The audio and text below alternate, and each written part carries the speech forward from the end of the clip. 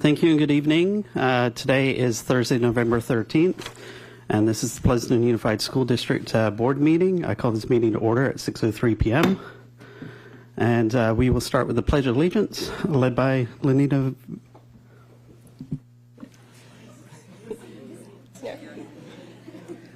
I pledge allegiance to the flag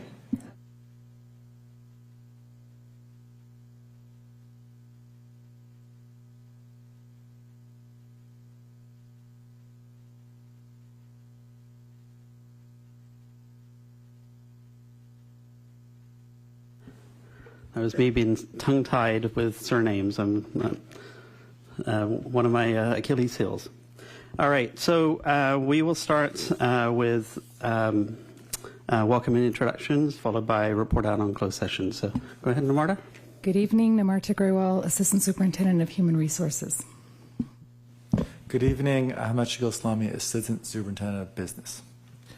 Good evening, everybody. Ed Dialazzo, Deputy Superintendent, Educational Services. Good evening, Elizabeth Gersich, Student Board Trustee. Good evening, Mary Jo Carrion, Trustee Area 1. Good evening, Charlie Jones, Trustee for Area 4. Good evening, Lori Walker, Trustee for Area 2. Good evening, Trustee Kelly McCosh, serving as Vice President this year. Trustee Justin Brown, District 5, serving as President this year. Good evening, Maurice Geisel, Superintendent. Welcome, everyone who's here and watching online. Thank you. and Lenita Villasenor, Executive Assistant to Dr. Geisels and the board. All right, and we had a closed session as normal, 5 to 6 p.m. However, there aren't any items for report out or on actions taken. So we'll move forward to the agenda and board Q&A. So we'll start with approval of the agenda. Any changes or amendments to the agenda? Otherwise, I'm looking for a motion. I motion to approve the agenda. Second. All right, roll call vote, starting with the student trustee. Aye. Aye. Aye. Aye. Aye. And aye for myself. That passes 6-0. Next is the board Q&A. Board Q&A is an opportunity for the board to submit questions ahead of time. And in order to protect the Brown Act, we publish any of the staff responses to the board, and we publish that to the website. We will move on to item 5, recognitions.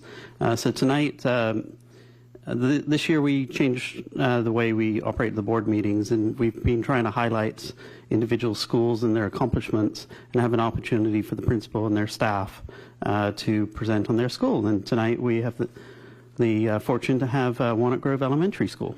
All right, I'll take this introduction. So first, before your principal goes up, are there any road runners in the house? Come on, where are you? All right, it's a big group. So I want to introduce our proud principal of Walnut Grove, the Roadrunners, and this is Miss Gigi Cruz Silva. She has a presentation for the board and the community, and then I know there's some recognitions afterwards of students and teachers, so take it away. All right. Good evening, board members, President Brown, Superintendent Geisels, Executive Cabinet, local community, and PUSD staff. My name is Gigi Cruz Silva, the principal at Walnut Grove Elementary, and it's my honor to take time this evening with my Walnut Grove community to spotlight Walnut Grove and present awards for the community of character. My goal this evening is to share our mission and shared beliefs that guide our approach to teaching and learning at Walnut Grove. I often compare our work to cultivating a garden. You can gather all the right ingredients, soil, sunlight, and the right amount of water, but the true work lies in the ongoing care. A garden requires consistent attention, adaptability, and patience as it changes and grows. In the same way, our school community thrives through continuous nurturing. We have incredible staff and community members working together to support our mission, focusing on continuous improvement to help every student grow and achieve their best. To reach these goals, we have to work together within a shared value system, one that unites our efforts and guides our decisions. These shared educational beliefs, which you'll see highlighted on this slide, include providing a safe environment that promotes trust, fairness, respect for ourselves and for others. We also believe in recognizing the hard work and embracing the challenges and finding success through the learning journey itself, not just the end result. So to better explain these shared beliefs, I'm going to walk through 4 key areas that guide our work here at Walnut Grove: community, curiosity, compassion, and consistency. As you can see on the slide, one of our greatest strengths at Walnut Grove is our sense of community that we build among students, staff, and our many supportive families and community members. We work together to create meaningful opportunities for students, whether it's developing these alternative recess areas, organizing field trips, or fundraising for experiences that enrich learning and build connection. Families play such an important role in all of this. We have so many ways for them to get involved through school events, classroom volunteering, recess support, and community celebrations that honor our diverse cultures. Clubs like the Garden Club and Run Club, along with fundraising and family fun events, all help make Walnut Grove a vibrant, connected place to learn. Our school has 616 students representing cultures from nearly every continent, and we are so proud of that diversity. We strive to provide opportunities for students to share and celebrate their traditions through events like our multicultural fair and holiday celebrations throughout the year. This shared value of inclusion, of making space for every student and every culture, deepens our students' experiences and builds compassion and understanding for others. I also want to take a moment to highlight the incredibly hardworking and dedicated staff. Our diverse team collaborates constantly, sharing ideas, problem solving together, and designing amazing educational experiences for our students. Our classified and certificated staff collaborate daily on various topics, projects, and events. Their commitment to our students is truly inspiring. And this spirit of support extends to our students as well. Our older students buddy with our younger students for reading and projects. Our student leadership team coordinates our Roadrunner news, helps with assemblies, and supports school-wide events. We even welcome high school students to return to Walnut Grove through Eagle Scout projects, helping organize our safety shed, or even dressing up as Speedy the Roadrunner to bring joy to our community. Our next shared value is curiosity, the drive to continually learn and grow so we can provide the best instructional practices for our students. As you can see, our kindergarten through 5th grade teachers collaborate in many ways to strengthen their craft and expand their teaching skills. But it's not just the upper grades. Our transitional kindergarten teams are also leaders in early childhood education. They collaborate not only within our school, but also across the district and county, sharing the best practices and learning from one another to continually improve. This culture of curiosity ensures that our instruction is always evolving, keeping student learning at the forefront of everything that we do. One great example of our curiosity in action is our strong focus on the arts education. At Walnut Grove, we recognize how art experiences support gross and fine motor skills, resilience, perseverance, working memory, coordination, and so many other skills for our students. Thanks to the Prop 28 funding, our visual arts experiences have doubled for TK to 5 students, as well as support musical performances and help us purchase musical instruments for student learning. This is a truly collaborative effort. Teachers, staff, and specialists work together to create rich arts experiences that enhance learning across the curriculum. It's a perfect example of how our curiosity is driving innovation and supports student growth in multiple ways. While our curiosity drives our continual improvement of instruction and learning opportunities, it's equally important to remember that academic and personal growth go hand in hand. At Walnut Grove, we recognize that students need social-emotional support just as much as academic enrichment. This brings us to our next shared value.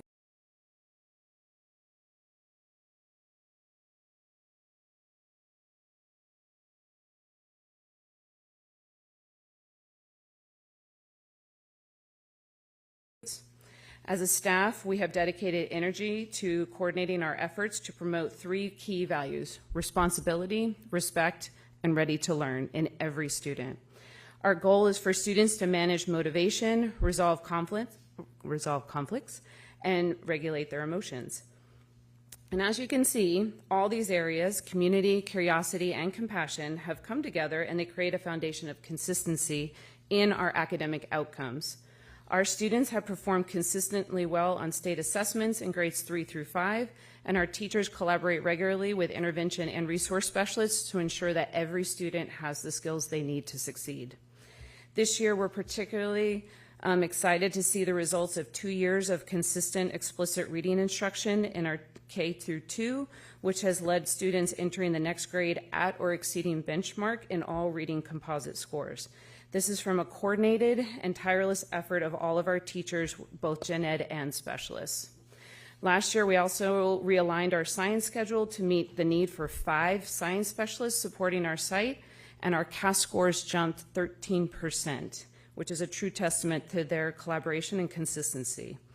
Finally, our teachers have worked consistently to work with our emerging bilingual students, showing steady improvement in our English language skills over time. All of these are examples of how consistency in instruction, collaboration, and support translates directly into student growth and academic achievement across Walnut Grove. And now I would like to highlight some students and staff, students who are nominated by their teachers and staff who are nominated by their peers. So when I call your name, I would like the students to come up and get a certificate from Ms. Hassan, and I know that the board members are here to take pictures. So our first student is Han Chen Chiang. Han has consistently been demonstrating outstanding self-discipline by staying focused, managing her time wisely, and by performing her best every time. Her quiet determination is inspiring and reflects her strong character and dedication towards learning. Her positive attitude and willingness to act on feedback shows her commitment to growth and her strong sense of self-discipline. Congratulations, Han. Next is Remy Marcoux. Remy has demonstrated integrity by choosing to do what's right, even when it isn't the easiest path. He has shown honesty and strong moral character through his actions. By reaching out to a teacher and speaking up when it mattered most, Remy modeled empathy and courage. We are so proud of him for standing up for what's right and truly embodying the spirit of integrity. Congratulations, Remy. Next, we have Cash Briggs. Cash consistently exemplifies responsibility in all that he does.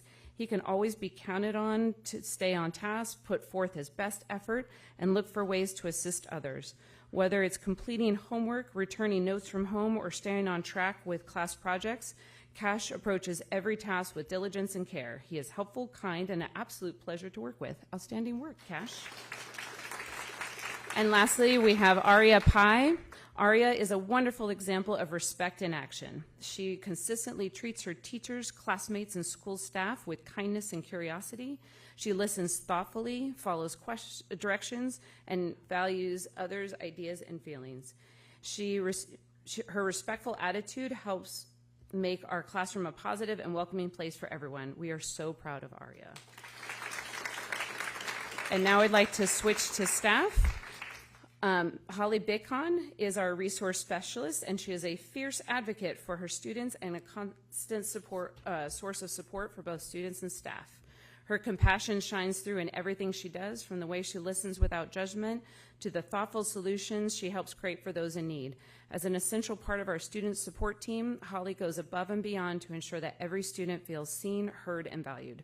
Whether she's helping a student navigate a personal hardship or guiding a colleague through a stressful day, Holly brings a calming presence and a fresh perspective that makes the toughest circumstances feel manageable. Also receiving the award for compassion is Jamie Soares. Mrs. Soares brings kindness and care to everything she says and does. As an integral part of our front office team, she helps keep everything running smoothly and always handles each situation with professionalism and compassion. Whether she's helping a confused parent, a child who's lost something, or a teacher or staff member in need, Mrs. Soares is a wonderful friend to all and meets the many pressures of her position with grace, patience, and kindness. Therese Ard is our go-to staff member. She is always available to handle any assignment given to her. Some of her many responsibilities are morning entry, TK entry and dismissal, noon supervision, training of noon supervisors, assisting teachers and other staff, first aid care, and so much more. Thank you, Therese. And lastly, we have Linda Bury. Linda is the staff member many of us turn to when we need to collaborate or seek guidance about instruction. She is a thoughtful and supportive partner, as well as a trusted friend who listens with understanding. Linda's connections span the entire Walnut Grove community, from high school graduates to our youngest kindergartners. Students eagerly seek her out to say hello, whether they are 6 or 18 years old.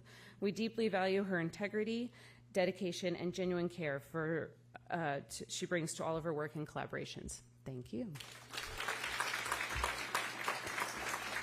And this is our Walnut Grove Roadrunners, so please give them a round of applause. And thank you for listening. Thank you, Ms. Gates. Thank you, Ms.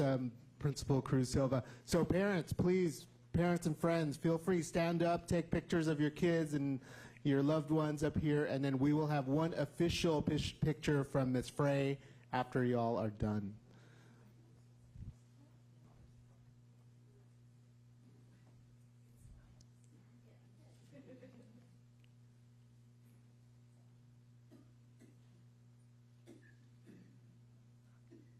All right.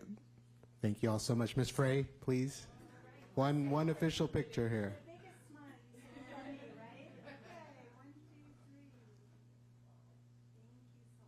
Congratulations.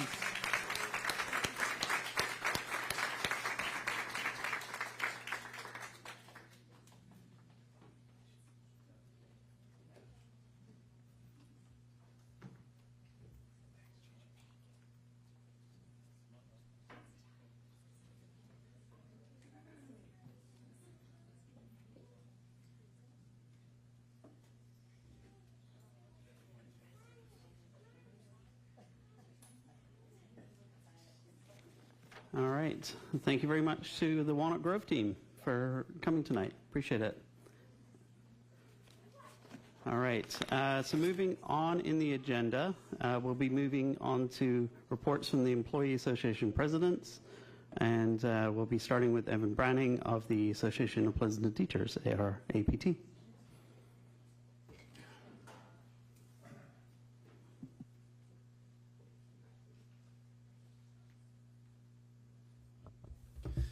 Good evening, Board, Superintendent, and Cabinet, and everyone in the audience. My name is Evan Branning, and I am your APT President. I often struggle with what to say for these speeches, so today I'm going to start with a little story. You might notice I am growing a bit of a beard today. It is for No Shave November. I am currently raising funds for a student who is struggling with cancer to get her a room remodel. I bring it up because my face itches. I hate growing beards. It is one of my least favorite things. I fought with the people who were throwing the event to see if there was any other way. But being able to be a public face for a student in need was a sacrifice I was willing to make. I did this last year as well, and the student, unfortunately, I found out recently, did not make it. They were able to return to a room that was custom built for them, with all the amenities of the things they loved, so they were able to return to school for a brief moment after treatment. And I mention all of this for two reasons. One is to just remind you the sacrifices that our teachers are willing to make. Growing a beard is a small thing. It's not really a major effort, but it's something extra. And the amount of things our teachers do every day, our educators do every day that is extra, that goes above and beyond, making sure that they can serve our students. The amount of value that the district gets for the work that our educators don't put in hours, they don't charge, they don't report, is uncountable. Our educators are willing to make these sacrifices because they care about our students more than anything in the world. The other reason I bring up this story is because a big part of what I'm raising money for is it's called Rooms of Hope. And it's to give these students a space. My career was spent teaching at Continuation High, at Job Corps, at schools for the students who didn't necessarily have a space.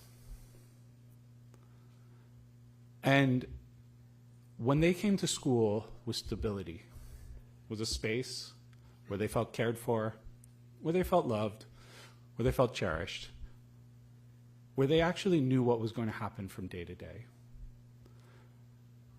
In my career, the majority of my students did not want to go to summer break. They did not look forward to Thanksgiving or Christmas.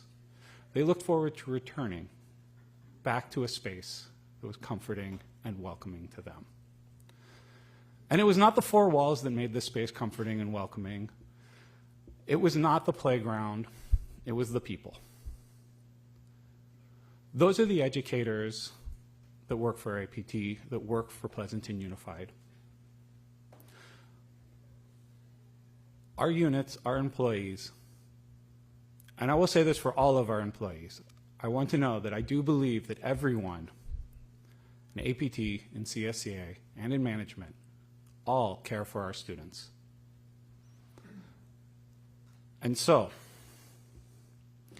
you're presented right now with a very trying time. And you're getting multiple stories about what should and shouldn't happen and where you should or shouldn't go. And I know none of it is comfortable or exciting or the kind of place you wanted to be in when you ran for this office. These weren't the decisions you were hoping to make. You got into this position so that you could serve the students as well. Last week, our community spoke loud and clear about the values that they hold, that they also stand with our students. We want to make sure that they get the best education possible. When I come up here and I say that Pleasanton students deserve the best, I don't say it because I believe that Pleasanton students are special. I believe that every student deserves the best. I repeat it because every single member of our unit feels the same. They want our students to get the best education possible because they only have one opportunity at a quality education. APT is standing in front of you with all of my members behind me saying that they do want to work with the board and the cabinet to find solutions to our challenges, but it cannot be on the backs of our students. We must make sure that we keep these cuts as far away from the classroom as possible and limit the cuts as much as possible. We've heard a lot of different numbers. We've heard different outcomes. We have different levels of tolerance for risk. What I'm asking you is to use today's dollars today to support our students, to limit the cuts, to make sure that their needs in education, safety, and social emotional health are met. We will find a way to move forward as a district, but we cannot put our students' education in danger because truly, Pleasanton students deserve the best.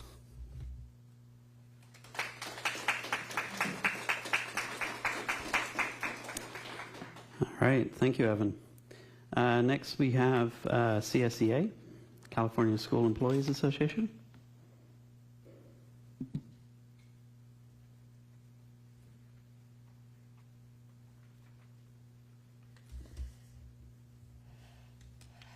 Good evening, board members and cabinet. My name is Ryan Kelly. I'm the CSEA president. I'm here tonight to address a concern that weighs heavily on many of our CSEA employees. Ranking CSEA positions on a scale of 1 to 3 may look like a simple budgeting tool on paper, but in practice, it sends a very different message. When someone sees their job labeled as a 1, while others are marked as a 3, it feels demeaning. It creates impressions that certain positions are, and by extension, that those people in them are valued less than others. That is not the culture this district prides itself on. Furthermore, delegating the responsibilities of identifying positions to cut to assistant superintendents, directors, and principals has unintentionally created stress and at times hostile work environments. Our staff should not feel like they are competing for survival. They deserve transparency, respect, and process that recognizes their contributions rather than ranking their worth. Looking ahead, if our district ever faces another catastrophic budget deficit, I strongly encourage us to move forward towards interest-based bargaining. This collaborative approach would allow all stakeholders to work together, focus on shared values, and reach solutions that preserve dignity, fairness, and trust. The method by which the board is evaluating its budget decisions will have a profounding impact on the people who keep this district running. Thank you. Thank you.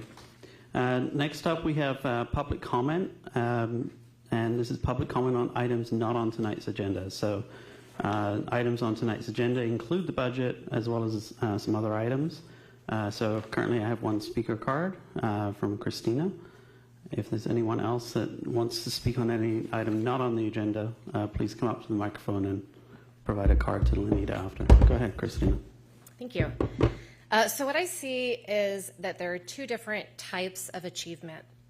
The first type is the kind of achievement that we talk about widely, as in the newsletter that went out this week. PUSD elementary and middle schools, top 4%, top 1% statewide. High school, top 5% statewide. Our engineering program, computer science program, band, We the People, all get myriads and myriads of accolades. And this achievement is what we broadcast widely.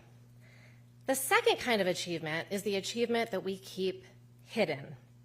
And that is looking at our lower performing groups, groups that are doing about as well in Pleasanton as they are in the state of California, like our African American population.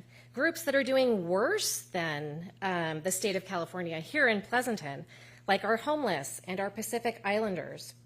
We hide the information and the achievement of our kids that are struggling. We hide the suspension rates for these groups, which correlate directly to their academic achievement.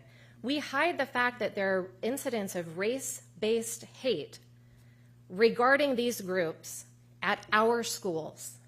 This is what we hide. Last week, I heard a lot of parents come up and advocate for programs that affect their students. I am concerned about the students that are not represented by people that come here and speak. We need to make sure that our words match our actions so that not only can we continue to be proud and talk about the first kind of achievement, but so that we can also start to raise up and talk about achievement for the groups that are currently struggling. So I really hope that not only as a board and as staff, but I also hope that as an entire community, we are aware of this and we care and we show that through action. Thank you. Also, I was a Roadrunner, a little disappointed we didn't hear the Roadrunner song, but if you would like to hear that later on, I'll be out in the lobby.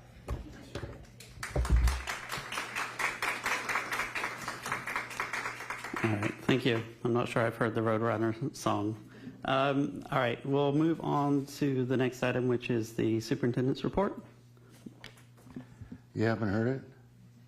I'm not going to sing it. Okay, thank you. By the way, Hart played at Noni's last night, the jazz band. They were absolutely fantastic. The Music Boosters of Hart Middle School sponsored them, and it was lovely to MC that event. Regarding budget communication, we come out every Wednesday with eConnect, and we basically do a wrap of what's happened, and that will come out again next Wednesday because it's Thursday.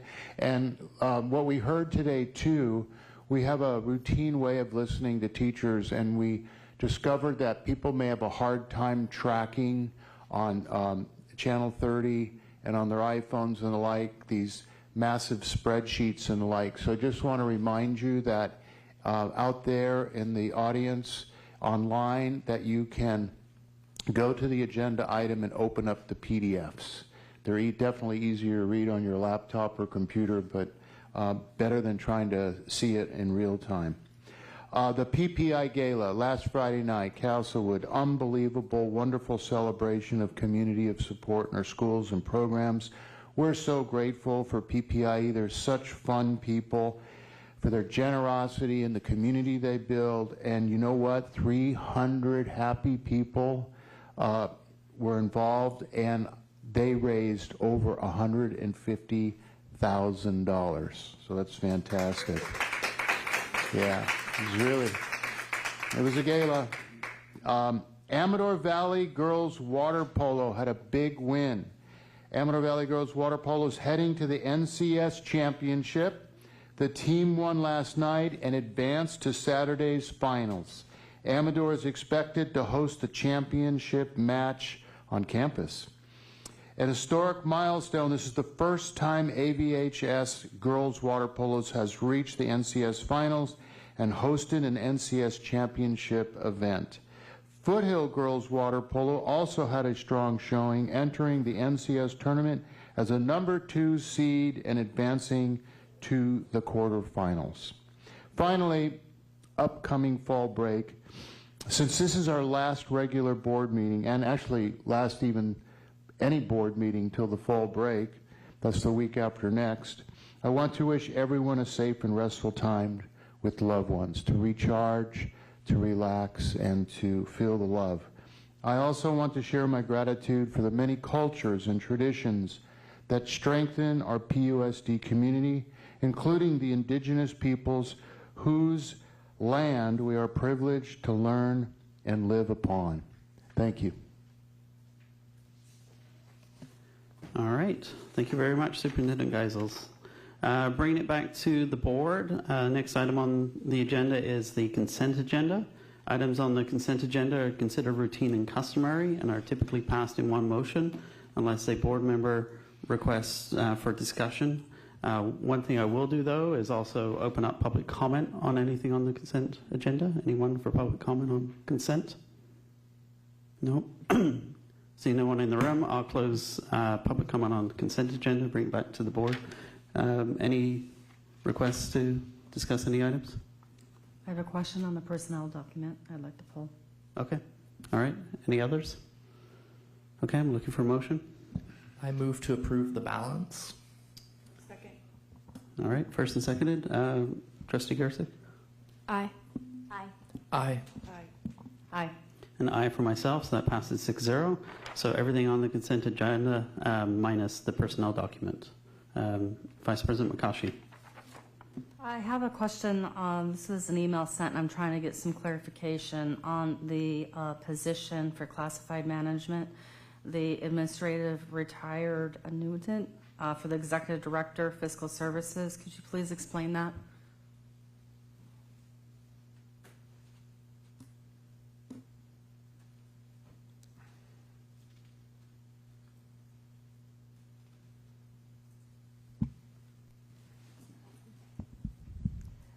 That's the consultant that is assisting with the fiscal services work. That's what that position references. Do you know what the duration is? Was there a contract that, because I didn't see that, so can you give some more information on cost associated with that position, duration of the position, its purpose, short-term versus long-term? I'll defer to Mr. Shiksalami. Thank you. So yes, that position is for the remainder of this year. We're estimating potentially up to about 200 hours of support services for the fiscal team as we update the various budget reports to ensure best systems are in place. This is a very experienced retired CBO that had extensive experience as a director of fiscal services to help the team during the budget updates. And because they're a retired PERS member, the best way to bring them back is to bring them onto our payroll rather than as a contracted services employee. And what is the cost associated with this position? We estimated that it would be about $25,000 to $30,000 of consulting work. Okay, I think that that answers my questions. I think in the future, if there's this type of position, if the board could be briefed, especially during these times when we're looking at budget cuts, that would be helpful. So thank you. Those are all my questions. All right.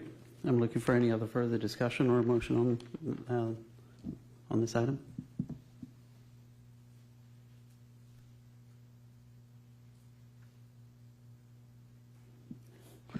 Sorry, I'll make a motion. Sorry, I thought you were asking for other questions, so I'll make a motion to approve.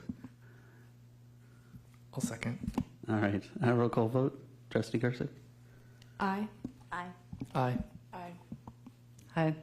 And aye for myself, so that passes 6-0. All right. Moving on, the next item on the agenda is report, discussion, and discussion action.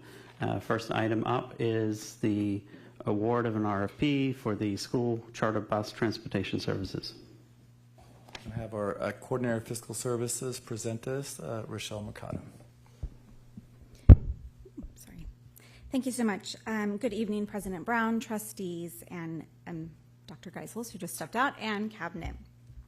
Tonight, I am presenting the recommendation to award RFP 2025-26.06 for school and charter bus transportation services.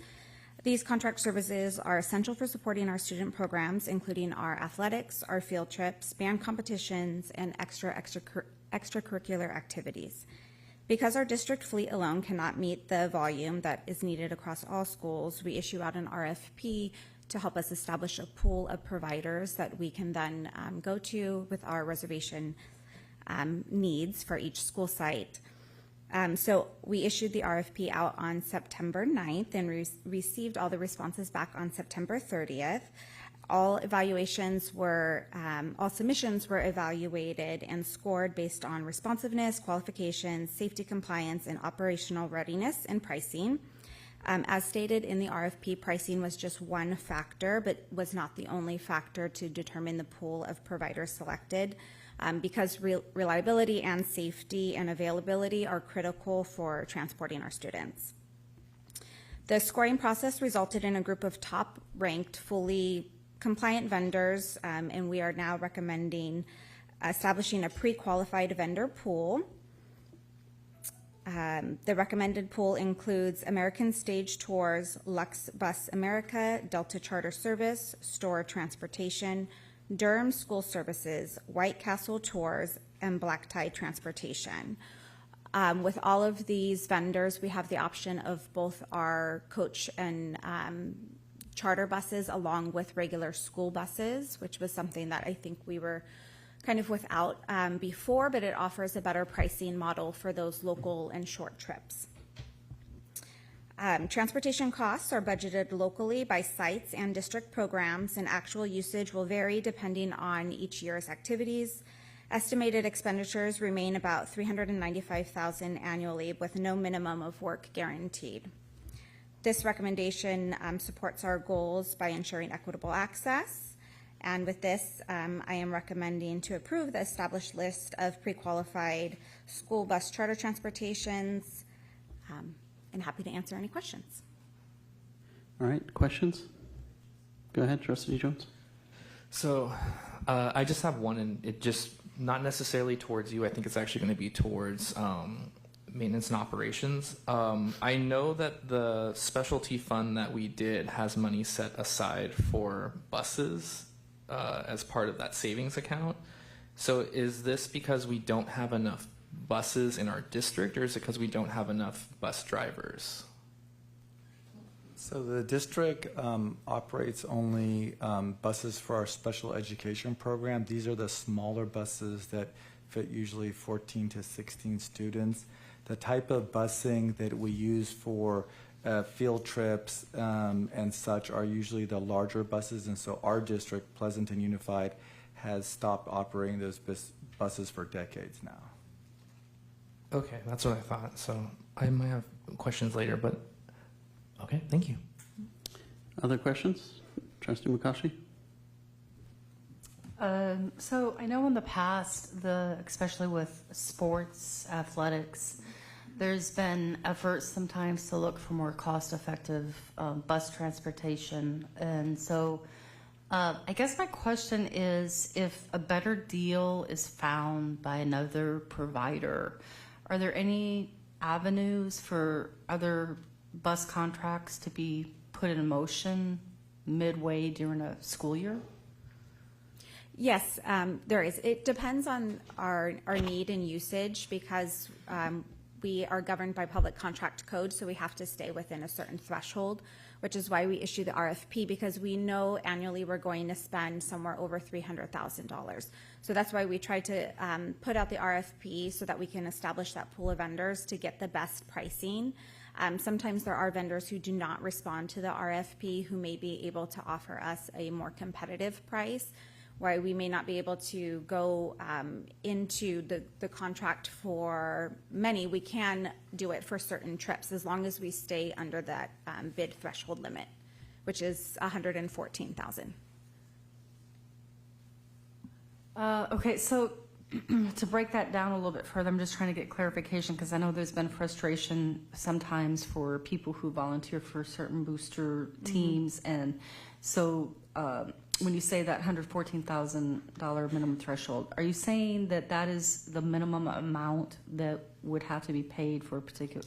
Can you clarify what you mean by that? Sure, that's the maximum amount that we are allowed to spend with a vendor in a year without having to go through the RFP process.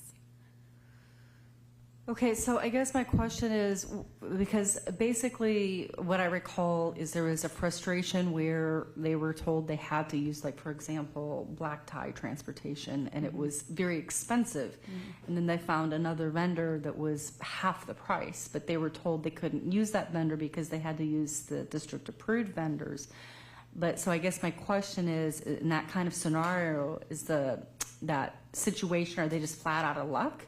Or is there a process where they could present the other bid and get that approved? I just don't know, if, like, in a time perspective, if that's possible. I'm just trying to consider cost effectiveness and in terms of some of the challenges when sports funding events, they're having to fund it on their own. I mean, they're having to use the district provided bus transportation service, but the funds are being paid through, for example, like the a boosters or something, right? Or yes, absolutely. So our previous pool was only about 3 or 4 vendors, so we are expanding on that. So like with Durham School Services, they offer just the traditional school bus. So does, I believe it was Delta. And so that's really helpful. Like if our football team maybe only has to go to Livermore or somewhere local, we don't need to really go on the black tie bus for that short trip. So this does offer them a little bit more flexibility. In addition to that, yes, we can contract with vendors who are not on this, but they have to be SPAB certified. So that's the one caveat, is that their drivers have to be SPAB certified because they are transporting students. Okay, I just hope if there's, I guess, a point of contact person for, athlete teams, so they should contact you if they have a potential opportunity. Yep. So, all right, thank you. That's all my questions. I just had a quick question. So obviously I looked at the scorecard and you qualified pretty much everyone but maybe 1 or 2. Okay, given that you have 5 or 6, how are you, if you're like you said, you got to take students to Livermore. They don't need a fancy bus. Are you contacting all 5 or 6 of those and then asking for a proposal, and then you're picking the best price, or how are we entrusting you to be the custodian for making sure that we're getting competitive pricing among the 5 or 6 preferred suppliers? That's a great question. So we establish what is kind of a master contract with all of our vendors. From that master contract, our school sites will contact the vendors directly. We always encourage them to get at least 3 proposals for their trip date, and then they usually lock in with the one who offers the most competitive pricing. So, yeah, I hope that helps. Okay, no, that's fine. That explains it. So you're essentially picking preferred vendors. You're providing the umbrella contract from a district services perspective, but you're giving the optionality and control to the sites, and with an expectation that they do what you would normally do with a house improvement, where you contact at least 3 vendors. Yes. Okay, understood. Thank you. That answers all my questions. Any other questions from the board? Oh. It's pretty easy, though, to get a vendor, if they're SPAP certified, it's easy to go to the district, right, and have them included on your approved vendor Yes. list, right? I mean, Yeah. I know the process from Amador. It worked well, Yeah. right? Mhm. It's an easy process. It is. It's not like we have our contract template. They have to send us their certification. So it is easy to add to that if needed. But we have definitely a pretty good list here. But I feel pretty confident in. Okay, thank you. All right. Seeing no further questions, I'm looking for a motion. I'll make a motion to approve. A second. All right. Roll call vote. Aye. Aye. Aye. Aye. Aye. An aye for myself. That passes unanimously 6-0. Thank you very much. Thank you. I'm here for the next one as well. Okay, well, you can start with, so just to introduce it for the audience, next one is a piggyback purchase through OMNIA, cooperative contract for a digital school board at Foothill High School. Yes, and this one I will also invite up Mr. Bull for Foothill in the project so he can help to answer any questions that you may have. I can speak to the contract part, but he can help to speak as far as the school and the project side of it. So thank you. Yes, well said. This is for a piggyback purchase agreement through Omnia, which is a cooperative contract agreement. Sorry, let me just find my place again. So today I'm bringing forward the recommendation related to Foothill's project to upgrade its stadium scoreboard. This upgrade supports our athletics program, enhances student, athlete, and spectator experience, and helps modernize a key piece of infrastructure that is used by multiple schools and community events. Foothill, in partnership with our athletic boosters, has identified a fully digital scoreboard through Digital Scoreboards LLC, which is an authorized vendor through Omnia. This has already been competitively bid with Omnia, so we are allowed to piggyback on this contract. The proposal includes 26 by 16 digital display, full scoring and video control, software, the works pretty much. The quote is priced at $228,729. A key benefit of this is that it is an 11-year parts warranty and a 5-year on-site labor warranty, along with 24/7 remote diagnostics. Installation and removal of the existing scoreboard will be a separate contract, but it is important to note that this project is 100% donation funded by our athletic boosters, which also includes the installation and removal piece that is also donation funded. And so with that, I am asking the board to approve the digital scoreboard package through piggyback agreement with Omnia. Questions? Go ahead. That is pretty significant fundraising. Hats off to you guys. That's amazing. So Hats off to the boosters, really. Hats off to the boosters. That's Yeah. amazing. Thank you. Yeah. Yeah, also great on getting an 11-year parts warranty because those are the most annoying things to deal with. Yeah. And the 5-year maintenance monitoring, that too, that is a nightmare to deal with. Yeah, I echo those comments. One of the thoughts I initially had was around parts, because there's nothing more frustrating than but having an 11-year part warranty is excellent, and kudos to all the parents and staff that helped with that fundraising effort. So, all right, unless there's further comments or questions, looking for a motion. I'm going to approve. I'd like. Second. I'll take that as a first and second. Roll call vote. Aye. Aye. Aye. Aye. Aye. And aye for myself, passes 6-0. Thank you very much. Thank you. All right, next item on the agenda is item C, discussion action agreement with HKIT Architects for the roofing project at the Amador Valley High School. Jim. All right, good evening. There we go. So as part of our Measure I bond program, or I'm sorry, I-1, we continue to assess and improve the roofs around the district. We have identified the Amador Valley High School gym roof as a candidate for replacement. This particular roof is a 25-year-old roof and has reached the end of its life. So by replacing the roof, we are taking a significant step in ensuring that the building remains watertight. The first step in this process is to hire an architect, and we're recommending HKIT Architects. We received proposals from them in the amount of $140,400. The scope of the work includes the design, submission to DSA, and contract administration required to complete the project. And again, this is bond funded. So with that, I'll turn it over to any questions. Questions? I'll just ask an obvious question. I mean, 140K for architectural services seems like a lot, even if it's Measure I-1 bond funded. Can you explain the amount relative to the project size? Yeah, so the project, the re-roofing project, is going to be probably high six figures to low seven figures to do the work. The proposal is based on what's called OPSC funding. So Office of Public Schools Construction has a sliding scale of funding. And so we do have a small contingency in here because we're anticipating finding some unforeseen conditions due to dry rot. Okay, thank you. That helps. Any other questions? Otherwise, I'm looking for a motion. I move to approve. Second. All right, first and seconded, roll call vote. Aye. Aye. Aye. Aye. Aye. An aye for myself. Thank you very much. Next item is contract with USA Shade for procurement and installation of shade structures at Harvest Park Middle School, iPal's early childhood education area.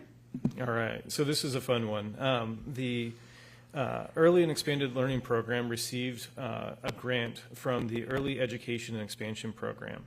And they determined that the best use of these funds would be putting some shade in over at the iPal's campus on Harvest Park. And that campus can get pretty hot with the sun and the synthetic grass, so it's a nice contribution to that campus. We've been working with the iPal's community to design the requested shade. We've come up with a really nice configuration that's going to provide shade over most of their playground. The shade structures will be purchased using the CMAS contract. The scope of the work includes procurement and installation of the shade structures. And with that, we'll recommend that the board approved the contract in the amount of $151,411 with USA Shade. Okay.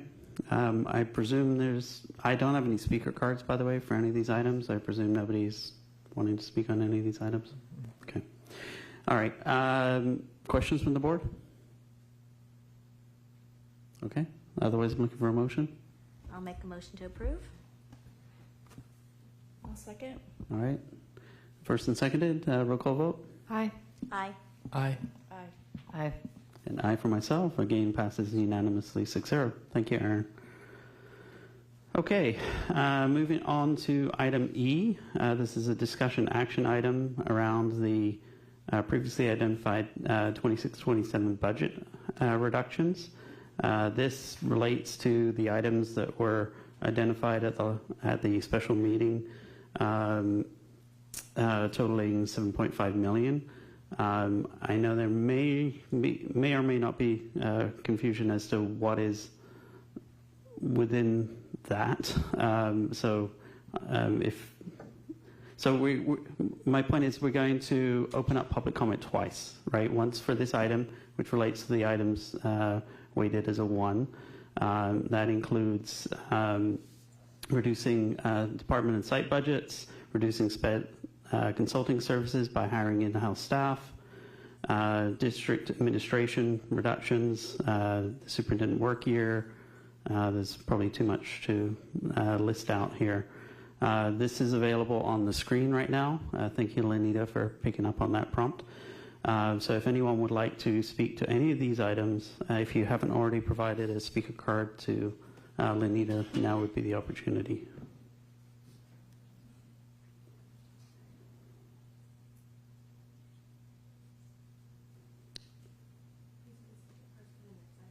Okay.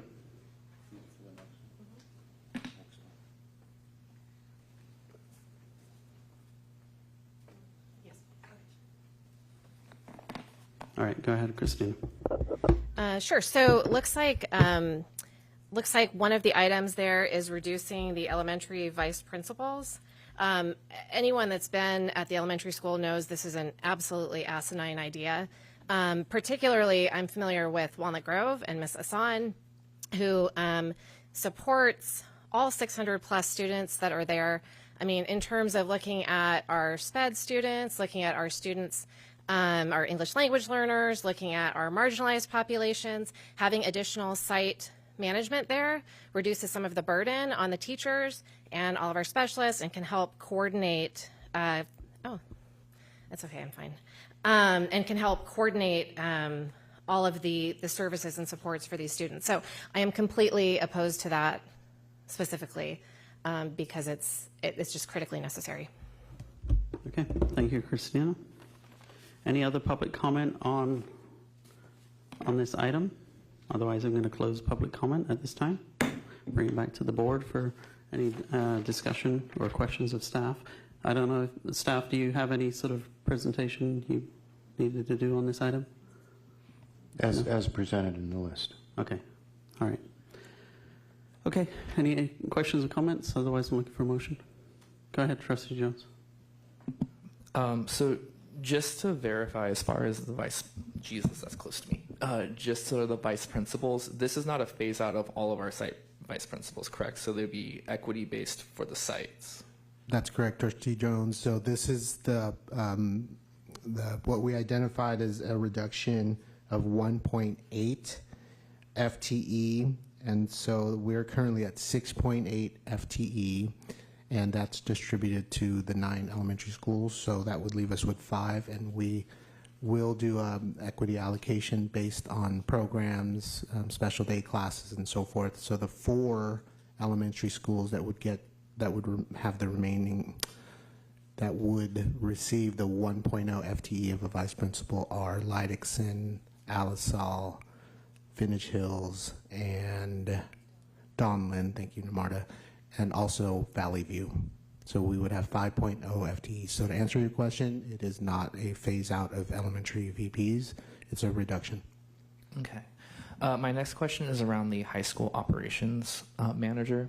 We've definitely gotten a lot of emails on that. So for that one, if we do vote to remove that position, since Amador would be getting a replacement VP, be unfreezing that position, theoretically, would the position at that site, since it's an administrative site position, would they be able to potentially roll into that, do athletic director, and then some other VP requirement that added onto it? That's correct. That's our plan, is to reinstate the frozen 1.0 FTE at Amador of a vice principal position, and then we would look at how the duties would be distributed among the vice principals, those duties and other duties. Okay, because what I'm curious in is asking, theoretically, could, say, that position then that we're removing, could that be established within that vice principal position? Oh, I see. Can you help me with that one? So I'm hearing the question is, staff reduction, would they be able to go into the frozen position, or is there an application process?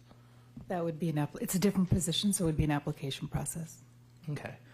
My other question, because we got a lot of emails from especially the boosters because of the amount of fundraising that they do in relation to this. If this position goes away, would it be possible to bring back, for example, the athletic director position at the school site and fund that partially through either site funds, booster donations, or other things, to either have it as a certificated position or potentially have the site pay for this position at Amador or Foothill if they so would want it that way? I would say it's up to the boosters and how they fundraise and what they want to decide. So we can go with what's historically been done, which I've talked about before, the AD, athletic director stipend with certificated staff. The way we're presenting it now, and it's totally flexible, is that those duties would go to a vice principal. But to your point, should that be available to the school, I would leave it up to the principal, Mr. Butterfield, correct, to make those decisions based on those fundraising opportunities. All right. For this, like I said, because I know the vice principal will potentially take over some of these if we do this, but there's definitely that concern of they oversee all these different things. We have some of the highest GPAs I've seen for athletics within Alameda County, but so could we also just potentially work with or let them know the options of, if these sites do want to still preserve some function of that position, how they might go about doing it? talking about the site or the boosters? Any of the potential options, letting them know that there are ways that if they still want this to. Yeah, I think that's the flexibility that I'm talking about. Really, donations are about what are those donations for, and so the sites look at that, and we follow the directions based on what those donations are for. So yes, there's an opportunity for that. I can't speak to what will happen, but those are options that we could look at. Today, knowing what we know, like I said, the duties would go to the vice principal. But if there's opportunities for donations to support, we would definitely look at that. All right, thank you. That answers my questions. Okay, question to my fellow trustees. We have a late request to speak on this item. Are you guys okay with me reopening public comment in order to accommodate? Okay, go ahead. I'm going to officially reopen public comment, and then when you're done, I'll close it again. This is a little out of normal, but I recognize this item can be a bit confusing compared to the next one, so go ahead. Thank you for allowing some time. So the point of the elementary programs and addition of the 4th and the 5th combo classes, we strongly think that it's not right for the students and their growth, and even for the teachers. It's not good in general, and it would be very great if you could consider some other options and see, instead of doing that as an item, because there are other items which has been proposed by a lot of parents from our community as well, about the other ways of reducing things on the budget reductions. But this item is something I don't think is good for the students and for teachers, and we strongly disagree to it. And we would request the board to reconsider it and see if something else could be done instead. Thank you. Okay, thank you. Go ahead. I was just going to say, I just second her completely, and I know that we are speaking on behalf of a whole lot of other parents in elementary grades especially, because the 4th and the 5th grade combinations, it takes away from students being able to learn properly, teachers being able to teach properly. There's going to be a whole lot of confusion of what do you teach, and ultimately that's going to leave a pretty big hole in how the education system goes ahead. And it's not just the 4th and 5th. I mean, I'm not saying don't combine only those 2 classes. This applies to combination of any of the other class grades as well, because it just really takes away from the education aspect for kids, and kids need to learn their stuff that are actually for that particular grade level. And if you end up combining it, either they miss out or they learn something not well enough, and the teachers have a whole lot of confusion as well. And so, yeah, we strongly are against this, and we would really appreciate it if you all reconsidered that bullet as well. And similarly, of course, there's also, the science, the PE, the music. These are all things that enable students to be more well-rounded, and these are important things for keeping as part of the curriculum. And so we really urge the board to go ahead with stuff that's actually important for the students and the kids and the schools. Thanks so much. Thank you for your input. All right, with that, I'm going to reclose public comment on item, just getting the item number. Go back to the agenda, sorry. Too many tabs open. So item E, reclosing public comment on item E, bringing it back to the board. Any other comments, questions? Go ahead, Elizabeth. I just wanted to ask about the behavior specialist position under site support services. So does that position support elementary, middle, and high schools? So, Trustee Gersich, we have several employees in that particular position. This is a reduction of 1.0 from 8.0. Okay. So the answer is yes. It serves all grades to K-12, that position, and we have multiple people that provide the service. Okay, thank you. Just as clarification, especially for the public and for us, that 4-5 combo is not all 4th and 5th grade. It is one class, correct?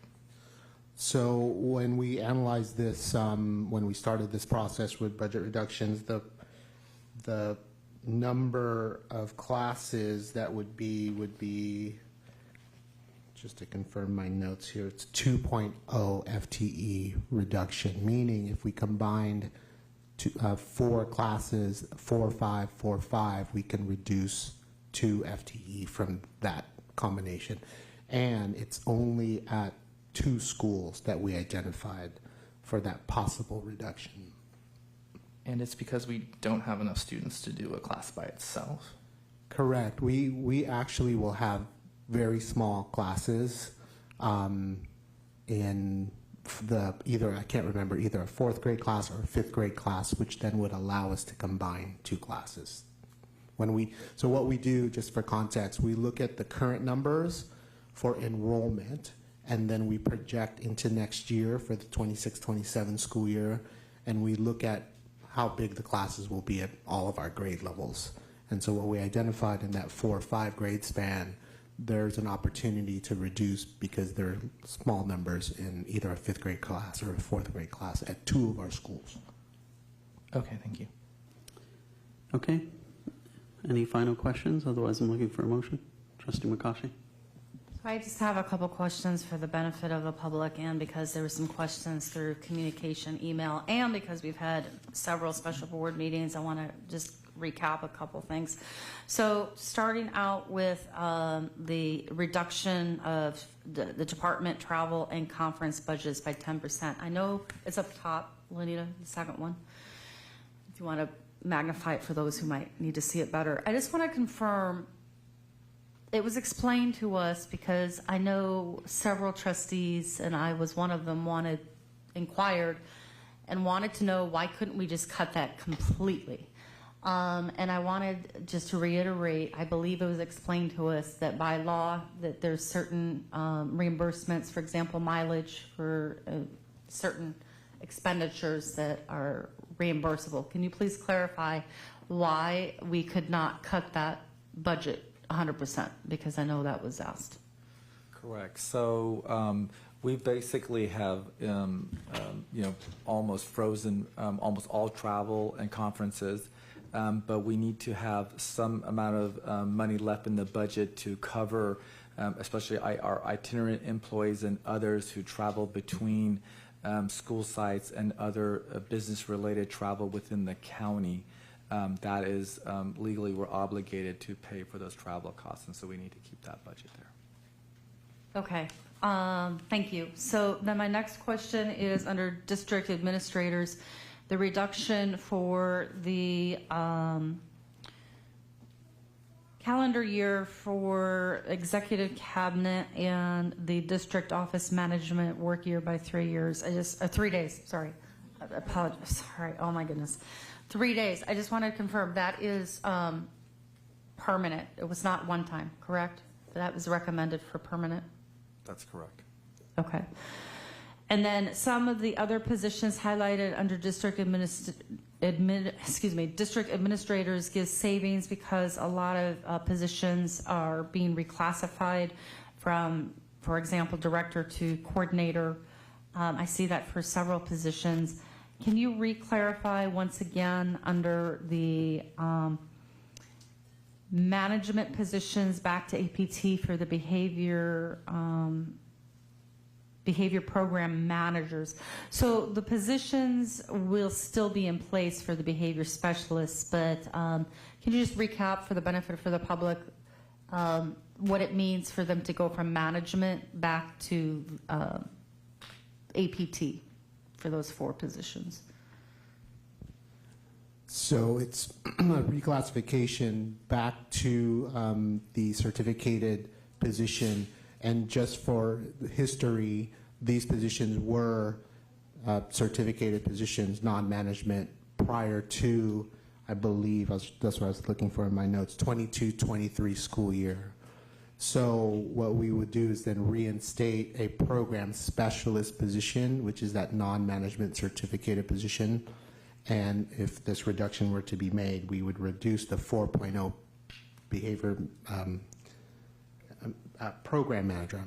Right. So the manager we position would go to specialist. back to the specialist. Right. Correct. And if I recall, the reason originally for those positions being promoted to promoted to management was to help with supervision for the observations of employees, I believe is what if I recall back, just in general. But so, okay, that clarifies.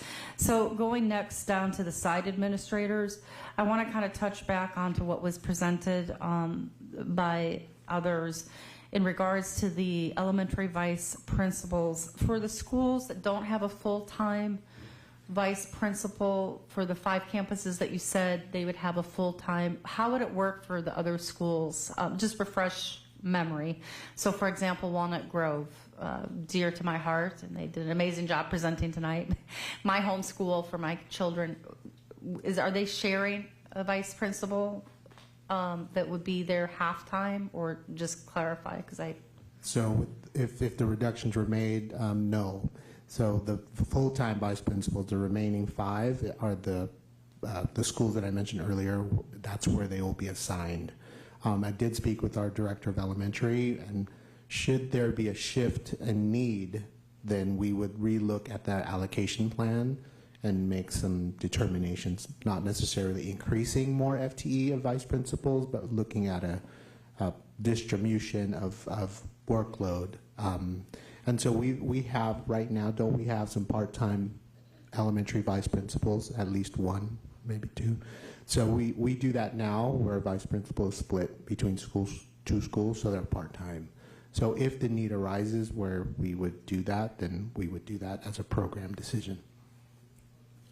Okay, so I think that you are making a really good point in terms of the program decision, because I do think it's important to help support those other elementary schools. So perhaps, take a look at how those remaining assignments could be considered to help support those other schools that don't have vice principals if this shall pass.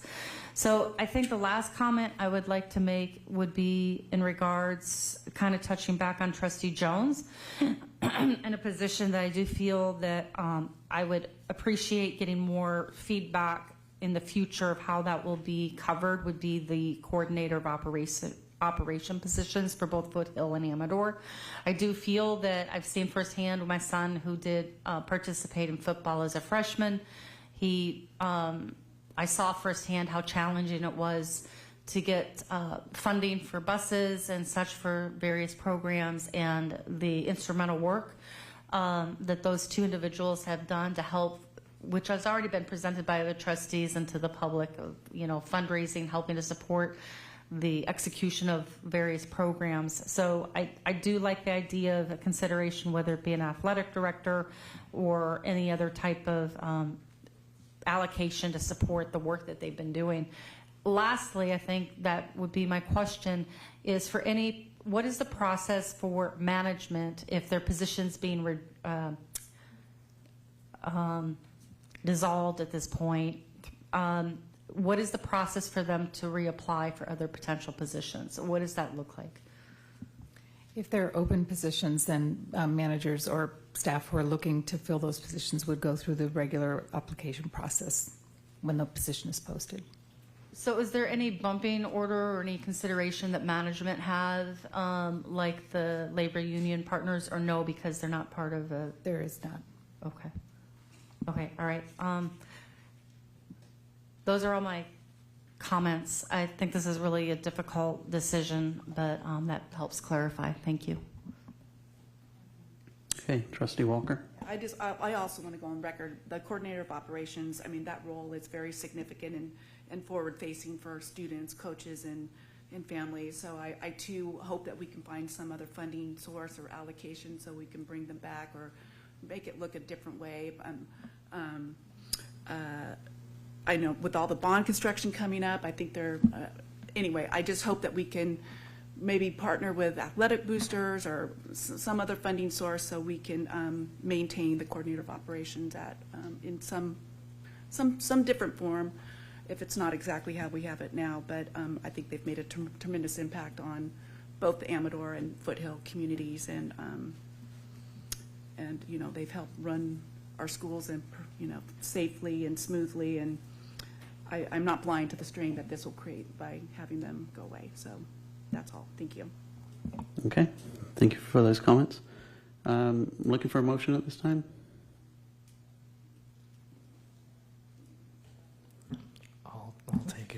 I move to approve the agenda item. I will second.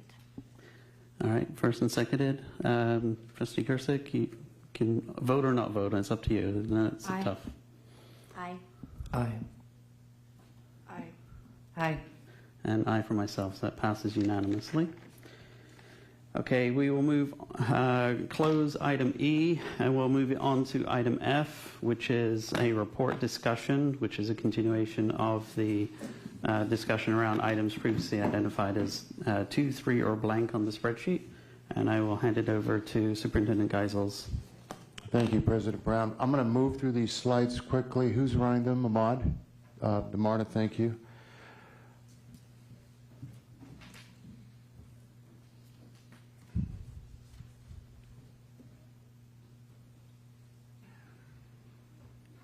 Okay, here we go. Last time we talked about the superintendent's message, and I'm not going to reread this again. We're going to go quickly over the slides. I'm falling more and more in love with the idea of Pleasanton students deserve the best, and I think they need to see us model civil and respectable behavior the best. So this is for the students and modeling our behavior for them. The next slide is the agenda. We're going to quickly review the process to date, review the County Office of Education's for conditional approval of the budget and updated reduction list. We're going to go over that. And then the board may choose to establish reduction target and public comment. And then the board will complete consensus weighting exercise and provide direction to the staff. We are at our 6th meeting of budget reductions. And I'm not going to go through this. I've gone through this before. And possibly, if needed, we'll go to December 4th. So the next one. So this is Ahmad's going to take. I'll just take these two quickly, Ahmad, then you can get on to the next ones. Basically, superintendent, the Alameda County Office of Education superintendent, Elise Castro, came last time to talk about the conditional approval of the budget, which means that the board must address $8.153 million for 2026-27 next year, and for the following year, $737,000 plus. And we made a resolution in September to commit to that. Next slide, please. And last time I talked about the risks and uncertainties of looking at a potential minimum of $10 million and a maximum of $15 million. And we're going to show some more scenarios of what that looks like, riffing off this continuum right here between the min and the max. So, Ahmad? Sure. Your next slide. So this is a slide you saw last time, and there was a request to look at the third year. We haven't yet built out the third year, but we made some assumptions based on the current model of what that would look like in terms of our revenues growing at about a 0.5% increase, and that's taking consideration both a cost of living adjustment, but also declining enrollment, and then our expenditures increasing at about 1.5%. So these are pretty conservative assumptions. With that, we would now need another $1.5 million of reduction in 28-29. But that is the third year out. There's a lot of factors between now and then that can change both positively and also require more reductions that year. And that's why specifically in the areas of unknown and lower COLA and LCFF funding, we've left the 27, 28, and 28, 29 at zeros. What we have done for 26 and 27 is indicate a high likelihood that we'll see declining enrollment in 26, 27. That could affect our LCFF. We believe there's a high likelihood that the cost of living will be lower than the current assumption of 3. And so some combination thereof of lower LCFF funding is prudent to plan for at this time for the 26-27 school year. and that's why that 10.4 million. The district will require and need to make further reductions in the out years as data is known, because we are in declining enrollment and our costs are increasing above what COLA is providing us, and that is the challenge we face, right? And so this was some additional information that we wanted to provide to the board. Next slide. We want to remind everyone that targets may vary. These are estimates. There's a lot of variables here due to factors such as state funding, cost of living adjustments, enrollment, new revenue sources such as health building, grants, increased unknown costs. The board needs to identify enough reductions to cover the current known factors and variances as identified. Things could change, in other words.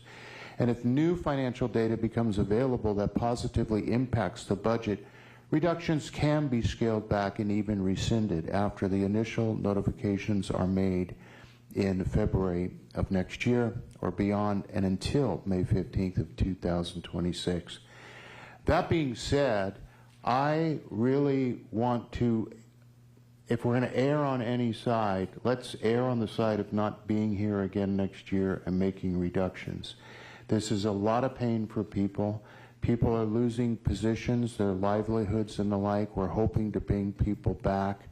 There are tremendous trade-offs to focusing on student achievements, wellness, safety, and everything else when we're spending most of our work in reductions. So, you know, if we, in all the variants, if we come in too high, that mitigates the chances of the state coming down too low, inflation, and it also puts us in a better position for things like compensation increases. So that is my perspective. And again, if we come in too high, we could always scale back and even rescind initial notifications of layoff. So with that, we now are going to continue with reviewing current reduction offices, and then we're going to go through the rest of them. So staff and I are going to give you some highlights of what we, of the follow-ups last week. So going to go through the purples first. Namarta, you want to take it away? We're actually going to start with Emmett. So staff went back and looked again at where additional reductions can be made or reducing FTE. And so the district has added a significant amount of technology over the last 5 to 6 years in terms of our investment and the required to maintain student safety and staff safety, cybersecurity. But we do feel that we can tighten up our director to our chief technology officer to a 0.8, concentrating those efforts to long-term planning, cybersecurity, budget monitoring, and some of the day-to-day coordination would fall onto the coordinator of technology in that current role that there is. So that's one item we have added to the list. Okay, so the next item is going to be item F12, and this actually refers to item F3, where we presented to the board a 2.625 district parent liaison reduction. And just for reference, we have a total of 6.125 FTE. And just for clarification, there are 7 employees in this position. The reason why it's not 7.0 is because the current employees are already part-time. They are 7 hours per day. So the initial that we identified for reduction would go from a 7-hour day to a 4-hour day. So that's where you get that 2.625 in the original F3 item that I just mentioned. F12, the board asked us to look at a smaller reduction, and so the 0.8175 reduction would take the 7 employees from a 7 hours per day to 6 hours per day. So that's the line there for the 7 employees. Excuse me? So you're not saying both of them, you're saying this will be instead of the parent liaison?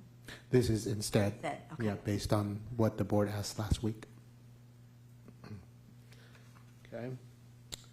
And then the next one is the reduction of a 1.0 FTE integration specialist.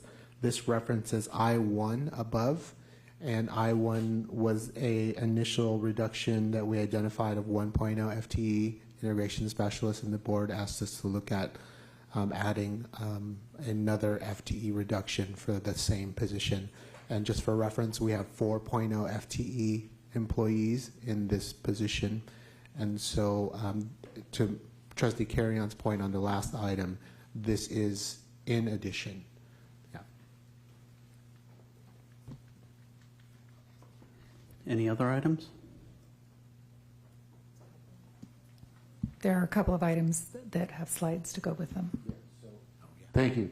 So we did hear that you wanted clarification and an explanation in 2 areas, and that is the elementary specialist reduction option for K3 and also for middle school or secondary staffing ratio. So for that, David, you're going to come up to talk about the secondary staffing ratios. And again, this is just not secondary, yes, grades 1 through 3 specialist.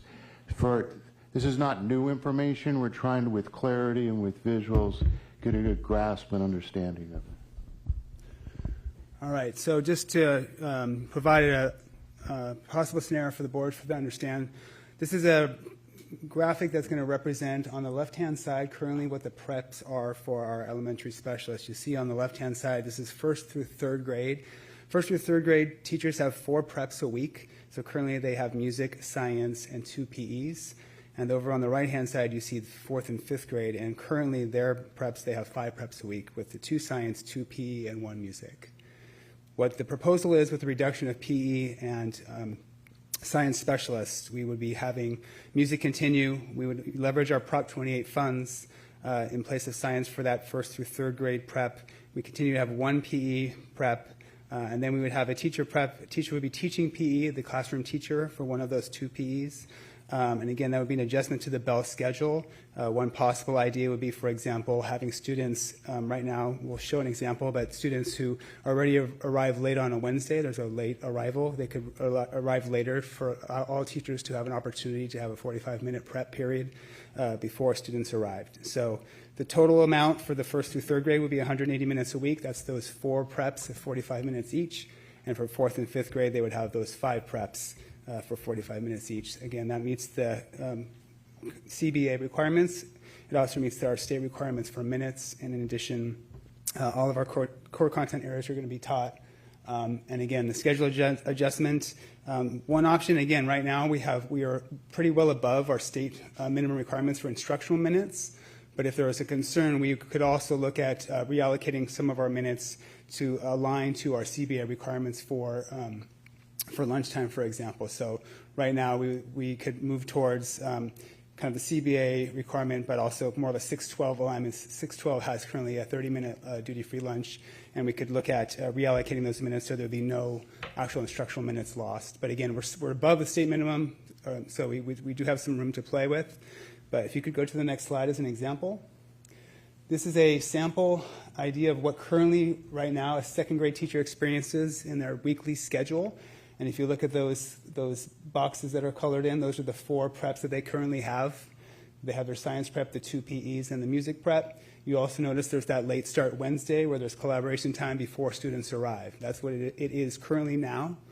And next year, if you go to the next slide, this is the shift. That prep changes to a Prop 28 funded art prep of some time. And just to clarify, preps in elementary are a little bit different. Secondary prep means a time when a teacher takes your kids and you're prepping for your classroom as a classroom teacher, just to clarify that. And then again, the single PE would be taught by the specialist. The teacher-led PE, again, they have the option of when they could teach that, but that's just put in there to show that there's not a huge change in terms of the actual time structures of a weekly schedule of a second grade teacher. So music still happens, PE still happens, and then again, that prep time on Wednesday morning could be there, but again, this is a hypothetical to show where a common prep could happen for all teachers, and students would arrive after that prep period would occur. Thank you, David. I'd like to add too, if you're tracking board, it's item J1, J2, and J7 on the list. J7 is the music specialist, and I bring that up because we talked about last time that music specialist, not what's on the board here, but it's the 5th grade band and strings. That is not part of the prep schedule. So I just want to make that clear. So you don't see a reduction here of music specialists. It's the 50% of the science and 50% of the PE. That's correct. That's correct. I have a quick question about the Prop 28 art. Is that a prep for the teachers, or do they have to go in and support the No, Prop that is a 28? prep for them. So that would be a certificated teacher that would take those students, and then the classroom teacher would have those prep minutes. So we would hire. And so just to confirm, teachers would still have the same number of preps? Correct. This is being mindful of all of the requirements for the 4 preps for the 1st through 3rd grade teachers. So yeah, those 4 preps remain the same in terms of the number of minutes that teachers get for their prep time weekly. Okay, thank you. And where would the science go? Into the instructional time? Science would be, again, for the 1st through 3rd grade, science would be an instructional time. And again, there would be some work on how we can, again, we've talked in our conversations about how we integrate science into writing and writing into science and more integration of subjects. But yeah, the science for the 1st through 3rd grade teachers would be taught by the teacher. And then again, the lab science, we have that 1 period for the 4th and 5th grade teachers. And what about some of the schools that already have art as part of the schedule? We have to look at the again, in terms of the money we need to provide the art specialists, the credentialed specialists, so that we may need to reallocate that and shift that to make sure that we have enough FTE to cover those preps. Okay. Sorry, I didn't mean to jump in with questions. Instinctual. Go ahead, Trustee Karen. So I just want to clarify for people that may not know, I was on the bargaining team when we actually got the 5th prep for 4th and 5th, and the reason was because at the time, 1st through 3rd had 20 students, and then 4th and 5th had 33 students. So I think that one of the things that it would be great if we could negotiate, maybe I was looking at a different type of schedule where we would have the opportunity to have like maybe 2 release days, only so that all grades 1, 2, and 3 could have 5 prep periods, the same as 4th and 5th. So if this goes through, I'd like the opportunity for it to go to negotiations and have them talk about some of these. I know this is a sample, but I'd just like to put it out there that I'd like to partner with our labor partners with that. So. Go ahead, Trustee Jones. So I'm looking at this. If we keep science and PE, if we also add in the Prop 28 art, then would that provide time for them to also have a prep then? Because that time period would be, for example, where it says like the instructional time around it, that would give time for 1st through 3rd to also have a prep period then, wouldn't it? You're talking about adding a prep for 1st through 3rd grade? So let's say we keep all of our specialists, and you also use the Prop 28 funding to still do an art prep instead of using it to replace another position. Would that open up the schedule for 1st through 3rd to have their prep period that they don't have? It would add a prep if we kept the specialists and Okay. also. Interesting. Thank you. I like that. Okay.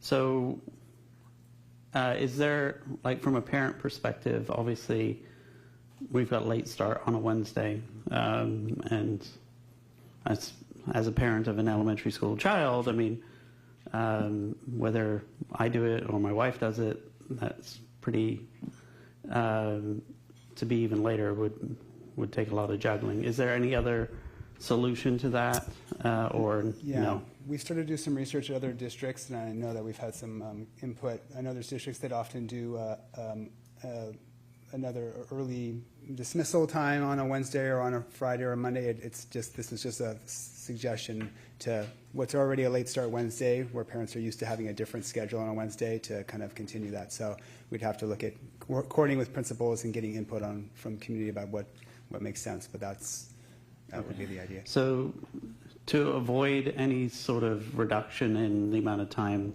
the grade 1 through 3 kids spend at school, we couldn't eliminate both. We would need to retain either the PE specialist or the science specialist, correct? Or what we could do is take a look at, we currently have a 45-minute lunch period, and if we looked at kind of moving towards more of a kind of alignment with the CBA and alignment with the 6 through 12 lunch period, we could kind of realize some of those minutes restructuring, where we could have those minutes where students would be back in class being taught. So that's another option. So if we didn't want to alter that time, we could do it with given the instructional months. But if we did not want to change the amount of instructional minutes, we could look at that period as something we could have a better alignment with our 6 through 12 teacher partners. So if I could just add on to what President Brown is saying. So for this hypothetical schedule, it is being proposed that school would start even later on Wednesday? Correct. Okay. So just for the benefit of the public, is that because collaborative time is already pre-negotiated and that time cannot change, correct? That's correct. Okay. All right. So Wait. I'm not sure that's correct. I don't think the time. The contract currently states that it will occur before school. Okay, but that's something that could be negotiated. Correct. Okay, so I do think we're getting a little down the weeds on this. I think we understand the concept of it, so thank you for answering. Thank you. Sure. Okay. Any other questions? Otherwise, we'll go to the other topic you had. The staffing ratios. So we will continue. There were questions last time in the meeting before from our trustees regarding the staffing ratio and what that really looks like. So I asked our director of secondary, Josh Butterfield, to give us some samples. What does that look like in terms of if we go down from 28 to 27, or the other way around, sorry, 26 to 27 or 28. But go ahead, Josh, and show them the different scenarios we talked about.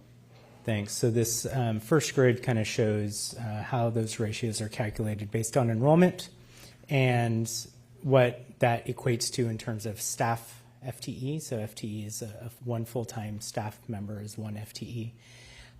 At the high school level, this is just a high school samples to give you a visual of it. So at the high school level, 1.0 FTE, or one full-time staff member, teaches 5 classes.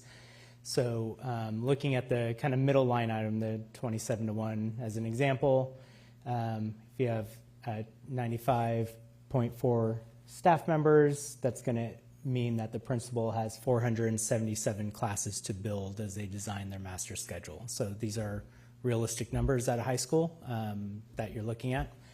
In addition and so that is the FTE staffing ratio that is in the options for the board to consider. In addition, through supplemental funding, LCAP funded resources, we provide an allocation to support intervention in ELD classes. I know because I provided that low enrolled list, that created some more confusion, so I wanted to clarify that those classes are supported through an alternative funding source. And that is that's allocated annually based on an unduplicated student count at each site, as well as an English learner student count at each site. So the actual FTE there, where you see 2.4, that fluctuates from site to site, year to year, based on student enrollment and population of our focused student groups. So on the next slide, so now that a principal is given that FTE, the time frame is in January. They start working through student support services, human resources to look at overall enrollment. They're given projected staffing based on those enrollment numbers. In February, all of our secondary students start selecting courses for the next school year. And then in March, the principals will determine how many classes. They have to make the decisions of how many classes of each course they're going to run in the upcoming school year. And in April and May, they make their final decisions for those. Next slide, please. So I want to outline kind of two scenarios just so you can understand how any decisions you make have impact and what those look like. And so what we always try to focus on is balancing the between uncomfortable and unreasonable. So I would say an unreasonable thing is to exceed a maximum class size, right? So we have contractual obligations not to exceed that. However, we do fill classes fuller, which can create discomfort, but also within contracts. So that's the balance that our principals are always trying to make as they decide this. So in this example, we might have student course requests for junior English. 300 students requested junior English for their junior year. So at the time of master scheduling, a principal in the most ideal setting might say, okay, I want to build 10 junior English classes, and that's going to give me an average class size of about 32. In a more restrictive time of FTE and staffing, a principal might have to look at that and say, you know what, I can build 9 junior English classes, and they'll be all have more students in each of them, still underneath that contractual maximum of 36 per class, and be able to be more efficient with my staffing in that particular scenario. Give one more scenario. So this is more of an elective scenario, and I laid it out. These are actual numbers, so these would be an actual decision that last year a principal would have had to make.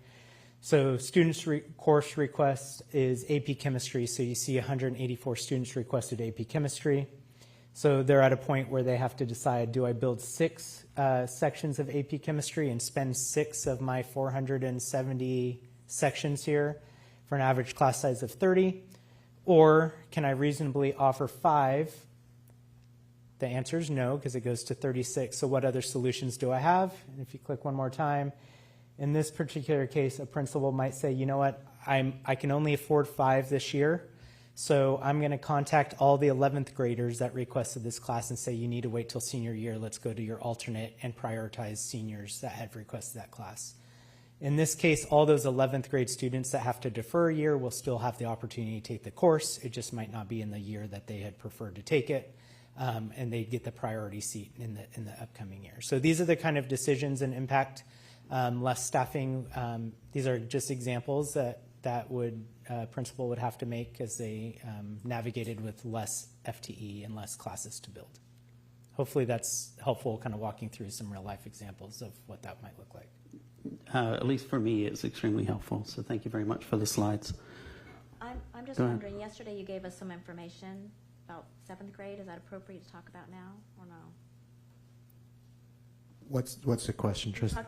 We talked about yesterday how the ratios be changing 7th, oh, never mind.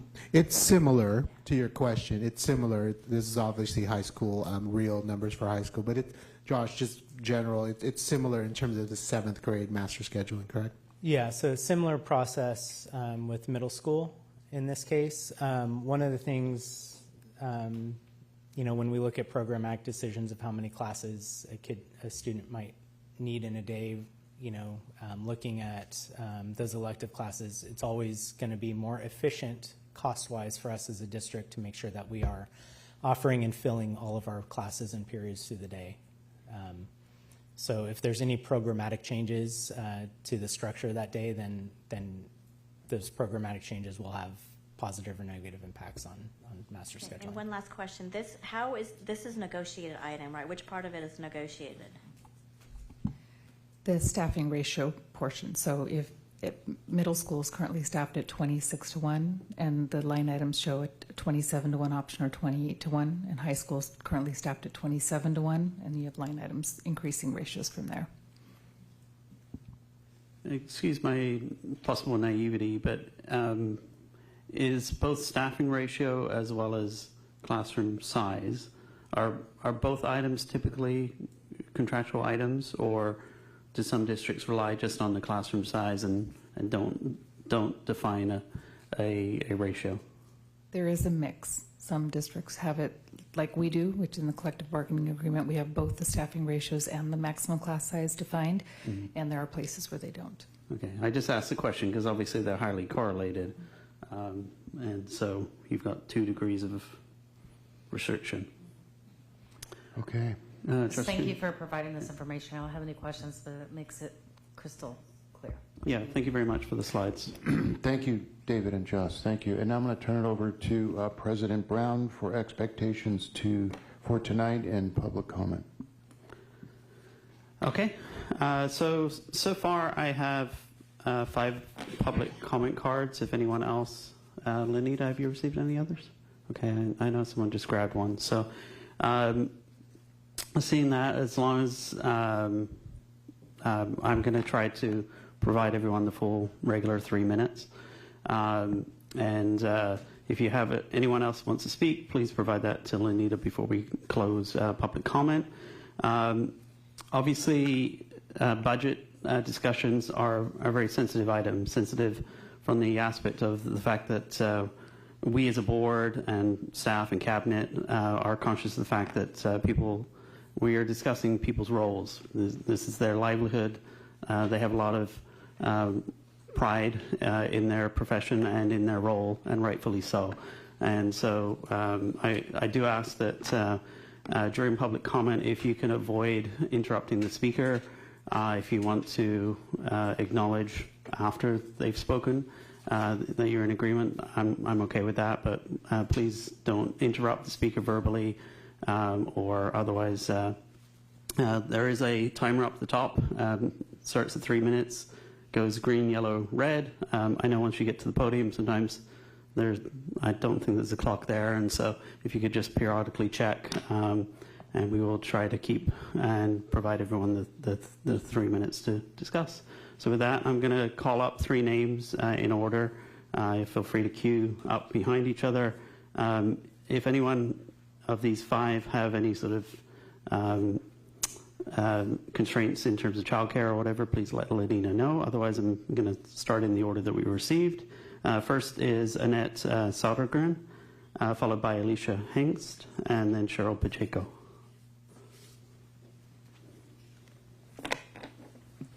Hello, can you hear me? Hello? Oh my gosh. I've not done this before, so I apologize for my nervousness. But thank you, board members, President Brown, Dr. Geisels, for allowing me the opportunity to speak. My name is Annette, and also known as the thorn in your side in your email box. I am the librarian at Walnut Grove Elementary, and I'm happy that you had a chance to see the presentation today.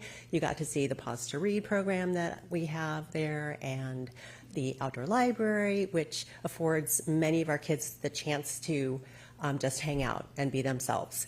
A lot of kids are not into the playground, and this gives them the opportunity to be by themselves, play with the Rubik's Cube, chat with a friend, play chess, play cards. So given that, I will hope to do my best here and represent my colleagues. I know you've already heard about the impact that reducing our library hours would have, but I want to remind you that this comes after last year's reductions as well.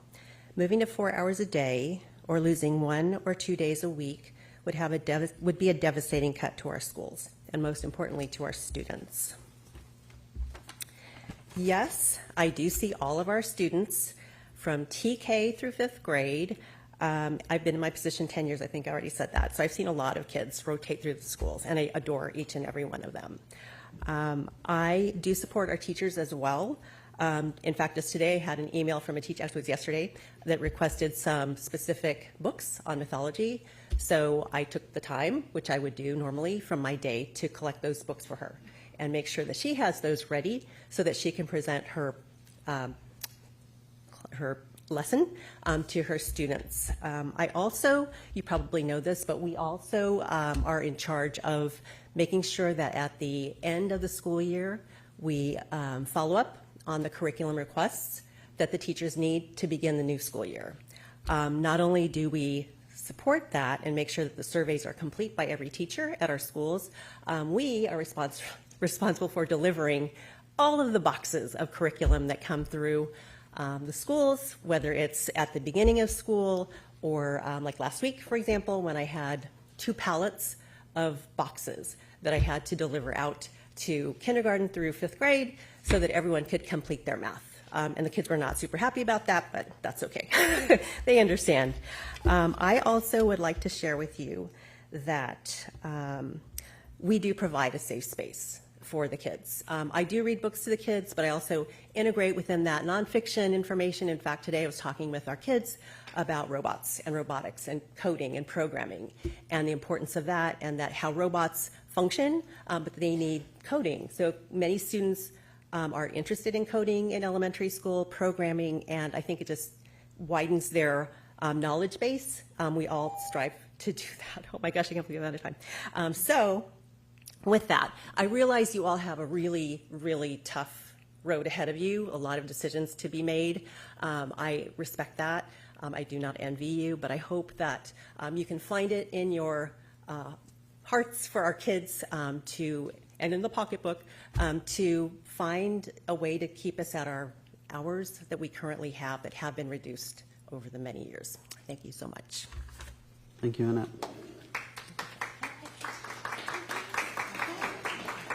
All right. Next up, we have Alicia, followed by Cheryl, followed by Angelica. Hello, everyone. My name is Alicia Hengst. I'm a library media assistant at Vintage Hills. I've written letters to all of the cabinet members, our superintendent, and each of you on the school board. And now I've decided to speak publicly regarding cuts to our libraries. How important are our libraries, books, and the role of the library media assistants for our children in our community? When the original reductions list was released, I searched for library and noticed the library media assistant had one sentence: runs the school library. My initial response was concern. Would more sentences mean we were more worthy? Does the cabinet, BAC, and school board really understand what LMAs do and the important role the libraries play in our children's development? I found myself saying no, and they do not. From a practical standpoint, a library is a physical database. Our elementary school libraries contain, on average, 9,000 books. That's 9,000 titles, thousands of topics, and hundreds of thousands of dollars worth of books awaiting our students. The worst book that exists is a book that is not read. As a library media assistant at the elementary level, we see our whole student population within 2 weeks, SDC students and TK through fifth grade. For those class visits, we have a lesson plan, book, and presentation that we share with our students. That is just a fraction of what we do. Our school libraries are a safe haven. My library is open 3 days a week during lunch recess. Oftentimes, all the tables are full of students with additional students on the rug, playing chess or building with the Lincoln Logs. It's a great energy, one of my favorite times of the week. And then there are the students who just need to be. Maybe they want to be alone and read or draw. Maybe they want to chat about their weekend, or maybe they just want to feel safe. That is our library. The proposed cuts for LMAs will deeply affect our students. 20 hours a week is over a 30% reduction in time for our libraries. That could mean class visitations going from biweekly to monthly. Lunch recess hours would disappear. A major reduction in access for our students to the thousands of dollars worth of resources. The safe haven might not be there when needed. The importance of equity for our students should still be one of our top priorities. There are more students than you realize that don't have access to our public library. Their only time in a library is at school. How many students are we willing to restrict their interest in reading, books, and exploration of our world? My passion is for the institution of libraries. Information, curiosity, creativity, imagination, literally A to Z. That is what our libraries do for our students. Don't make our libraries dusty old bookshelves. Please help to keep them vibrant learning centers for our students. We don't want you to regret your decision down the road. Libraries are not obsolete. Let's continue to think of the future of our children, our libraries, and their resources. Thank you. Okay, thank you, Alicia. Next up, we have Cheryl regarding counselor cuts, followed by Angelica, and then followed by Luis. Hello, good evening. I'm Cheryl Pacheco. I'm the head counselor at Amador Valley High School. And behind me, I have most of the counseling team at Amador. I have Yusari, Zoo, Jasmine, Angelica, and I also have Maddie behind me. Molly was here earlier from Foothill, but she had to go. Amanda was here earlier with her daughter Clara, and they just had to step out, and want to say hi to Jen, you, our support counselor who's watching us at home. The counselor has a vital role in student growth and student support. We take the student as soon as they come in the first day of school and help support them through their journey throughout high school. That means supporting them academically, with their college and career goals, and supporting them social and emotionally. A couple weeks ago, we had Wellness Week, where counselors were hosting lunchtime activities to help support students, to educate them on coping skills and ways to improve their mental health. This time of year can be a difficult time for students. The time change sometimes can be difficult for them. The semester is coming to a close, so they're stressing out with their grades in terms of graduation and college. And it's also can be a difficult time for families financially. And then the holidays is sometimes difficult, especially if you've experienced a recent loss. And so the counselors are here to support our students to make sure their basic needs are met so that they can learn in their classes and can be successful and meet their goals. And the counselors are a very important part of that process. The students need their counselors, and Pleasanton students deserve the best. Thank you. All right, thank you, Cheryl. Angelica? Hi, my name is Angelica Flores, and I'm a school counselor at Amador Valley High School. Okay. I'm here to speak on proposed cuts and the impact it would have on students. For context, I will share a little bit more about my experience growing up in this community. I grew up here in Pleasanton. I attended Valley View Elementary School, PMS, and Amador Valley High School. So it's truly an honor to be back here and serving my community. It is because of the Spanish-speaking parent liaisons that my parents felt part of the PUSD community and in turn be part of my educational journey. It was because of my high school counselor that I was able to apply to colleges as a first-generation high school graduate, first-generation college graduate too, with a master's. And she also supported me with applying to scholarships, which enabled me to be able to afford college. The high-quality education I received in PUSD schools and the support I was provided by teachers, counselors, and staff have allowed me to achieve my educational career goals. It is because of the student support service staff, the students with backgrounds similar to mine can also achieve those goals. I wanted to speak to express my belief that taking any of these positions away would directly impact Pleasanton students and their success. As a student, I thrive with these supports. As a counselor now, I worry about what taking away these supports might mean to these students. Our students deserve the high-quality education that I received. They deserve a child welfare attendance specialist, a health clerk, parent liaison, social workers, and counselors. Pleasanton students really, truly deserve the best. Thank you.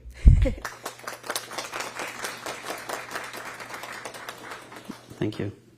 Louise, followed by Beth Thompson. Good evening, everybody. My name is Louise Strauch, and I'm the Front Office and Counselling Secretary at Amador Valley. Many of the proposed budget cuts you're prioritising tonight will eliminate or reduce the hours of the Amador Village that supports our most vulnerable students. This at a time when our enrolment at Amador is increasing and we are seeing growing numbers of students who need that help. I interact with many of the staff on the budget reduction list. Our social workers, JC and Carly, with over 15 years of experience with PUSD, our parent liaisons, our wellness specialist, my fellow secretaries, and our newest counsellor who you've met tonight. Cutting their roles will directly impact our most at-risk students. It's also proposed tonight to cut our health assistant, Pam Lucero's hours by half. None of the Amador secretaries who would be expected to take on her role have received any specific health care training other than Keenan or CPR. But tonight I wanted to talk specifically about Sherry Connorsman, our child welfare and attendance specialist. School avoidance has many causes, can hit any family, and is devastating to the family and the student as future dreams disappear. Sherry is the linchpin that brings our Amador village together to support these families. I have watched her as she calms down parents, works empathetically with students, and ensures that Amador village is kept in the loop. And we are only one of 5 schools she serves. Last year, a student graduated from Amador and got accepted to a 4-year college because of years-long efforts led by Sherry. There are numerous other families who will be forever grateful to Sherry for the role she played in our child's life. With all the cuts coming Amador's way, who will take on this vital role if it's phased out? Who has her skill set, her experience, her connections, and the complete trust of her co-workers and families? We all understand our financial predicament and want to help. Last year, our school site secretaries voluntarily reduced our calendar by at least 5 days to save jobs and to help the school budget. I respectfully ask the board to find alternative solutions that keep budgets cuts away from staff that work directly with our most vulnerable students. And I was going to mention Dwight Pratt, our athletic coordinator, earlier, but his job has already been cut. But I just wanted to acknowledge the wonderful work he's done, particularly for the students who come to school, not for their academics, but for their sport. He's worked so hard with them to turn their grades around and make such a difference to their lives. So I wanted to acknowledge him too tonight. Thank you very much for your time. Thank you, Louise. We have Beth, followed by Mercedes Badger. Beth? Good evening. I'm starting to feel like I live up here. I'm here as a voice for the parents that came together last week because we share a deep concern. We feel that we are losing trust in the school board. That trust has always been built on the belief that our children's well-being, growth, and safety comes first. But recent decisions and actions have left us questioning whether the interests of our students are really being prioritised. We are not here to criticise. We're here because we care. We see the impact that these choices are going to have on our kids every day, and we want to work with you, not against you. The trust requires transparency, accountability, and a willingness to listen. Education is one of the most powerful tools that we have. It opens doors. It expands possibilities. It shapes the future for not only our children, but for entire communities. When our schools thrive, our neighbourhoods thrive. And when our students are supported, our society is stronger. That is the power of education. Our hope tonight is simple, and it's that you hear the voices of the families that you serve, and that together we can rebuild the confidence that has been shaken. Our students deserve nothing less. Thank you very much. Thank you, Beth. Mercedes?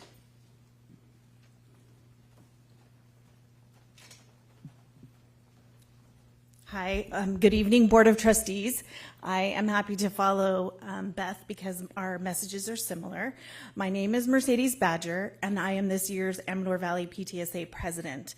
I'm usually just an observer at your meetings, but tonight I do feel the need to demand that you stand firm in your values. I got the sense last week that we put our trust in you well when we elected you, because like your community, you were not in support of reducing hours for health specialists, parent liaisons, cutting science, PE, nor phasing out wellness center support specialists. It felt like you are indeed proper representatives of the community you serve. I hope that you can remain steadfast to those commitments tonight. The community of Pleasanton has entrusted the direction of our schools to you, and tonight you have the power to reflect their voice in your votes. I know you have pressure to make additional cuts, and I encourage you to continue to stay strong. You have thus far, and your steady commitment is admirable. I'd also like to remind you that you tell them how the amount of the cuts you are willing to make. Thanks. All right. Thank you, Mercedes. No, I was just saying thank you. All right. We've got an Evan. I assume that's Evan Browning. Hello, it's me again. Normally I wouldn't come up and talk twice, but I do have to respond to some of the things that were said. So first of all, I'm very disappointed that after I've come up and mentioned this multiple times, the district presentation continues to use the word minimum when they refer to the $10.2 million. It is simply non-factual. At this point, it is simply misleading, and I do not know why this continues. Language matters. When we say minimum, the minimum, according to you as a board, is $8.1 million.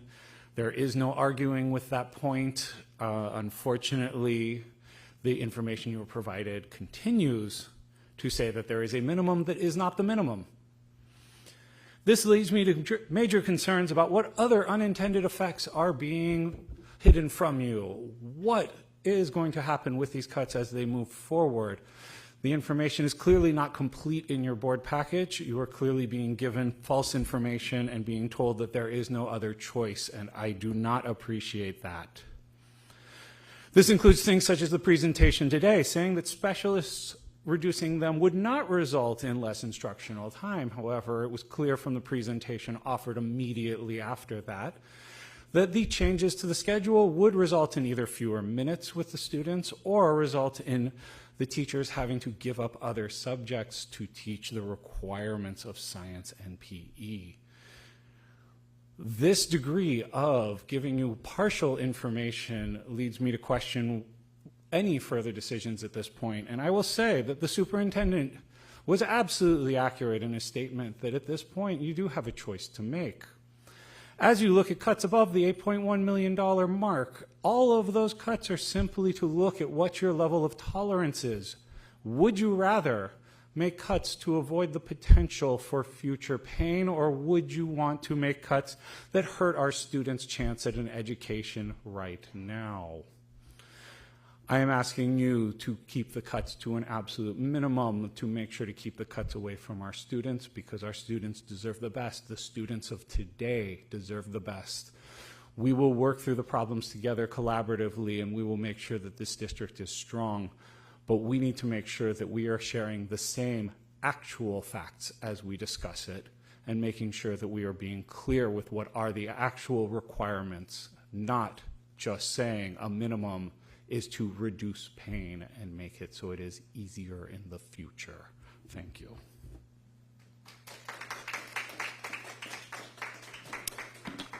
Okay. Any other speakers for tonight's item? Go ahead. You can always do the speaker card later. All right, I'm back again. Okay. In listening to all of the meetings, inundating your mailboxes with way too many emails, I know you are overloaded with them. One position that I feel the need to speak up for is our vice principal. Aura was here earlier. Aura is amazing. She is steadfast. She's so supportive of all of the staff and our students at Walnut Grove. She is at Walnut Grove on Mondays and Fridays. The rest of the week, she's at Vintage Hills. So that means that our kids can only have problems or act up on Mondays and Fridays. The middle of the week, that is left to our principal, who is already very overworked.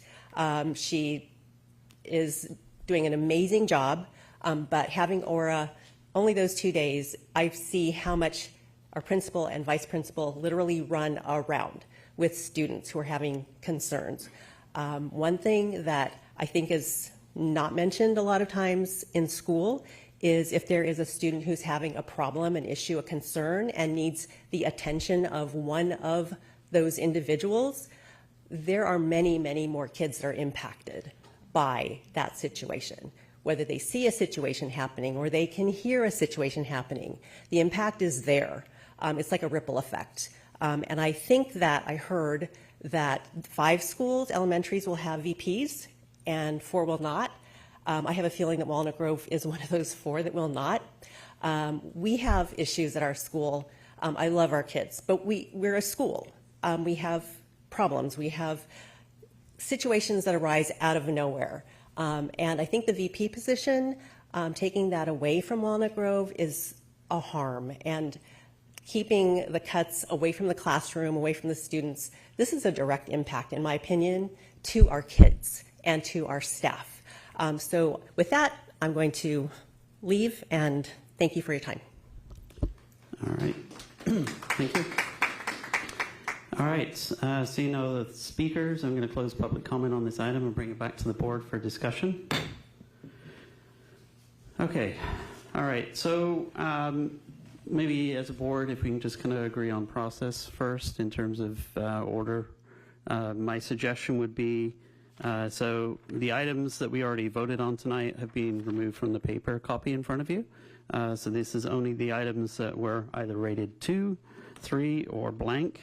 My suggestion would be, since we had additional information provided by staff tonight, we first start with the items that were blank and classify them into a 2 or 3 category, and then we can then revisit all of the 2s together. That would be my suggestion. Any other comments, concerns before we start with that process? Trustee Karen? Well, I'd just like to make some comments first, if I could. Or do you want me to wait?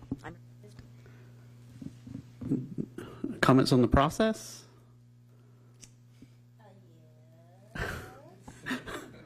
All right, go ahead.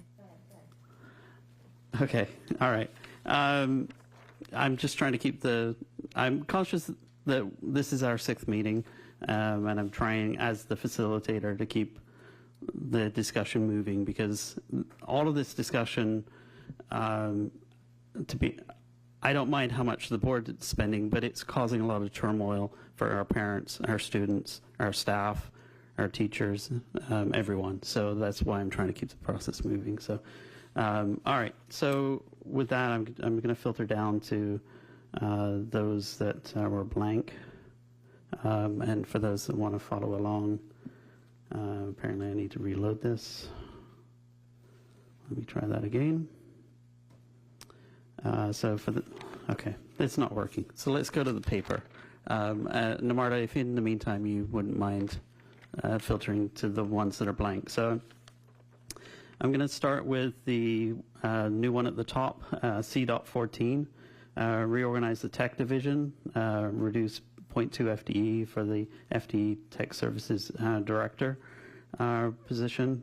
This is a result of our meeting last time, where we asked for a possible reorganization of the tech division. So staff has responded with this item. Any comments or questions on this item? I'd like to just request for process. Can you pull up the other document that gives the narrative? Maybe you can split the screen so we could see it. So if you could please pull that up.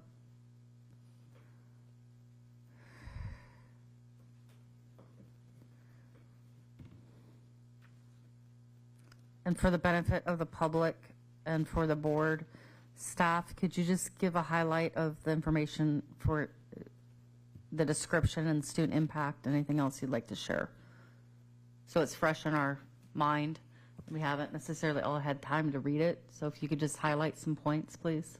Sure. There's a significant amount of work that the technology department is in charge of. It's both running the day-to-day operations and monitoring everything that happens on a daily basis, but there's a considerable amount of higher level planning work, cybersecurity, monitoring of budgets, CalPADs, a lot of compliance.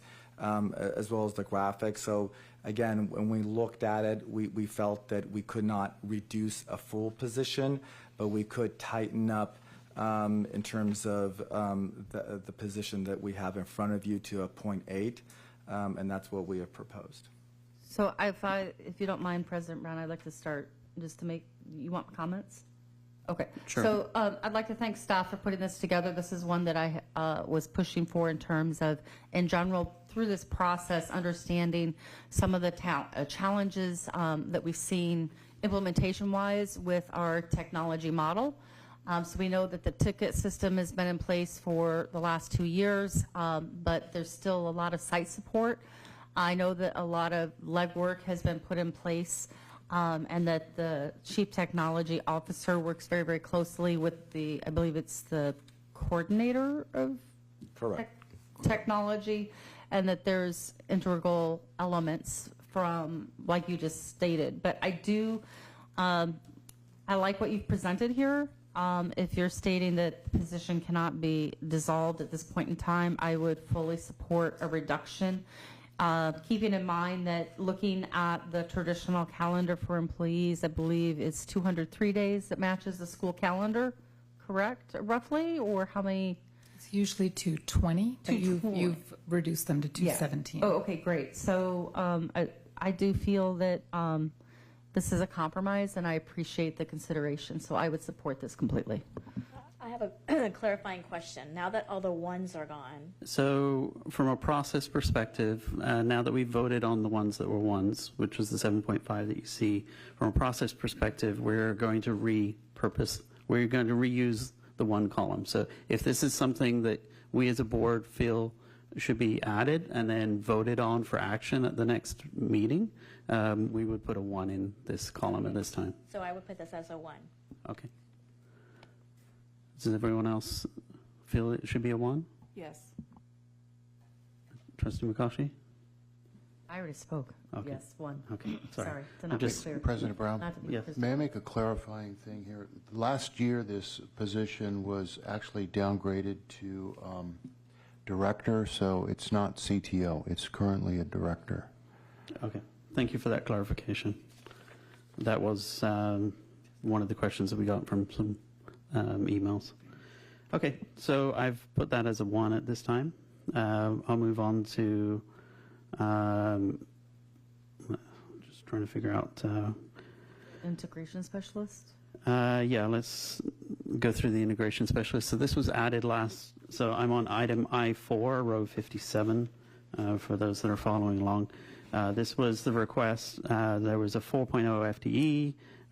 We already voted tonight to reduce that from 4.0 to 3.0 FTE, and the discussion was what would be the minimum staffing to avoid the increased costs of external PD development. And so there was a request from, I don't know if it was unanimous, but a majority of the board to add 1 FTE reduction, bring that from 3 to 2, and that's what this item is. Sorry to speak for staff. I'm just trying to move things along. Staff, if you could pull up that other document.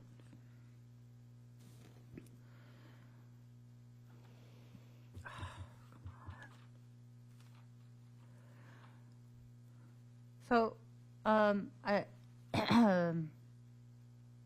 guess I'll start. So this one's a challenging one because I know that from a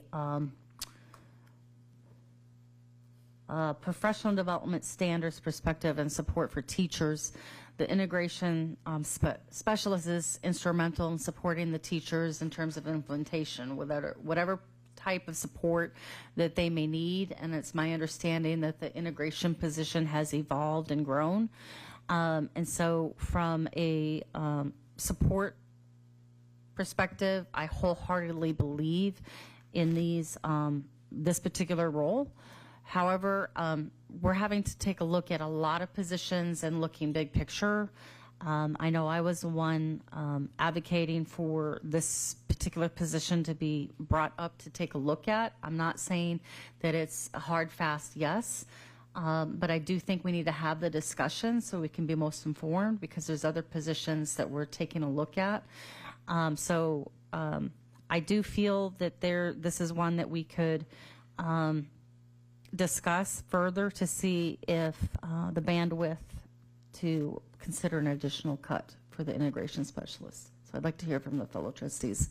So I know that I originally thought that it would be a good idea to get rid of all of them, and I've changed my mind. I really think that this is an important position because it provides Tier 1 support to all of our students and all of our teachers. So I would be against cutting this additional FTE. I agree. I mean, the job embedded training that they provide, and they really are providing support for our struggling students. The professional development alone for the ELA and math adoptions that are coming up, I think the financial savings for that is instrumental. They're providing real life classroom help to our struggling students. I cannot support cutting anymore. I mean, I strongly encourage us to keep the 3 remaining integration specialists. So, okay, go ahead, Trustee Jones. Just for me, I don't think the cost-benefit analysis, when you look at it, would be worth cutting this position. I think long-term, especially with not just a lot of the new adoptions coming up, this position has also been really good at helping to rebuild trust between our teachers, staff, and others in these processes. But also they work with how do we better include SPED students? How do we better include ELD students, especially for first-year teachers? So for me, I think that I understand us getting rid of one, but to do further, I think would actually end up costing us more in the long run. I just have a clarifying question for staff. On this job position, the description, I was under the impression that this position works primarily with teachers. However, there's been some comments in regards to actually face-to-face with students. Do they actually work with students as well? I don't believe so. What they do is when they work with teachers like intervention specialists, which is another position, they provide the support directly to that staff and to teachers and administrators. So they do more of that. Josh, can you explain if they do provide direct support to students? None of the integration specialists have a direct student caseload, but I can give you real life examples. So we have an AP computer science class that's kind of a sheltered class for English learners at Amador. So our team goes to that class on a regular basis to support that teacher and work around with students when they're in there supporting. We have a vacancy at one of our elementary schools with a long-term sub, so the team goes in there regularly to coach the long-term sub, help provide lesson plans, and make sure that the students have a good continued, educational experience while there's a long-term sub in that position. So those are the type of in classroom where they might be interacting with students while they're coaching a teacher, but they don't have an assigned student caseload to them at this point. Okay, so, and I'm reading under student impact, it says work is centered on teacher training and curriculum adoptions rather than direct student contact. There would be impact to teachers in their classroom. So as a former professional development provider myself, I do agree and value the support that we provide our teachers. And it's really that turnkey model where teachers are learning from their fellow colleagues to get that support and buy-in. What I've seen really impactful, and I'm not sure if this position supports that, is like the in-classroom coaching, where they're actually modeling lessons with. Okay, so I was looking at my fellow trustees. So anyway, yes, I think that's great. I do. But we're also being asked to make fiscal decisions, and if I'm going to have to weigh out other positions where there's direct student impact, this is one where I do think that we need to consider a partial cut. I do agree with you, Trustee Carrion, and I do agree that I jumped too quickly to say all 4. I do hear and listen and the concerns from the district and fellow teachers. There's many teachers that are completely opposed to this, so I understand that. but we're also being asked to make some tough decisions. And this is one where we're not dissolving the position. We're still going to have support. And I'm just asking us to consider this, and maybe we come back to it because there's other positions we need to talk about. So I understand, and I'm not going to like die on the hill on this. And if the fellow trustees feel adamant about this, I understand that. But I do think there's some other positions that have more direct impact with our students that we need to be considering tonight. So that's my comment. I'll add my 2 cents.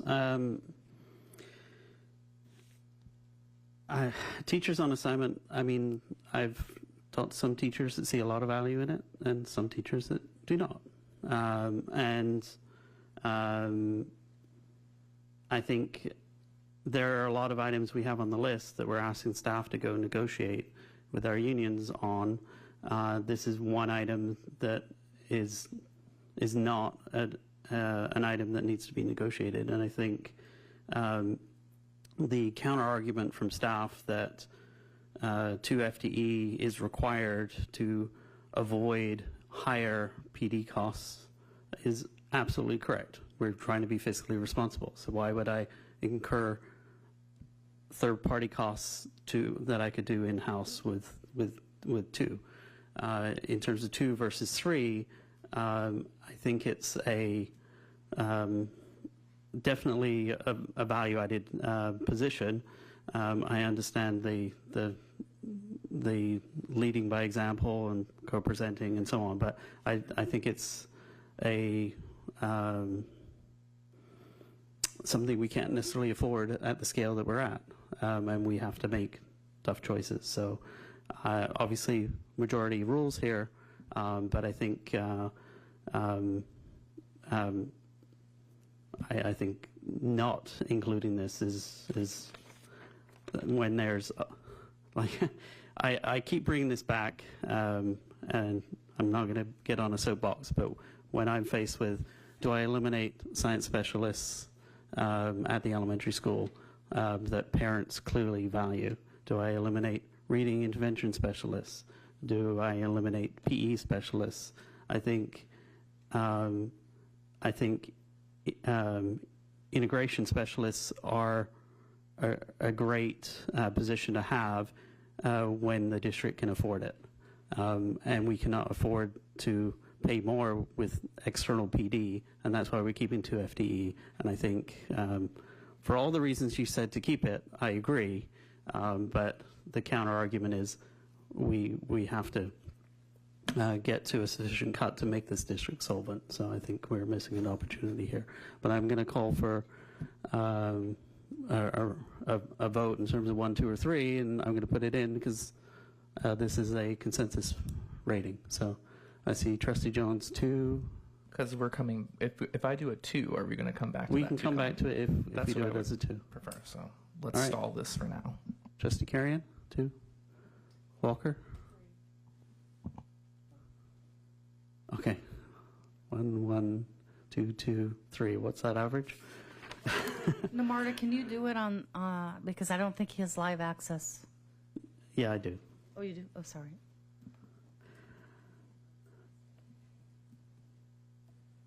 All right. Anyway, all right. I'll sorry, 1.8. All right. So that rounds to a 2. Thank you for that. I didn't want to embarrass myself by doing that, even though I'm an engineer in real time. All right. So I'm going to put 2 for that, and we'll move that and possibly revisit that. Okay. The elementary intervention specialist, I'm going to go back up since this is a related item. So 2.5 FTE. Can you remind us what the current FTE is? So it's a 10.0 FTE. Reducing to 7.5? Correct. And that would mean 0.75 at each of elementary school except Valley View. We would allocate 1.5. So there's your remaining number. Okay. And this is different than the RISs, correct? Correct. This is certificated non-management. Risk is classified. Okay, Trustee Brown, I'm just telling you, I'm feeling a little bit frustrated with this process because I'm feeling like there's a lot of things on here that I have to protect. I need to protect our most vulnerable students. And so there's about 9 things on here that I would love to be able to talk about. And so what I'm feeling is that I'd like to say that this is an example of a position that I cannot cut. We need our intervention specialists that work with our most neediest students. But there's like 9 of these on my list that I can't. So I'm thinking a different process. Instead of going line by line by line by line, I'm thinking about, as a board, can we decide on any big ticket items that would not necessarily have to be negotiated, or something that would bring us closer to the $9 million besides going line by line by line? I'm just asking for a process question. Well, we could certainly move on to the staffing ratios. That would force that discussion. So I'm just trying to get a rating against it. I mean, I threw it over to the board for discussion. Asking me for this one, I'm saying. Yeah, I mean, we can move through these quickly and put them in a 1, 2, or 3 bucket, and then. Okay, all right. So 3. I'm a 3. Just no. 3. Trustee McCaughey. Well, I think before we do the scoring, I think that we kind of jump to the scoring before talking about it. So I think we should agree as a board on how to go through this. I don't want to go through the sake of scoring for the numbers just to rush through it.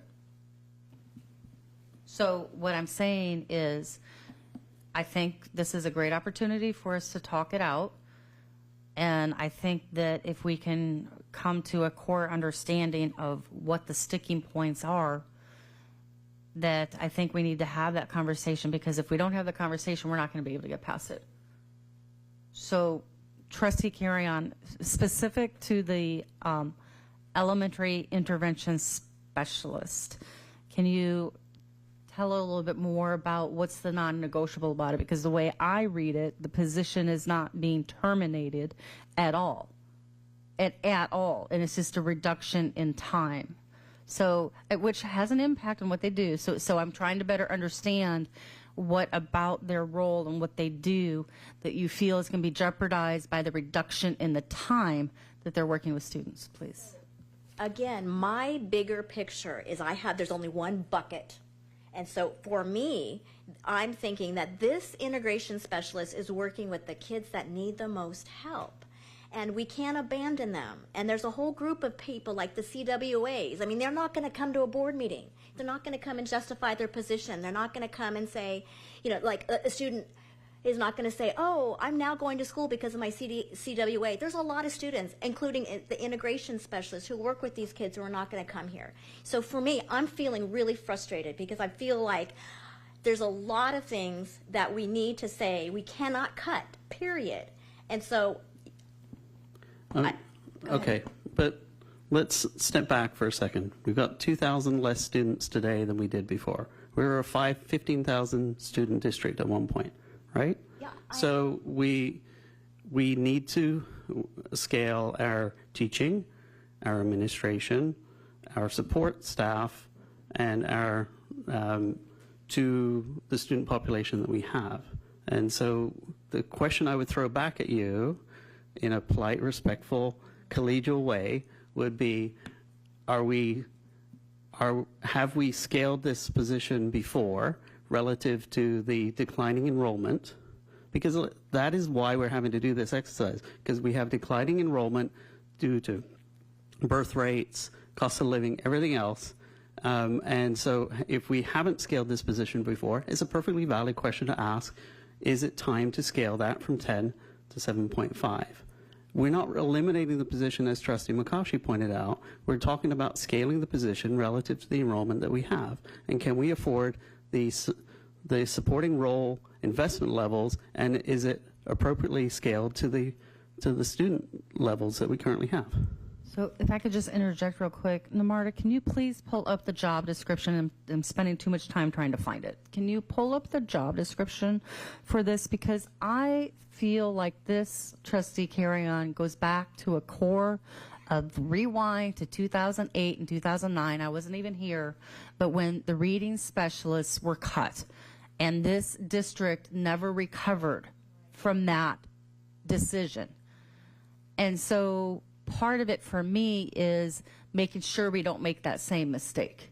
So that said, I'd like to see the job description and to get clarification, because in my mind, I was thinking same thing. I want to protect those individuals that have the qualifications to work with our struggling readers and our ELD students and our students that are learning English as a second language, and really the core support for what their work is.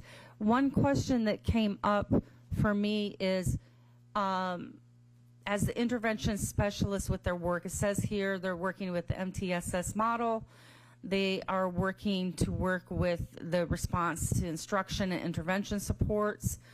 So is that with the tier 2s and 1s, or the 3s? Like, which students are they working with? And I wanted to also confirm on their qualifications, because we don't have reading specialists anymore, but I was also under the impression that the qualifications of this intervention specialist is just as qualified, if not more, than a reading specialist. So those are some of my questions.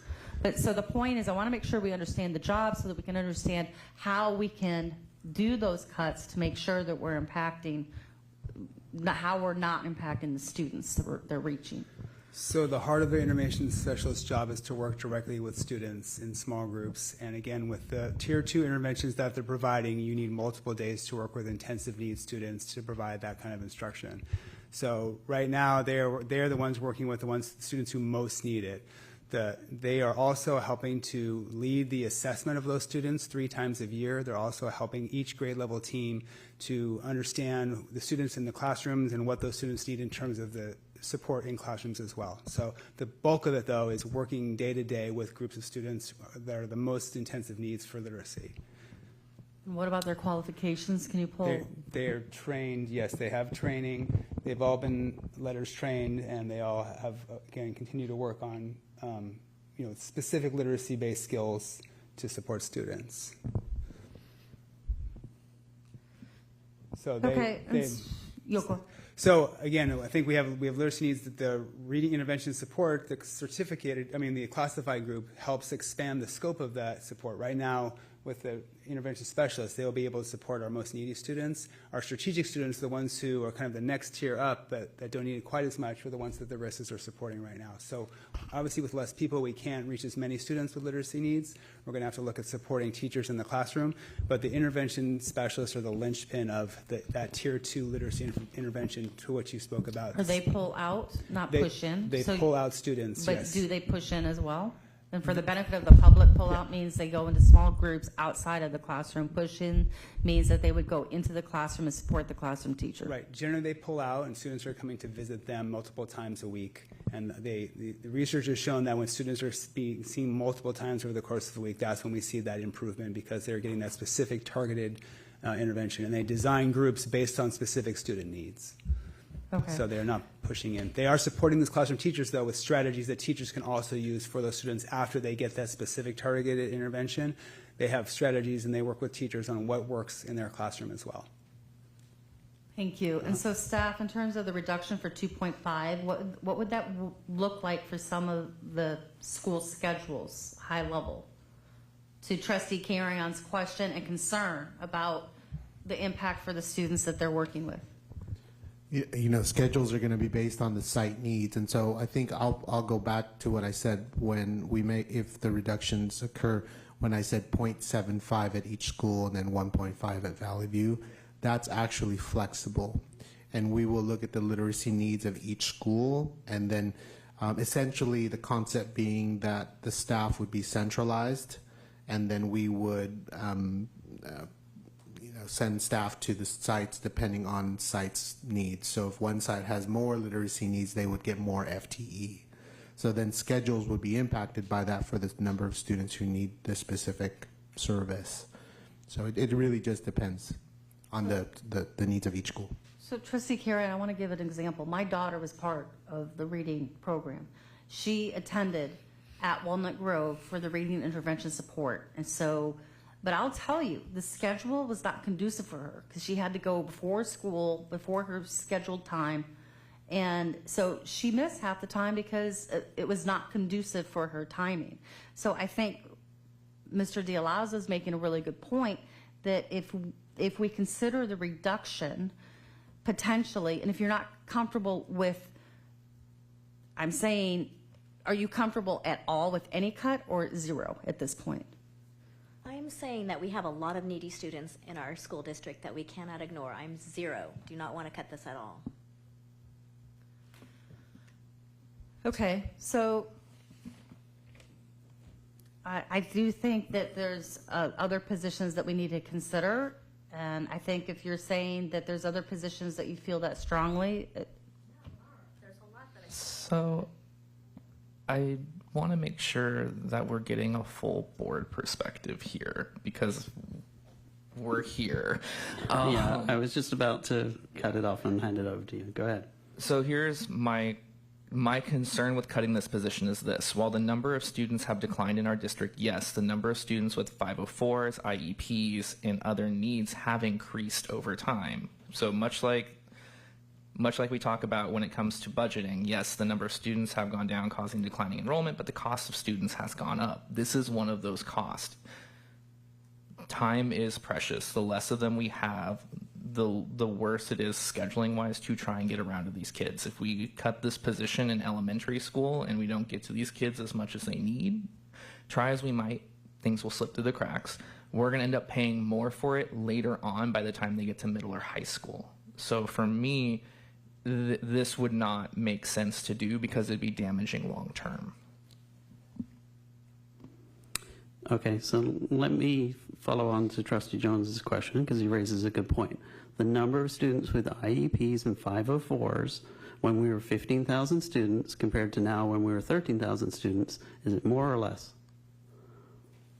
So we've been about 9.5% as a district, and we continue to be, meaning the number of students who have IEPs are actually less because it's still the same percentage. Is that correct, Dr. Ricard?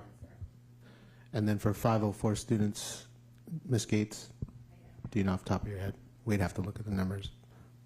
Okay, so it may feel like we've got more students, but as a percentage, the reduction in support, in my mind, is justified. Well, I've had a lot of teachers say that behavior has really increased since COVID. And so anecdotally, they're saying that there are a lot more issues. And they do say it takes a long time to be diagnosed with the 504 and the IEP as well. Go ahead, Elizabeth. I would just say, like, in the classrooms, I hear from teachers all the time how the learning and the performance since COVID has gone down a lot. It's not just mental health and wellness issues. It's also like, especially for elementary students who are now in middle school but were online during COVID, there's a huge block in learning there. And so I just don't think this, especially now, like, this just isn't the time to cut the position. And then, like Trustee Jones says, I just think it will create more problems later on if we don't, like, fix it early. That is all perfectly valid, but we also had $40 million in COVID funding that we no longer have, right? So that would be my counter argument, respectfully, is we were given extra funding, like you said, and I've heard this from a lot of teachers and so on that have been emailing the board, and we've gotten probably 800 emails in the last few weeks where the effects of COVID are lingering. Parents are pointing it out as well. I was going back and forth with the parent today, and I don't disagree that the effects of COVID are still felt by our students, our parents, our teachers, but we don't have that $40 million in funding anymore, and proportionally, our students with identified needs that we are obligated by the state to provide support services for hasn't changed as a percentage, but we as a district have lost $29 million in funding related to a reduction in 2,000 students. So that would be my counter argument, is like we should be making decisions based on data and based on like what we are required to support 9% of our students. And we have 2,000 less students, and therefore we have 9% of 2,000 less to support. That would be my counter argument. So I'm just trying to take the emotion out of it and go back to the facts. Ed, I have one last question about another group. Has the number of ELD students percentage-wise increased in our district? Actually, this year it's declined in terms of the number. The percentage, I'd have to pull that number, Trustee Jones. I'm looking at Josh. We looked at this just recently. I know the total number went down. Actually, it went down from last year. So the percentage is going to actually be a pretty big decline, because the number that I'm remembering is a lot more proportionally than the 300 that we declined. So Josh, can you help me? I think 4, 3, and 2 years ago where we saw a peak, but we've stayed pretty static in terms of percentage of English learners as a percentage of our population over time. Last year we had a huge reclassification push, so we RFEP'd about 400 students over the summer, and so that decreased our overall English learner population this year due to a strong reclassification wave last year. So do those LTELs, do they still receive the intervention supports? Because, you know, now they may have tested out, but now they're in the mainstream. Are they still receiving this support? LTELs don't appear at elementary school because you basically have to be an English learner until middle school to be considered an LTEL. I'll let David speak to what the intervention specialist role is with the English learners. Yeah, so again, classroom teachers have all gotten training with, or most of them gotten training with, language development, and so that's happening in classroom, and that's that designated language learning time. But again, if you're a struggling reader, whether it's because you're an English learner or not, you're getting support. And again, we're really focusing on K2 students, and that's the group that we know we have intensive needs. We have a significant group of K through 2 students with intensive needs. So English learners in elementary school do get support from intervention specialists. Many students in special education already have a special education plan that's supporting them in a different way, so that depends on what their needs are based on their IEP of what kind of support they receive. Okay, thank you. Because I know high school, middle school better. I'm not sure on elementary. I have one more comment, if that's okay. Yes, of course. So going back to the 504 and IEP conversation, it can be really difficult to get a 504 IEP, and it can be a really long process as well. I have many friends and people in my classes who are trying to get one or have tried to get one, and it can take months, especially to get them updated and stuff like that. So I just don't feel like we should rely on that, because students can go a long time trying to get that passed and completed. So I'm just worried about that. And to add on to that, in order to qualify, you have to have intervention. And if we eliminate intervention, they're not having the pathway.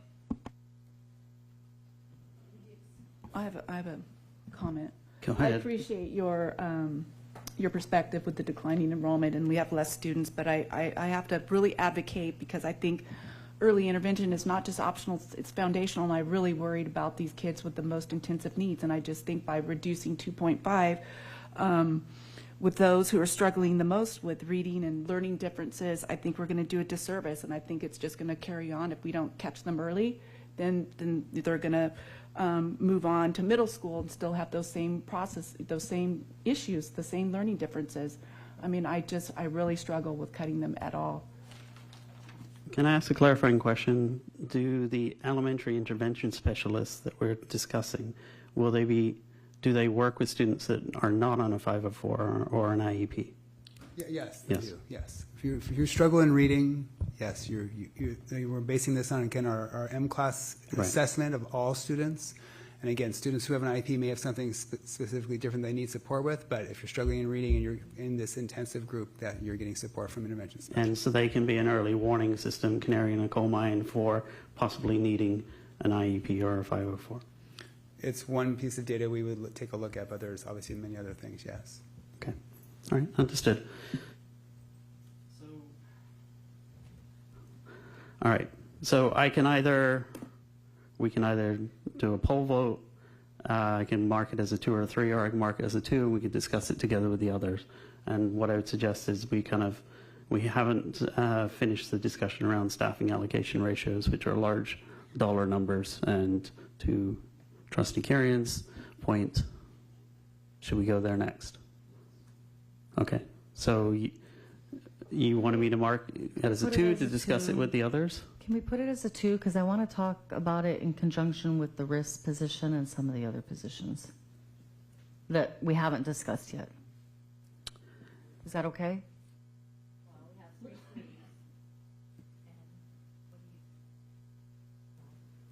Well, that's what I'm saying. It's difficult for me to vote, considering we haven't. So, for example, the intervention specialist works very closely with the risks. And so, correct? Right. So we haven't talked about the risk position yet.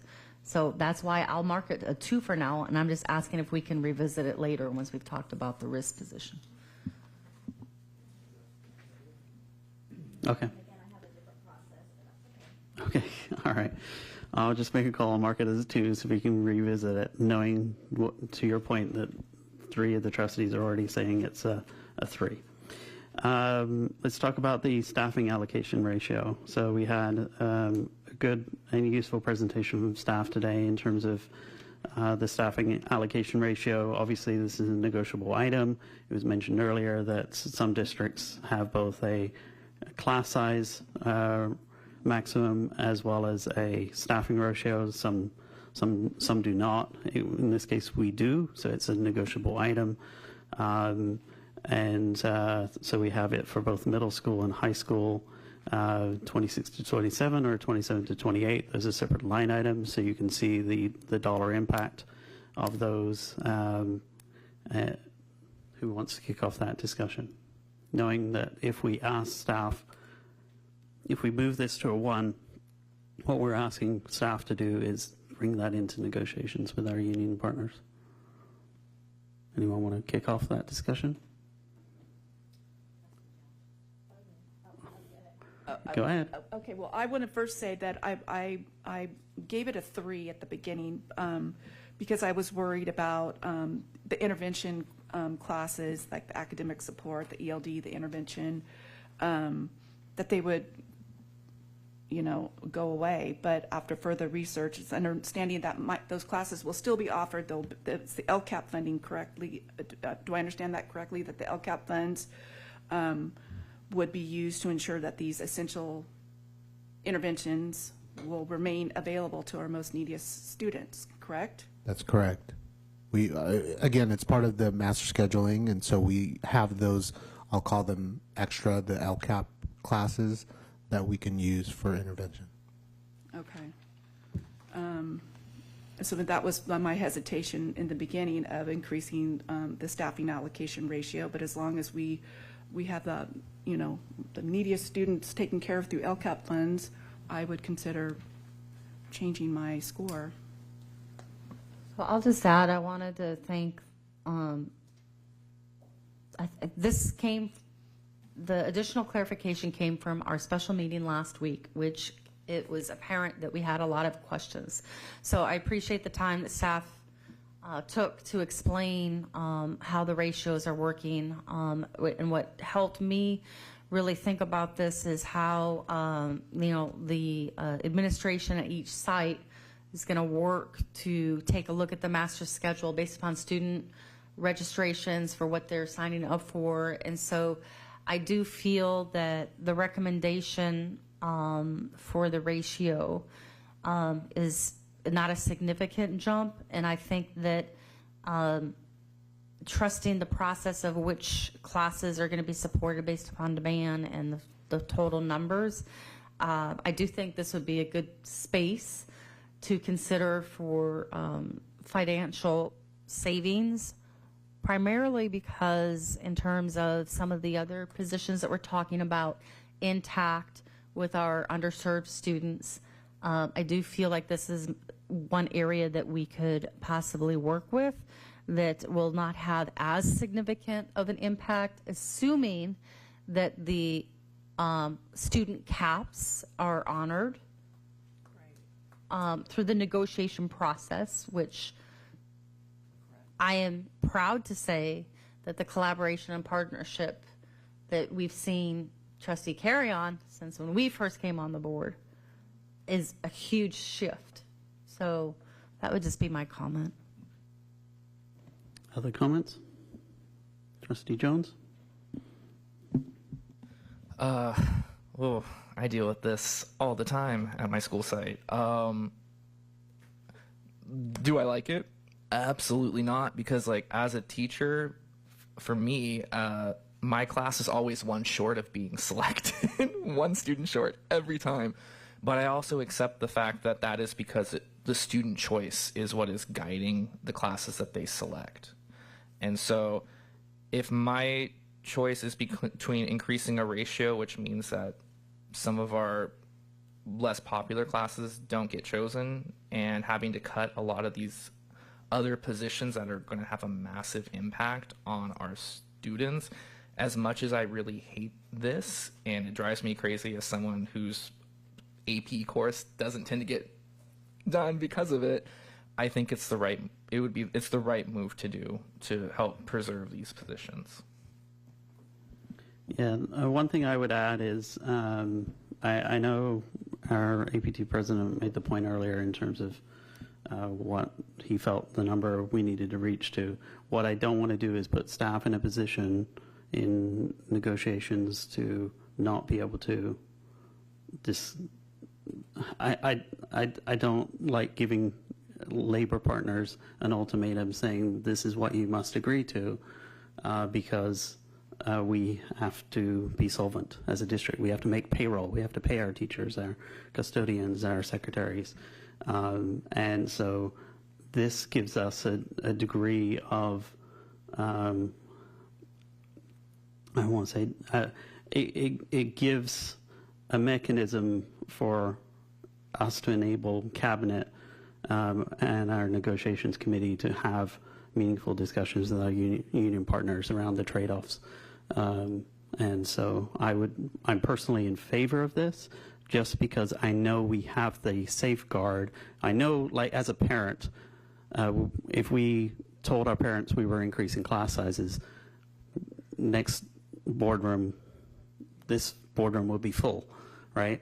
This is not classroom sizes. What we're saying is we will still honor the contract, the class size maximums in the contract. This just means, as Trustee Jones put it, the not make ratio for certain sections changes, and it gives the ability to program appropriately to the more popular sections as defined by the students. And we're putting the power in the students' hands. We're not taking it away. So my personal view is we as a board should be enabling our negotiating committee to have the discussion with our union partners, and we should put it on the list to give them that ability to have that discussion. So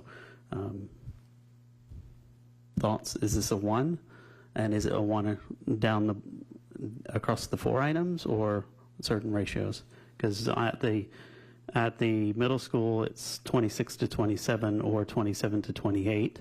And then at the high school, it would be 27 to 28, 28 to 29. So that's going to be weird when you put it into the column, by the way, because it's going to add them both together. No, those are separately costed. So if I put a 1 in there, yeah, so those are separately costed deliberately. So with the board's permission, I'm just going to put 1s in these columns. Yes? Yes. Okay.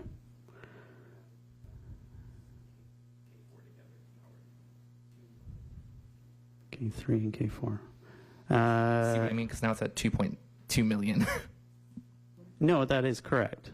What it's saying is if you increase the ratio from 26 to 27, the estimated cost savings would be 290K. Oh, okay, If sorry, you did my dyslexia from kicked in. 27 to 28, it would be an incremental 3.5 FTE or 507K. Yeah, So- sorry, no, my dyslexia kicked in when I was reading that, and that's why thank you. Okay, all right.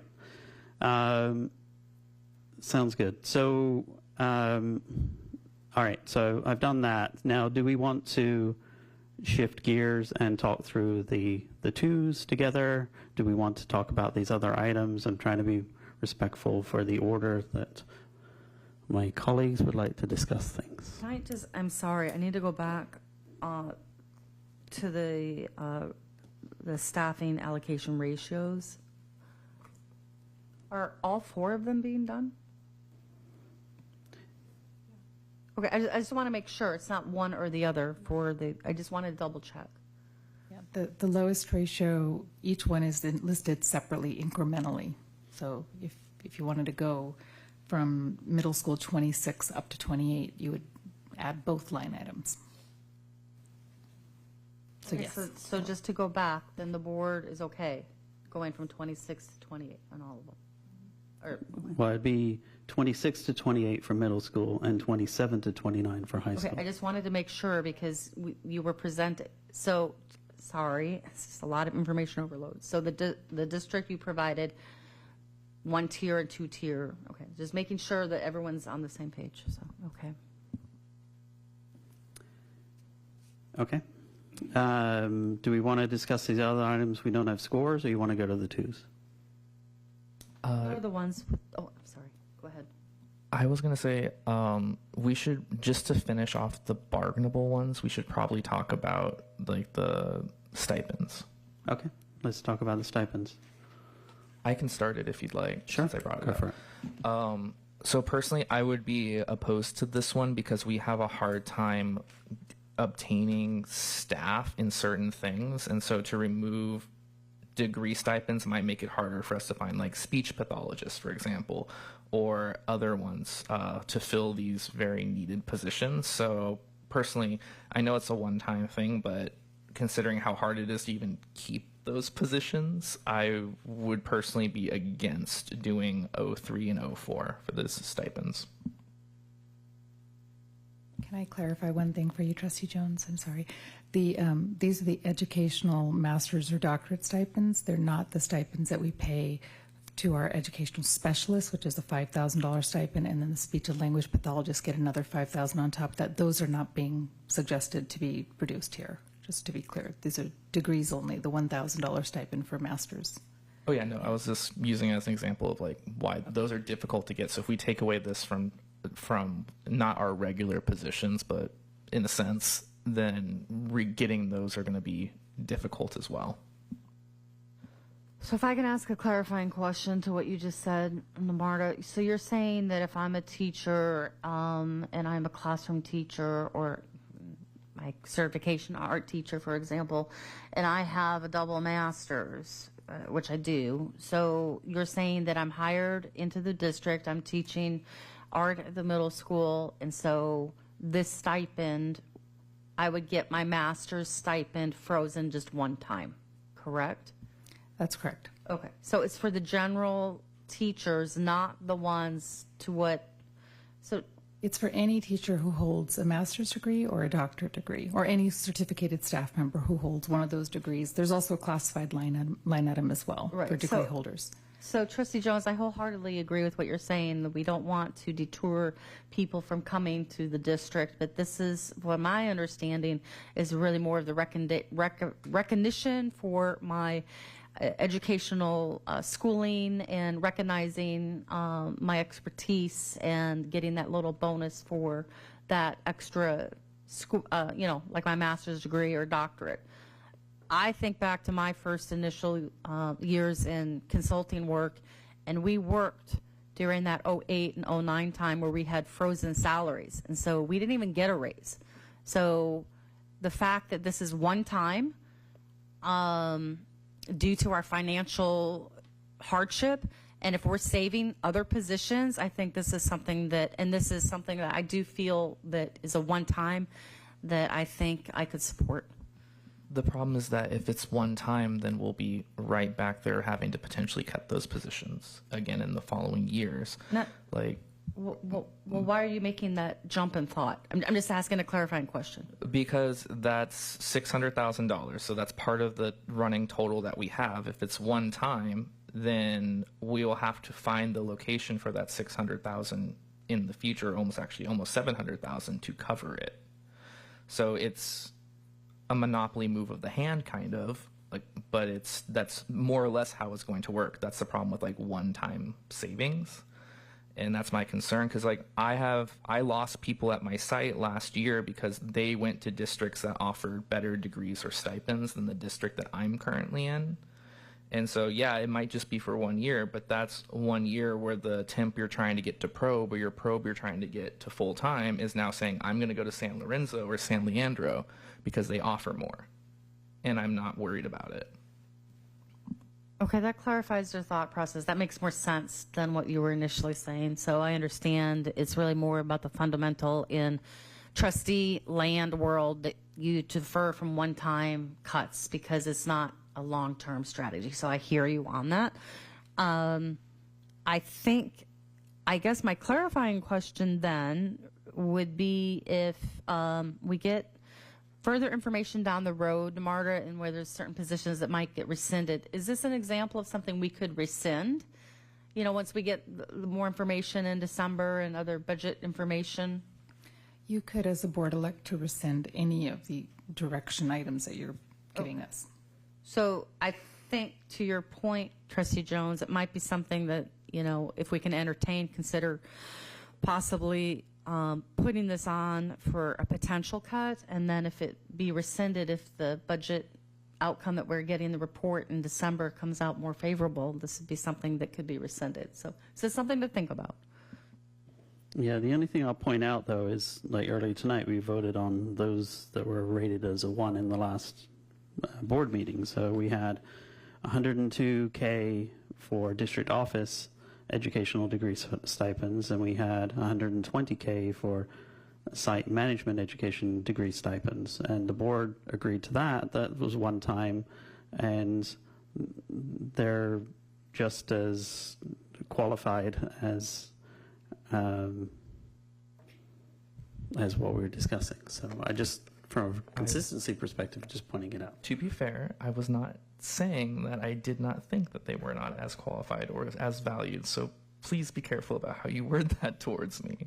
I wasn't wording it towards you at all. It's just, I'm trying to state the facts for the board. I think President Brown just meant that we made cuts for stipends for administration, and so for consistency purposes. So I think that's what you were trying to say. Yeah, I'm just reminding the board, we already, and the public, that we already voted to do a one-time suspension of educational degree stipends for administration, and we're having a different policy for non-administration. If that's the will of the board, that's the will of the board. I just wanted to point that out. I'm just stating facts. I'm not taking pot shots at anyone or targeting anyone. I didn't mean to address that specifically to you, Trustee Jones. I'm just pointing out the facts. I appreciate it.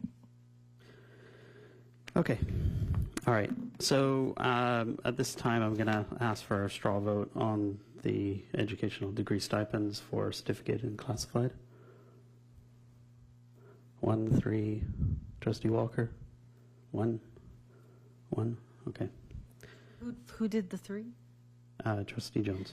Then I'm going to ask we put it as a 2 so we can come back and talk to it. Because that was on the other item I was asking to put it as a 2, not because of the majority vote, but because there was still conversation to it. So on the process, just to be fair.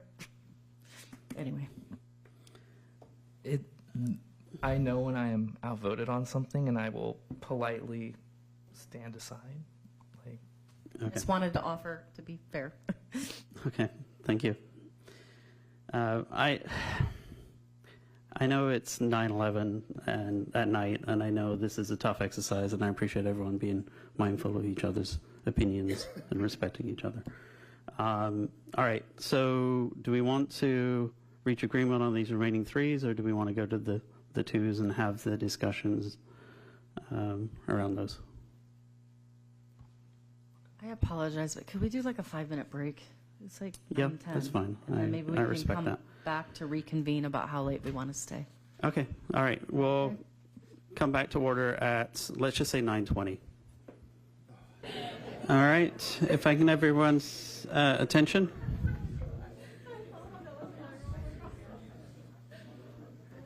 Okay, hopefully everyone got a quick break there. We're going to restart this meeting at 9:20 p.m. And I see we still have our counselors in the room, so my suggestion would be we discuss the counselor roles. Sure. Out of respect for them being here. Yeah, I mean, to be fair, are we all just comfortable with putting them as threes? I agree. Yes. Three threes.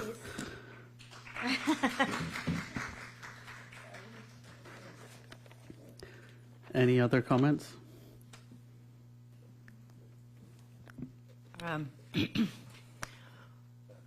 I cannot support the cut of the counselors. Doing my best to take my parent hat off as a trustee. I feel that the impacts of COVID with some of our students and this case of where our kids are at, some kids just need to get to school, and some kids can't. So, that being said, at this point in time, I cannot support a cut with the counselors.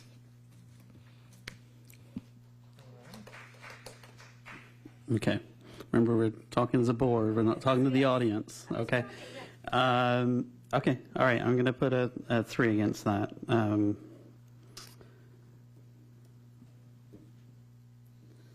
I mean, it's not a negotiable item, but at the same time, I recognize the need. And as a board, we should be making recommendations to staff that reflect the values we're hearing in the community and within our staff. So I'm not opposed to that recommendation either. So, all right.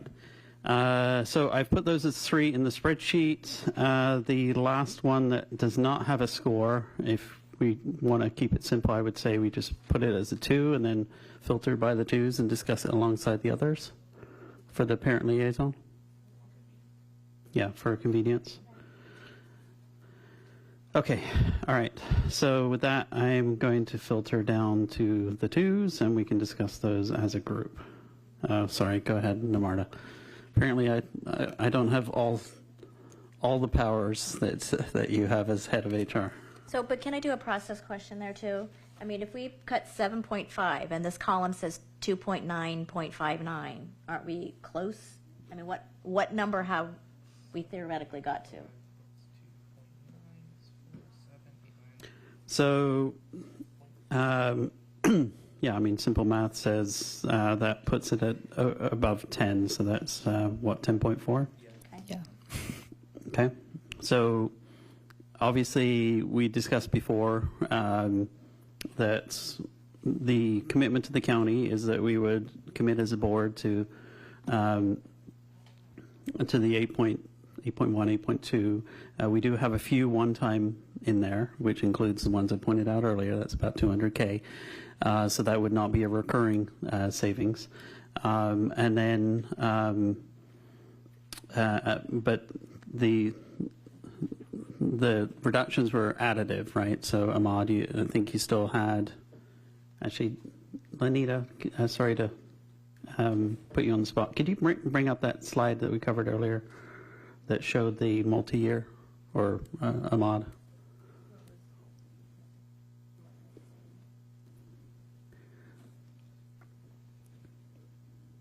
Yeah, that's the one.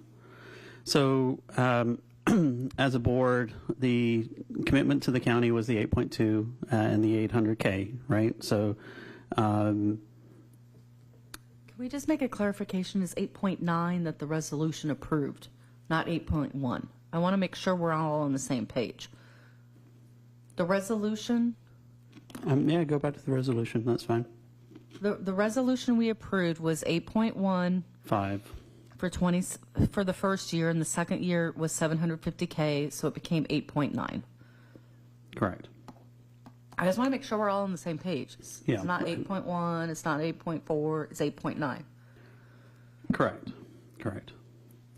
So I think we're suffering from double rounding there, but yes, you're right. It's 8.9. So, so as a board, the 2-year total was $9 million, and then everything else was discussion around other things that might affect our ability to do this, right? So, just remind us, Ahmad, in terms of when does COLA get finalized? So we're in the process of updating first interim, so we'll have more accurate financials to share with you in December. Early indications is that COLA will not reach 3.02. We've been given a range of 1.27 to 2.58. And so we'll have a first indication of that in January. We would have had better data, but the federal shutdown caused some data problems. Obviously, we have not received new data from the federal government, impacting our ability to estimate that. But we should have better data in January. It will not get finalized until May. We also know that we'll have updated enrollment projections that will be also available in January.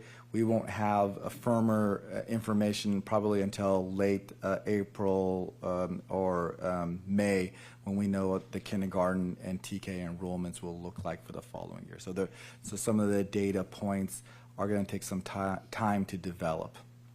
Okay, so the enrollment will get updated in January. The COLA is not finalized till May, but we have to commit to our reductions in February at the latest, right, for notification. So just, I hate to use a trustee McCaughey term, but for the benefit of the public, we have to commit to our reductions and take action by February at the latest for the following school year. And the state can still change the amount of money that they're giving us as a cost of living adjustment as late as May. But right now, the updated forecast is best case 2.58, worst case 1.27, I believe. 1.27. Okay, so you're saying at this time, unofficial, post,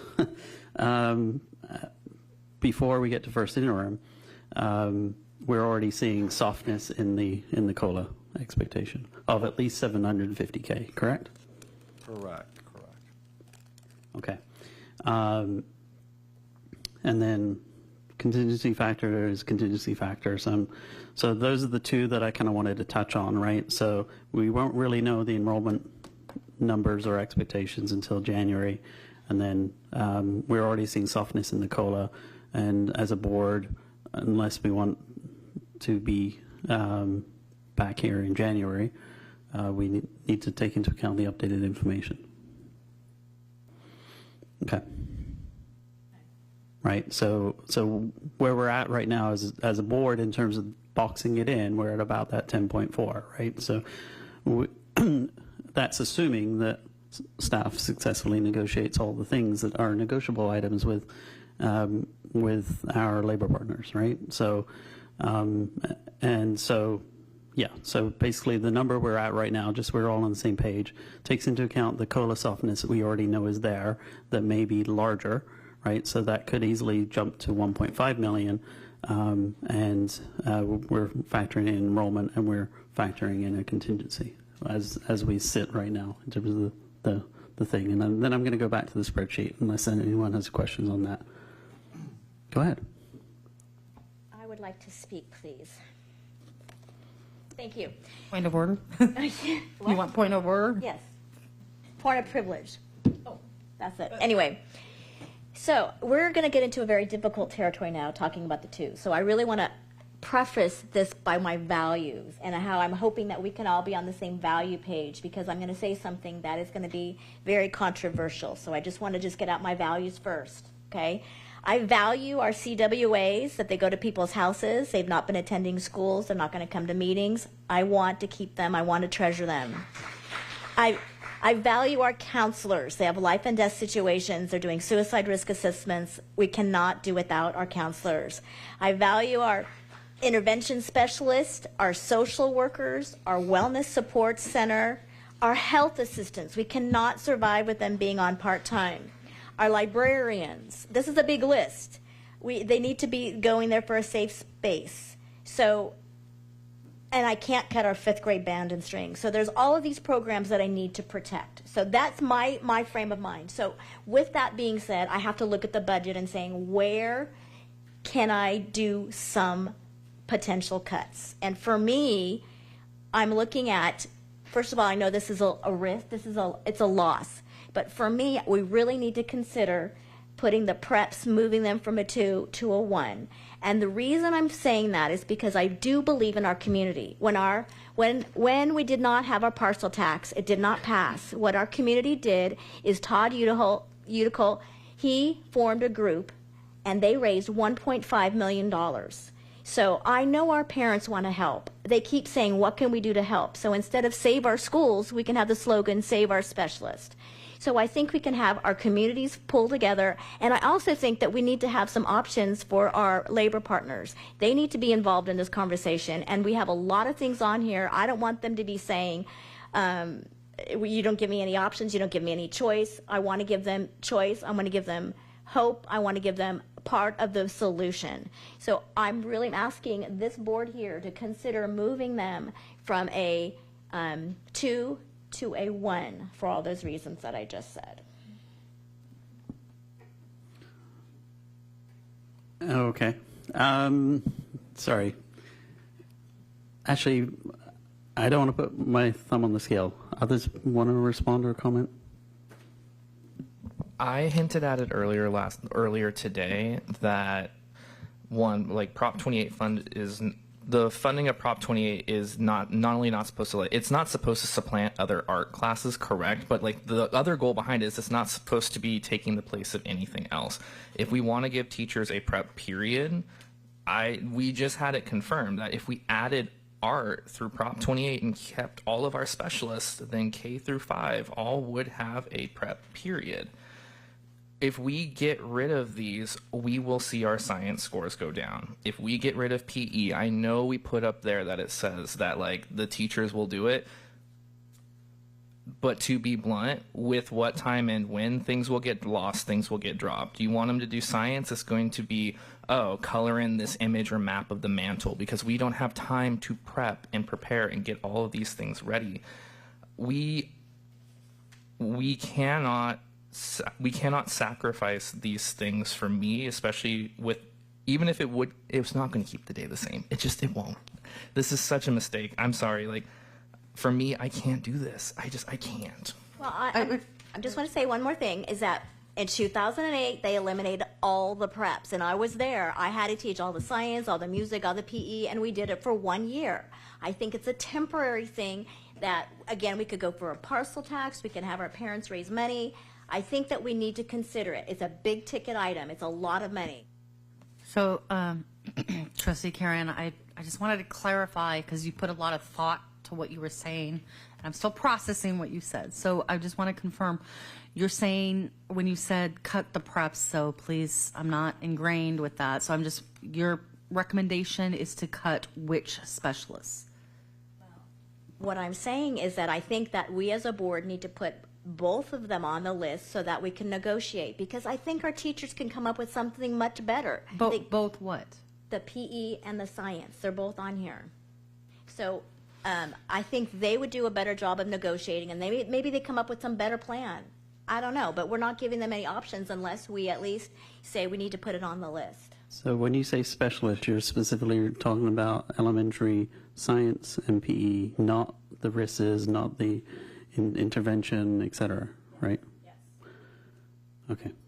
The other thing you need to remember is the parents now are not the same as the parents in 2008, in the fact that they have made, a lot of them have made very clear, not just on punishing the city for the sales tax, but also have made very clear if we get rid of these programs, they do not want to pay or fund them in that way.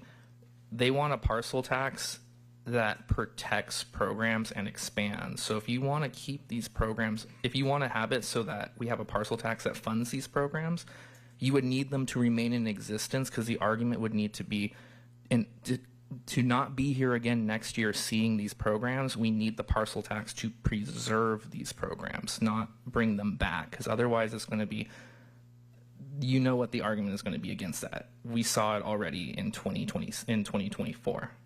So I strongly discourage this, just based off of what we've seen both from the city and from like what our families have said. The other risk too is the experience goes out the door for at least you're presuming that you can hire back the same people that have worked for years to put the programs together, et cetera. So I really appreciate the fact that you're thinking outside of the box. You're providing the impetus to secure the funding, to secure the programs, which is in the best interest of the students, right? You're both arguing the same thing. You both want the specialists. You see value in the specialists. Trustee Karen, with all due respect, you're suggesting let's put it on the list, and worst case scenario, we offer our parents to bring it back through approving a parcel tax. And Trustee Jones is cautioning that, okay, once you take something away, they'll be like, we don't have faith and trust in the board to restore those programs. So I see both sides of the coin, and I respect both of you for your position on that. I also want to say one other thing is that this is something that's not negotiable in the sense that a lot of these items are. And so I'm afraid that we put so many things on this list that we're not getting our labor partners any choice, and it's going to be very, very difficult to come up with all of these cuts. Yes, no, that's my concern as well, which I've, without sounding like a broken record, said it several times tonight. I've said it in the last 5 meetings, right? Which is that I don't like to ask staff to enter negotiations with the intention that you have to agree to these things, because that's not a way to build trust with our labor partners, right? So I get that point. I'm going to stop talking. I want to hear from our other trustees. I just want to say, I mean, I just think we cannot cut our science specialists. I mean, they work with our youngest learners, and I think grade 1 through 3 play a pivotal role in during a critical developmental window for our youngest learners.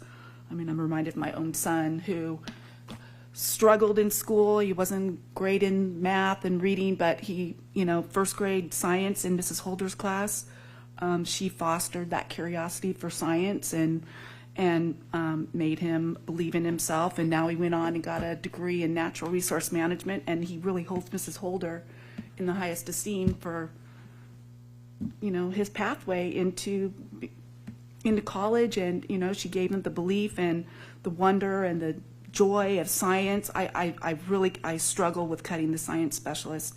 As far as PE, of course, I don't want to cut PE, but I think there might be more flexibility. I'm not sure, but it's like a hybrid. I don't know about PE, but I think we do have more flexibility in maybe PE and teacher-led. Mike, because you had discussed that back in, you did some sort of rotation. I mean, it's not ideal, but well, and to the point made earlier, right? This is not, we're eliminating science. We're not eliminating PE. It's a reduction in FTE to scale to the current budget situation and the current student population that we have. So I want to hear from Trustee McCaughey as well. I've been pretty consistent on my messaging. This one's a little difficult for me, I would say. Having been in a specialist position, I advocate for the full training and qualifications that each specialist brings to the table. So just to understand and refresh everyone's memory, a specialist typically has single subject certificate and train for some of them. I don't know which ones, but typically you get additional schooling. So like, for example, when I did my single subject for fine arts and visual arts and performing arts, I learned about the principles of design, I learned about the theory of color.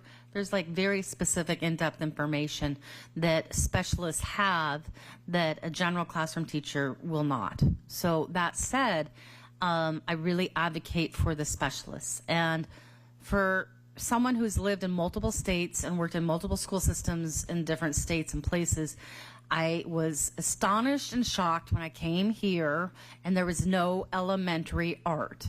And the reason why I emphasize that is because, to the point of we're talking about the elementary science, I do not support eliminating any of the specialist programs. And I think that's important to keep in mind. I also don't like that we're pitting specialists against each other. I don't like it. Like, why are we saying that science is more qualified than PE, or that music is more important than science? So I hear what you're saying, Trustee Carrion, and my point would be, when I look at the list, I see, okay, they are reductions. They're not eliminating the programs. So I could see consideration for the reduction of the specialists. And I've heard loud and clear that the proposal for music is not realistic for our families and getting students engaged into music. I don't know if there's another option for a reduction in music somewhere else, but I still struggle if there is a decision by the board to do some reductions of some of the specialists. I don't like that we're pitting specialists against each other. So it's not easy. And I do appreciate what you're saying, Trustee Kieran, that if the board as a whole decides to do a reduction in some of the specialists, that it's temporary. Because I agree wholeheartedly with you, Trustee Jones, that when you change a program, it's very hard to have it come back. Art never did. Elementary art. Elementary art. Hard, but we don't have certificated art teachers at elementary. But science and PE came back. We'll stay to the topic, but my point is... Okay, but it's not consistent, and it's not across the board at all the elementary schools, which then we can talk about inequities there. So I apologize for misspeaking for the two. Okay, so I'm going to try to take control back. I apologize.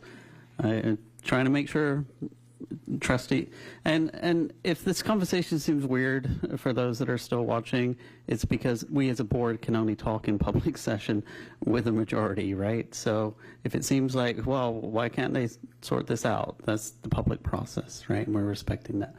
Can you go back to filter to the twos, though, for a minute? There may be, we're talking broadly about specialists and supports and so on. There were a couple other items on here that don't necessarily relate to that same discussion, right? So the first one is the CPAL, CTE director, or is that going to stay as a 2 or move to a 1? I thought we put that as a 1 because I thought I lost that one. I think I was trying to be trying to agree to allow further discussion, but yes, and at the time the majority had that as a 1. Do we still believe the majority has that at a 1? Okay, then I'm moving that to a 1. Middle school secretary, I know we kind of parked that discussion, and then we can get into the. Are we? President Brown, I'm so sorry to interrupt, but as a reminder, I believe last time you indicated your 2s were the new ones. So I think these were items that you'd already agreed to. No. Not all of them. We parked some of these, yeah. I know sometimes my instructions can be dynamic. So that's, well, yeah, so the only remaining exercise I really want to do tonight, because at some point we do want to let people and staff go home, and we're going to have to make a decision the next 15 minutes if we want to extend, would be reach consensus around the specialists and the supporting roles for our most, well, not most, but around some of our students that have those needs, versus and close out that discussion, and then the other roles, right? So at some point, like if we, like the goal was to have tell staff before the Thanksgiving holidays the items that we want them to discuss at the next negotiation, right? So that we have enough time to take action as a board for the February notification. It would be useful to know, even if we don't mark it as a one, per Trustee Carrion's suggestion, things that might come back into the discussion if we are unable to negotiate some of the other items, right? And so for me personally, weighing all the factors, like the ones I would be willing to consider adding to the list, push comes to shove, if we're unable to negotiate items that require negotiation, the ones that I'd be willing to consider would be the custodial discussion and the elementary library discussion, for all the reasons I mentioned before. I'm not going to rehash those, but clarify what you're saying. Are you recommending that we talk about those two categories now? Custodial Yes. and library media assistant. Does that work? and then we can end tonight's discussion around the intervention specialists, the RISs, the integration specialists, and the parent liaison. I'm going to suggest, fellow trustees, are you guys have up to talking about the custodial positions and the library media assistant now? Okay, so I'm going to suggest we talk about that, and then we do a tempo check to figure out how much we're going to extend the meeting. Yep, that's and then I think we need to be honest to our temperament and concentration now, and make a decision on how much stamina we have to continue forward. Yes, yeah. And the reason I'm doing it in this order is, like, from a numbers perspective, if we could agree on some of these other roles, I could agree to preserve and move all the other specialist discussions. So can we start with the library media assistant 3? Trustee Carrion, I'm going to ask you to start the conversation, because you're the one that asked this item to be added, I believe, wasn't it? Yes, so maybe I think, yes, my main point was that I wanted to keep the elementary library media assistants and the middle school library media assistants. I think that they were very critical, and so I was trying to come up with a compromise, and so I thought that there was 2.5 staffed at Amador that was not at Foothill, so I thought that was at least some kind of a compromise with the library.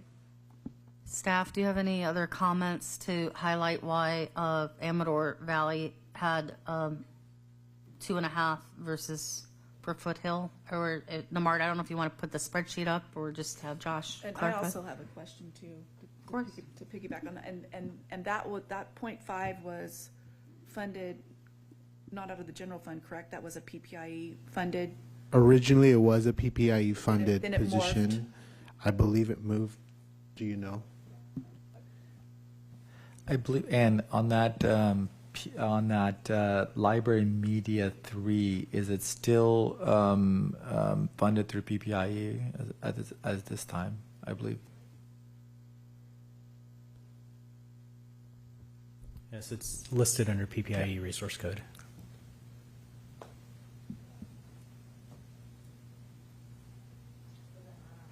So does that mean that? So they've moved to a different model. I mean, that's what they did this year. We'd sit down with them. They've moved to a model where they're funding the library program by $170,000.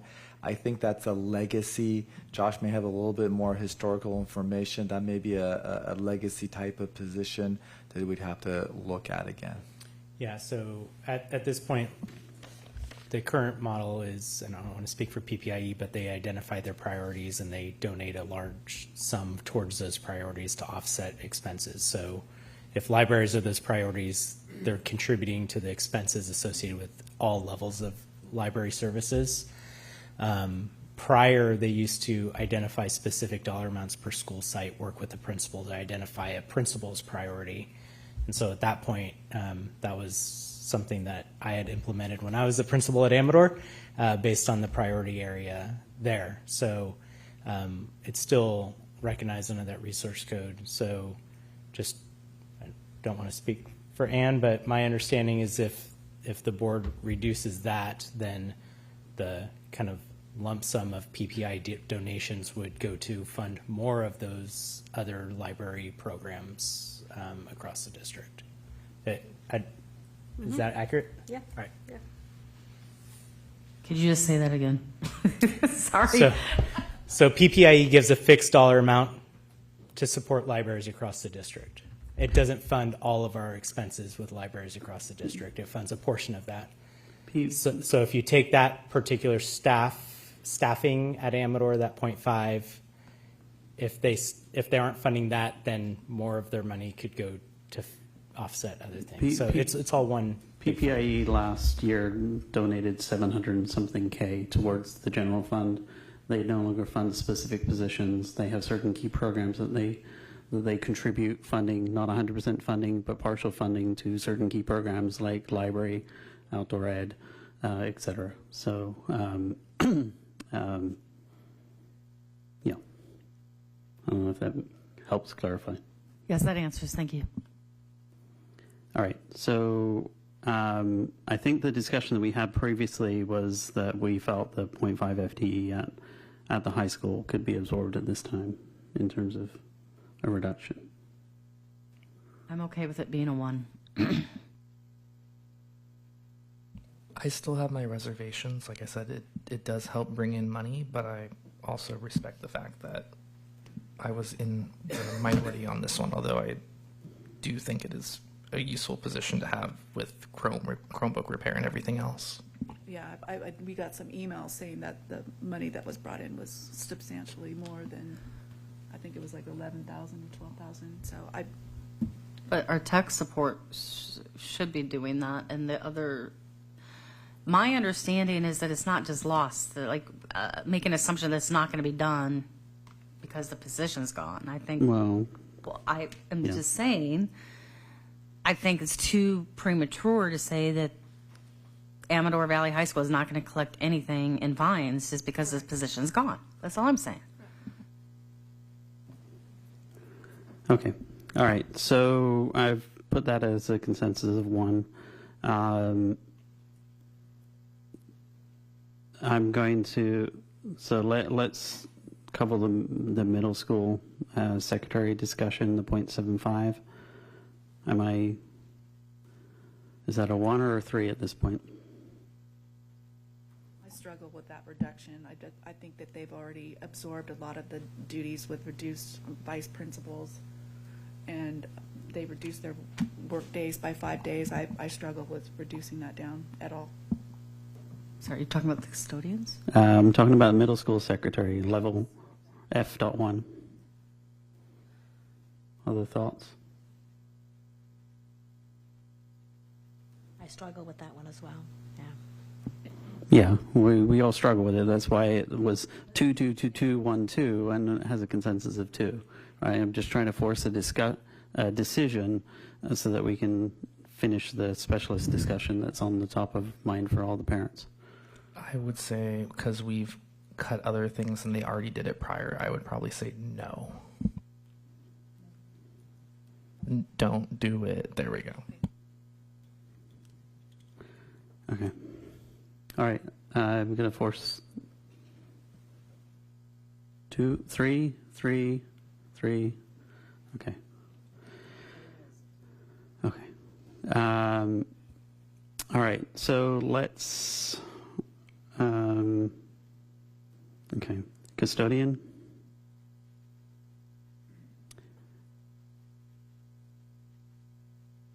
Now remember, adding this to is to increase the latitude that we're giving staff in negotiations and other things, right? So We'd already discussed this one, I believe.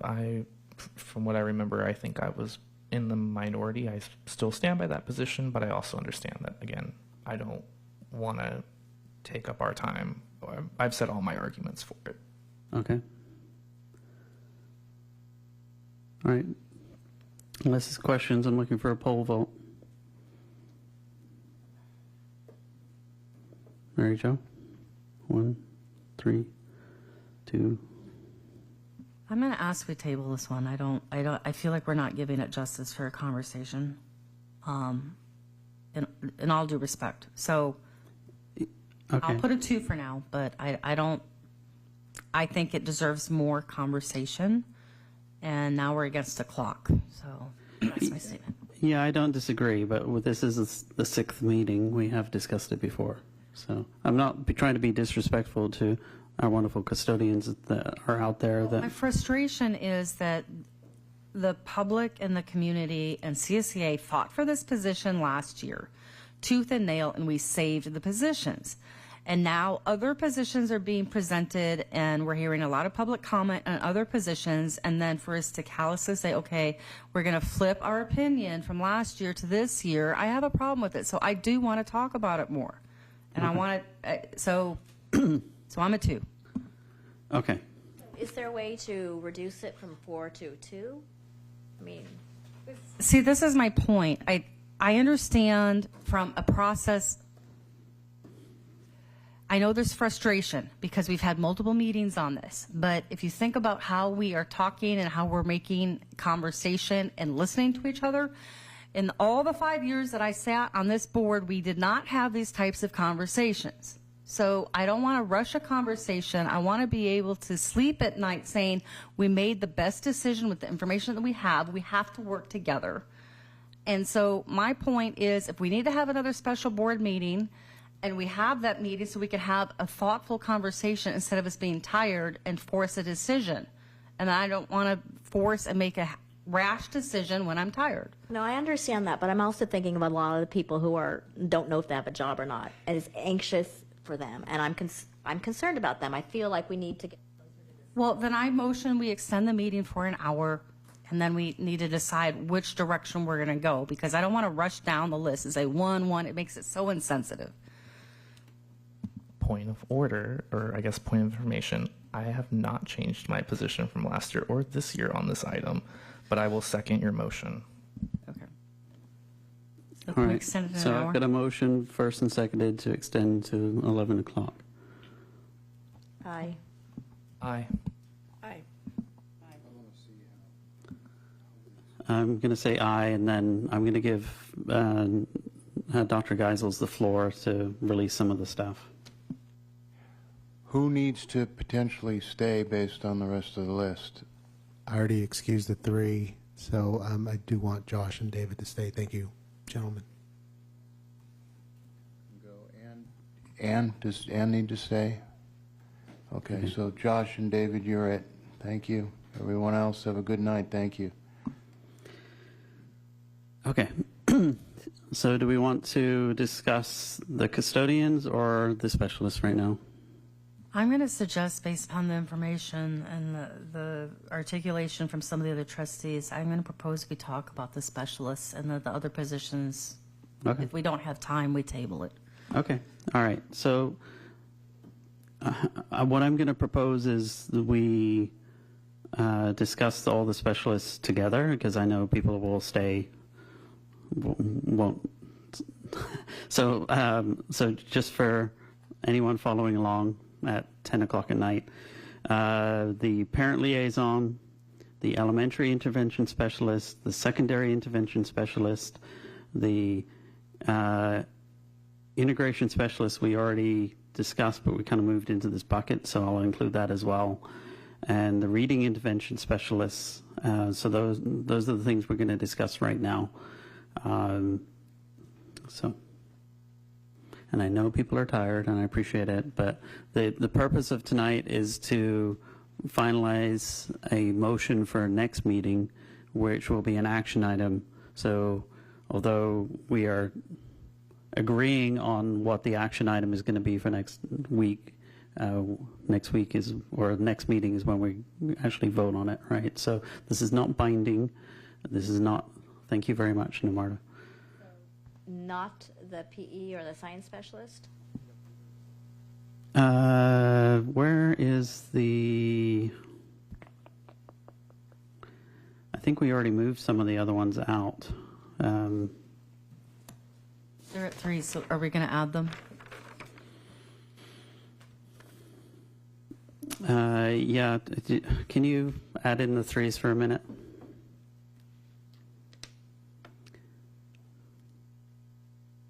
Sorry, Namarta. Maybe filter on line item for specialist. D7, filter by specialist.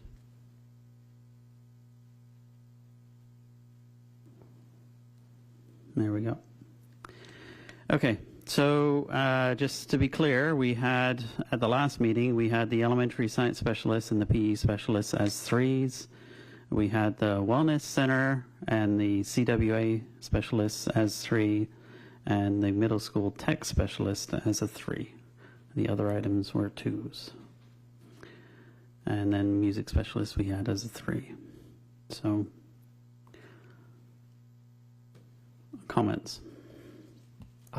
I think we are already all in agreement on child welfare and attendance, the wellness center, the technology specialist.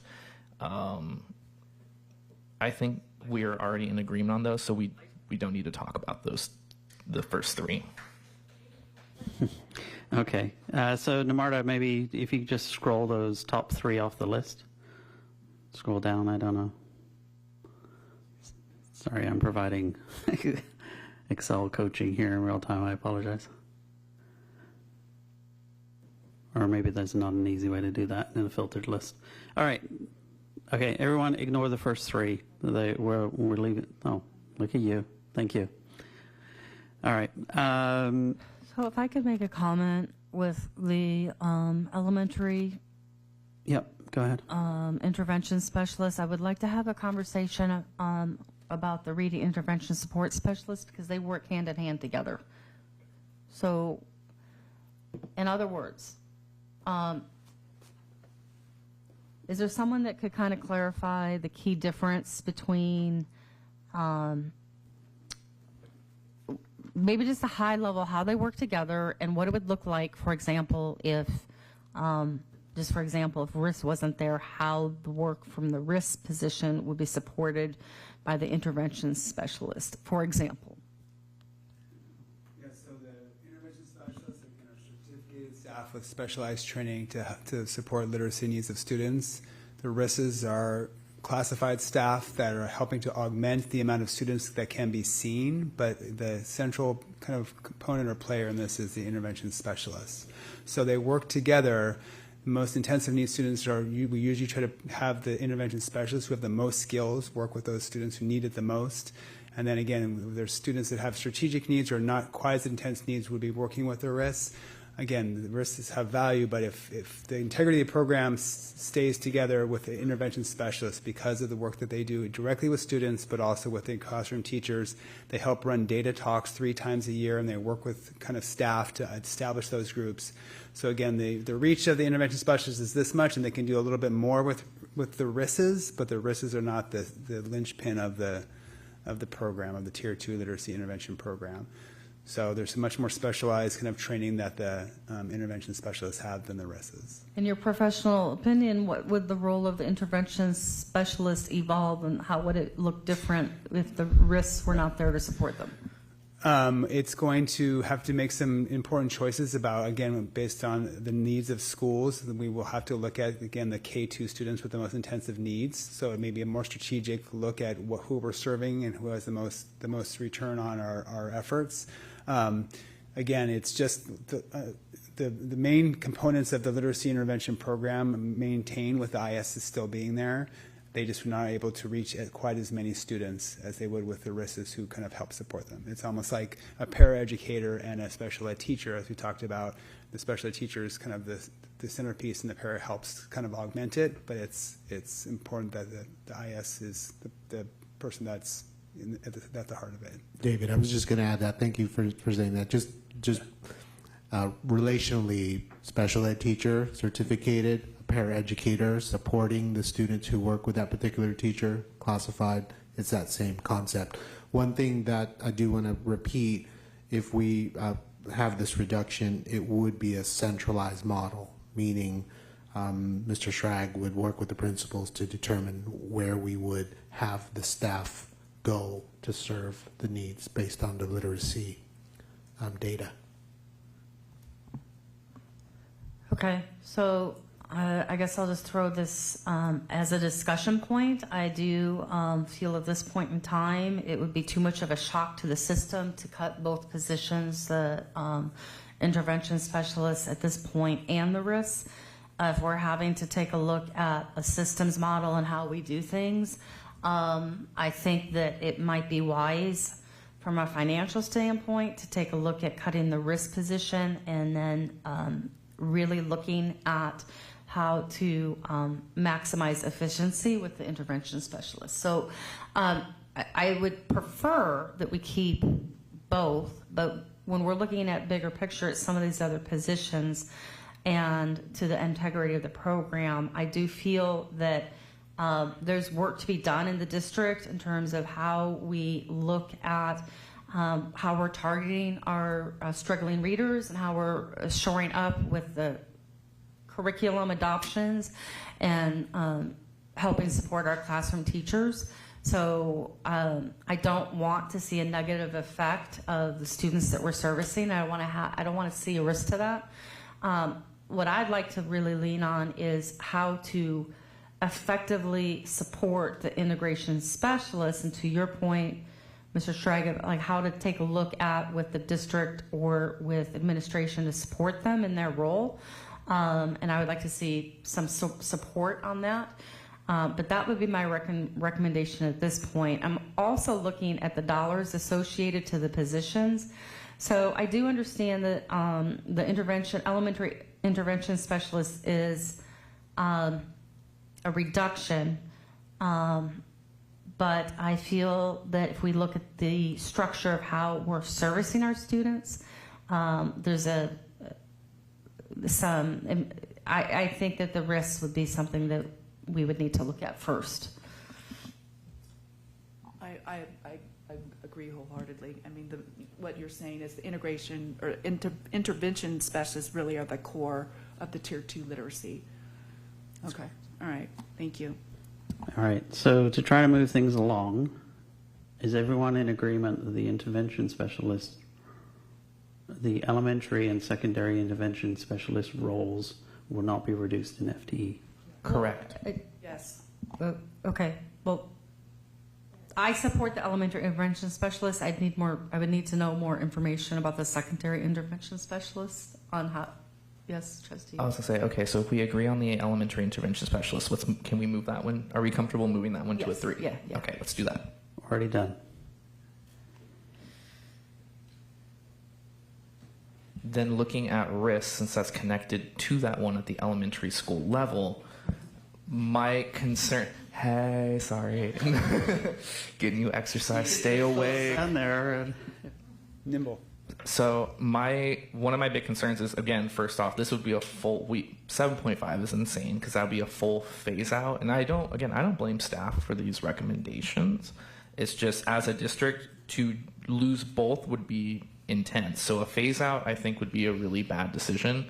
My concern with cutting anything out of risk is that they help with the testing that goes on, is my understanding as well, which would take more time away from the intervention specialist actually supporting students because they're supporting with testing, supports, and other things.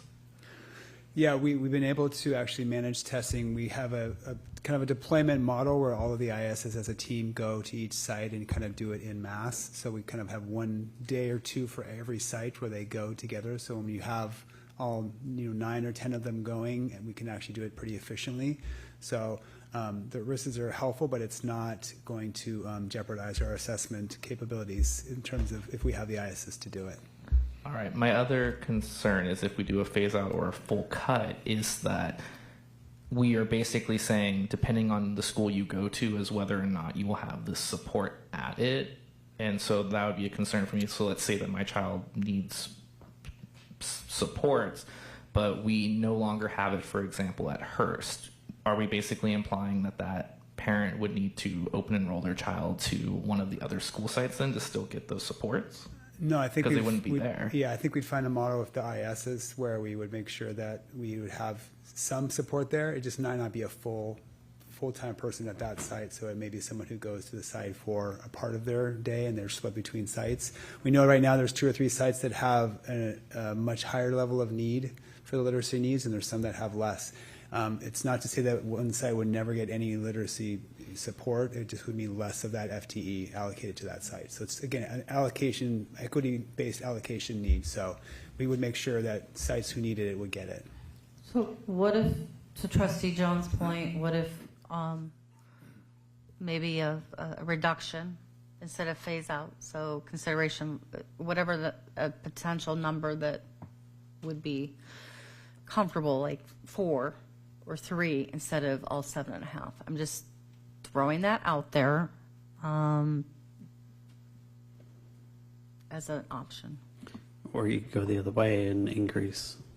But they're different rates, right? I'm sorry, what? Well, like a RIS is $80K per FTE, whereas a intervention specialist is at a totally different rate. Right. I was talking about the risks. I'm sorry. No, I'm just saying you could go the other way. You could eliminate the RIS role and then add incremental FTE to the intervention. Well, my impression is that it's the way the current model is that the risks are able to reach more students. So my point is that we need to look at the model so that we're continuing to reach all those students. It's because we don't want it to be a cost to the students, right? At the end of the day, if they're saying they're reaching and servicing less students, that's a difficult pill to swallow. So I'm asking bigger picture to the design and the structure of the elementary intervention specialists. And anyway, I'm proposing to do a reduction. If the entire board is not comfortable cutting all the risks, that we compromise. That's what I'm trying to say. So I need to get a tempo of the rest of the trustees for this, for the risks in particular. So it was my experience when I taught 2nd grade. They worked in together. So we would have our universal access time, and we would divide up all of our students, and then they worked hand in hand, the intervention specialist with the risk. So I am not in favor of eliminating either or any of them or any kind of compromise at all with them. Just to kind of make clarification, it's not that the RIS can see more than the ISs, like they don't see a larger amount. It's just that with the needs that we have this need. The RISs get to help with kind of looking at the strategic. So it's, again, it depends on the needs of the students. Sometimes students are seen in groups of 6, sometimes they're in 4, and sometimes it's even one-on-one. But it's not that the RISs can see a higher amount of students than the ISs. No, but what you were saying is that if we don't have the risk, fewer students could be served. Maybe I misunderstood that. That's correct. That's correct. Okay, so that's why I'm clarifying what you were saying. But is the total FTE between the IS and the RISS disproportionate to the number of students that we have with that need at this time, based on our declining enrollment? There's still a high level of need at sites, and so we are again going to have to focus on K through 2 intensive students, which is roughly more than 200 students across that K through 2 span that have intensive needs. So that it's not that it's declining, there's still a need. It's just that, for example, there's going to have to be other ways to support, for example, 3rd or 4th or 5th graders with intensive needs. How about asking it from a different perspective in terms of results? Where are we statistically with the students' performance? Very impressive results from when those students are seeing and getting kind of that extra dose of that strategic intervention. Their scores come up significantly when we have those ongoing scores from our DIBELs. So that is very measurable progress when those kids are getting seen consistently at almost all of our sites. So it sounds like from a standpoint of servicing our students that the concept of working with our intervention specialists in tandem with our RIS at this current time is how we're going to support our most neediest students, correct? So unless if we have compelling evidence for student achievement of our underserved students and our other targeted students, and that we're seeing academic gain, then it wouldn't make sense to terminate these positions. And if I recall, our disproportionate data for our Hispanic, our African American students has been lagging, and we haven't seen significant gains and continue to be an issue. So unless, I guess my point is, unless if we can have compelling data to show otherwise. Okay, so, all right, so am I leaving this as a 2 or 1 or a 3 for RIS? I don't want to ask more work for staff, but is there certain data that could point to say, and I don't want to put a quantity around positions, but clearly there's a disconnect between the need for for these positions and the students that they're servicing. Is that possible or not? And I don't want to, I mean, if it's something easy to gather, I'd say great. If it's not, then I don't want to make rabbit holes. So, I mean, we can try to do anything in terms of collecting data. The one thing I'm No, it's not collecting. It's like you should already have the data. finding the data for the board. That's what I'm saying. So one thing to think about, that I'm thinking about, sorry, is we have 10.0 FTE of elementary intervention specialists. We have 10 because there's 2 at Valley View, correct, Mr. Schreck? And then there's 7.5 reading intervention specialists, meaning we don't have 1 at every school. Or no, part-time. Sorry, yes. We have 10, but they're part-time. So they are connected to an intervention specialist, if I could So say what would that it way. look like if we had 1 per campus? So 1 per camp. We have 1 at each campus. 1 RIS at each campus, just less time. They're not 1.0. Yeah. This year, because of the needs, we've allocated more RISs to Valley View because of that literacy need. But last year, there was one IS and 1 RIS at every campus. But because of the reduction, we moved. Or But the we need, did that this year. This correct? year, correct. Okay. Yeah. That's what I thought. I was thinking about the FTE at the sites. They weren't There is an equal. IS at every site. Right. Yeah, and 2 at Valley View. Correct. I feel like we have talked around on this question, and I feel like we all know where we are at this point, or at least I feel like we do. So I feel personally like we would be ready to make a consensus decision on this one. Okay, go ahead, Trustee Carrion.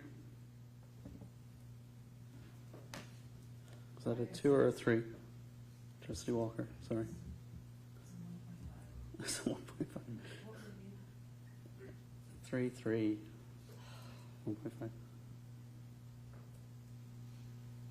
Can we all agree that we do not want to phase it out? What? Do we all agree that we do not want to phase out the full 7.5? Are we in agreement there? Yes, can we compromise on the number? I'll let you guys bring forward a number on that one. Can staff come back? What is the? Can we make it right, We- but we I don't want to put someone on the fly to say randomly throw out a number if they're not comfortable. My point would be, I think we could get support if we eliminate, whether it be reduction in hours. I don't know how that would look, so I don't know if you can total that in the moment. I don't think we can total in the moment. What I'd like to do with Mr. Schrag is look at the data, see where our needs are, what particular schools, and then make a reduction, kind of like what we did earlier on another item. Just show the board another option in terms of if I'm hearing you correctly in terms of direction. So the current language in the line item is a phase out, as you all have said, 7.5. We can look at what does 5.0 look, what would that look like for us? I'm just throwing out that number, but I want to analyze the data. I don't want to just randomly give you a number tonight. Right. And that's my point. I want to back this up with data. So if that would be possible, and we as a board can agree that we will reduce, can we agree as a board to reduce the number and based upon the information staff would come back with us?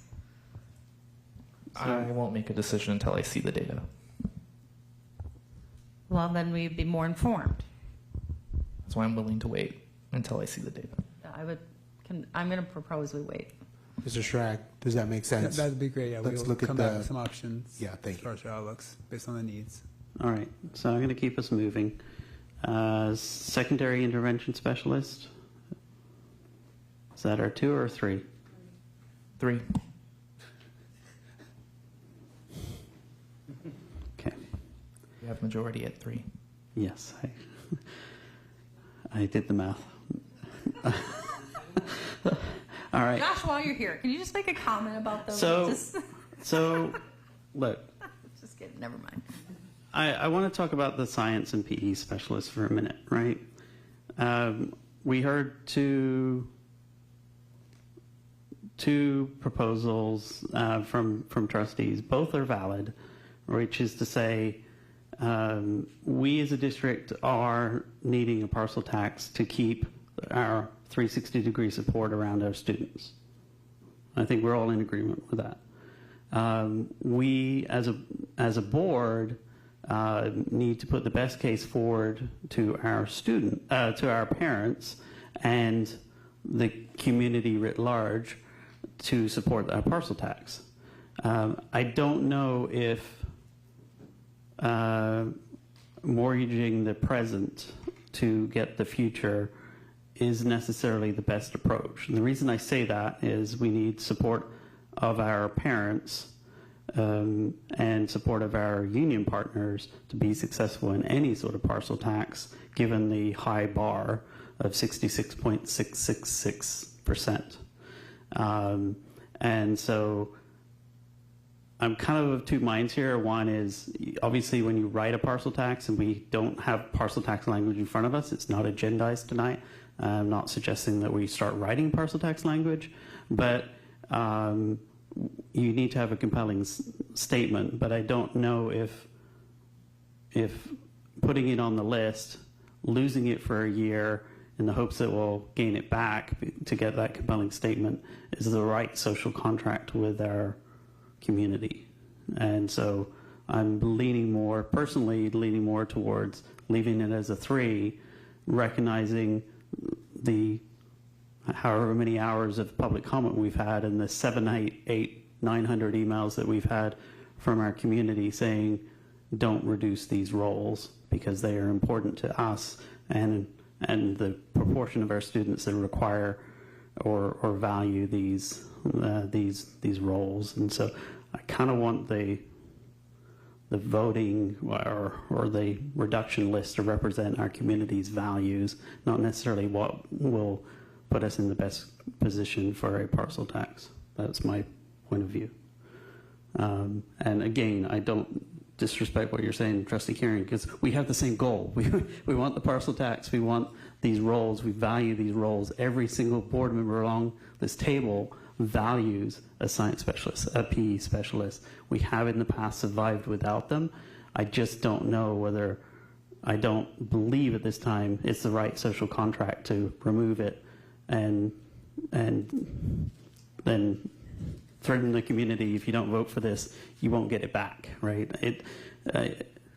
That's my worry. No, I understand that, and I support that. My only concern is we're putting a lot of pressure on our labor partners right now because that's my only concern. We don't have any wiggle room, and that's my concern, a fiduciary one.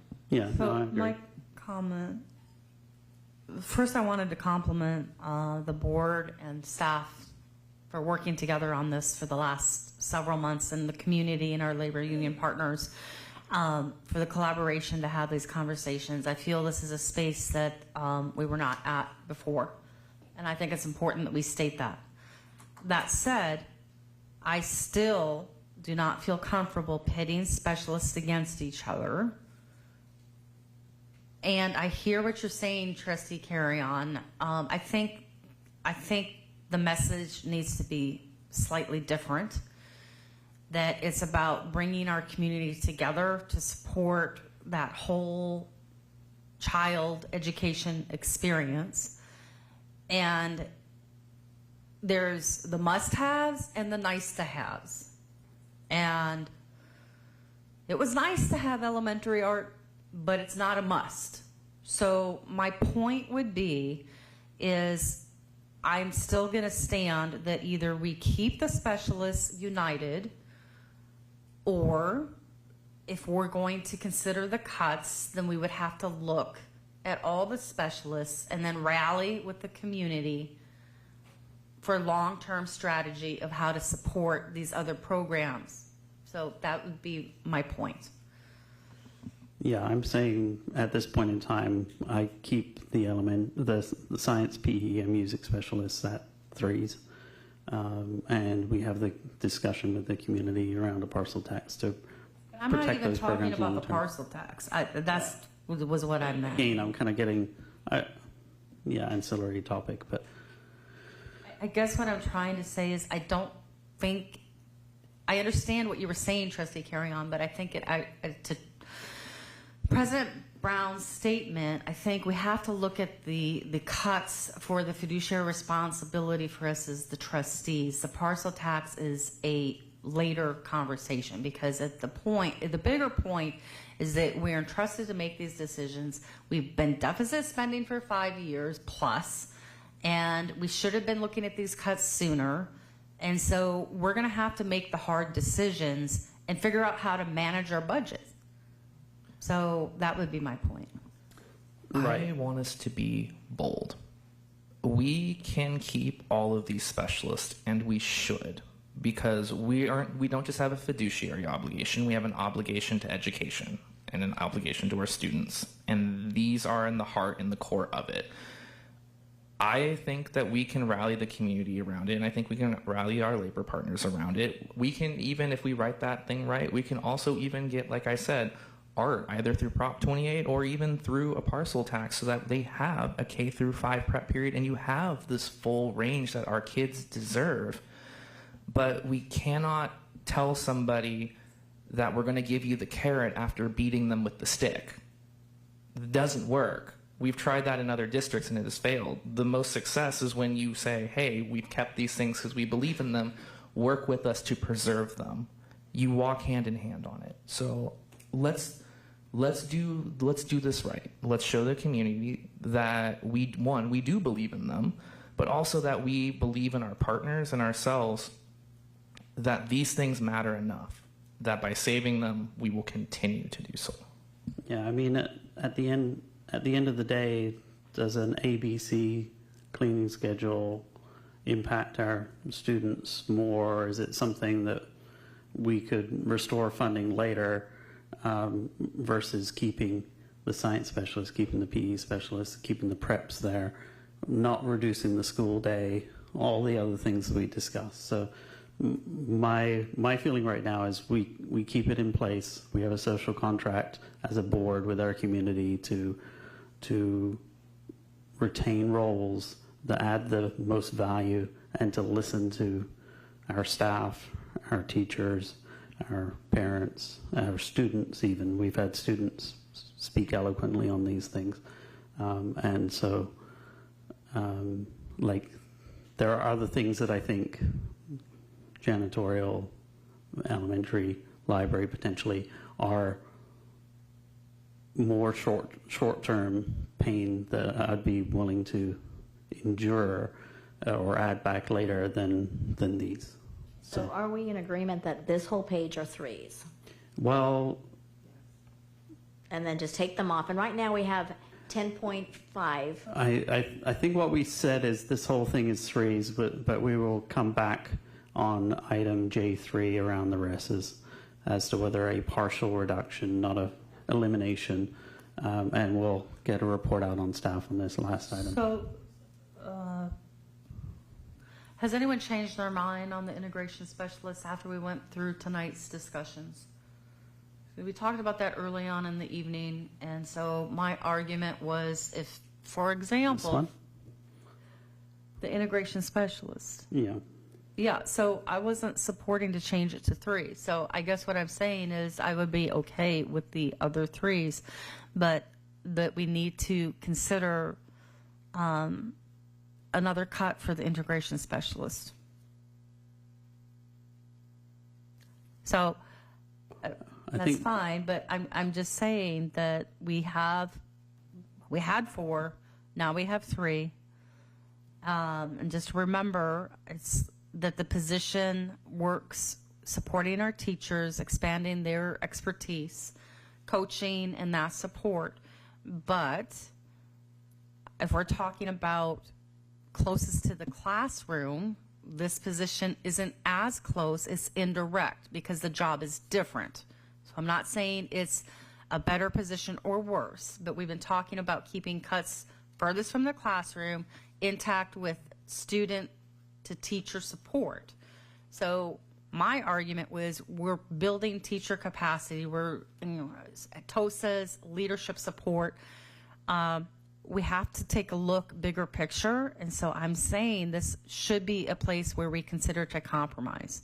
Because if we don't compromise on, we each have to think about what we're willing to work and compromise on so that we can work together. Because otherwise we're not going to get past any other conclusive decisions. So that would just be my point. Right. But we also need to, so let's just do another straw poll vote. Well, it's okay. If no one else has changed their opinion, we don't have to vote. I think you and I were outvoted, essentially. Does anyone else have any change of heart? Okay, then fine. Okay, so. Thank you. A question, is there any chance that I don't know if this is a good idea or not, what about lowering the substitute rate? Have we considered that? We took that action last year, and we're pretty much aligned with our neighboring districts. So we can look at it if that's the desire of the board. I'm just trying to find some money. Okay. All right, can you filter back to the 2s and let's finish the evening? I think you also still have some blanks. No, I don't. Can you check?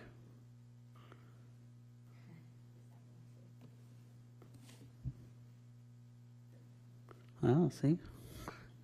I was following along. Okay. All right. Are there any... Is that the only one in the 2s? I think they're in the... Oh, there we go. There we go. Yeah, and so they're... Yeah, so... all right, so... We talked about risks, so we're parking that for more data for next week, right? We've got to talk about we didn't discuss the parent liaisons in the last discussion, but is the belief that that is part of the specialist discussion? I mean, I'm still a 3 on that one. I've been all the way through on this one, APAC and everyone else. So just to give some context, I was the one to ask for some more information on this position, and so it's my understanding that it's a reduction from last year we agreed to do a reduction from 8 to 7, and instead of reducing from 7 to 4, I had asked to see what could be compromised, and so the suggestion was to just address one less hour, so it'd be 6 hours, which I understand that would still have access to benefits, correct? 75% of benefits. Okay, 75% of benefits. And then there would be, my understanding also in getting more information is, because I had asked the question about perhaps reducing the their calendar days, but that would have to be negotiated, correct? That's what I'm understanding. So we can't just unilaterally say, instead of them having whatever number of days they have, 217, whatever, I don't know what the number is. We can't unilaterally say, okay, we're going to reduce that to 175 days or something like that. That would have to be worked with labor union. That's correct. We have a line item for all of the positions, and this is one of the positions on that list. Okay, so I would just emphasize that the position is not being phased out. It's a reduction. We're having to look at savings. So that was why I'd asked staff to propose this as a compromise. So thank you, staff, for doing that. I appreciate the time to do that. I'm asking my fellow trustees to please reconsider in terms of the bigger picture with some of the other positions that we're looking to preserve. So that would be my statement. I would say that I think I have been pretty good at compromising on these. When I've been outvoted on them, I've let it go and I haven't pushed, I haven't brought it back. So this is one of those ones where our vulnerable communities have told us hell no, and I don't want to talk. I feel like I've already said everything I can say about this position, so it's still a 3 for me. Okay, I respect that. Yeah, it's also a 3 for me. I talked about it at the last meeting. I appreciate you. Yeah. Okay, that I will say firsthand, in the past, there was a lot of not listening. So thank you. All right. And I think my opinion on that has shifted over time as well. So, all right, I've moved that to a 3. The RIS is already parked to next week. Custodian and library are the last 2 things for tonight. So the custodian, elementary, middle school, these are both the FTE, just so we're clear, is tied to the ABC schedule and detailed presentation we got last time, correct? So my view is, and I certainly acknowledge some of the feedback we've received from some of the parents saying, look, my kids don't like going to the bathrooms at best of times. I can't imagine what this will be, but I know the ABC schedule still cleans the bathrooms. That's not impacted with an ABC schedule because of the high traffic areas, et cetera. So I don't want to rehash that. My view is these need to go into the 1 column for all the reasons that we discussed previously in terms of we need to give staff maximum flexibility as it relates to negotiating on our behalf, and then if because we just preserved all of these specialist roles that we're talking about, this to me is undesirable for sure, and to the points made previously, CSEA has certainly borne a large percentage of the impacts last year and this year, and I hate to even make this proposal, but I'm just trying to prioritize starting with the student out and what we can live with on a day-to-day basis until we can get incremental funding. So, thoughts?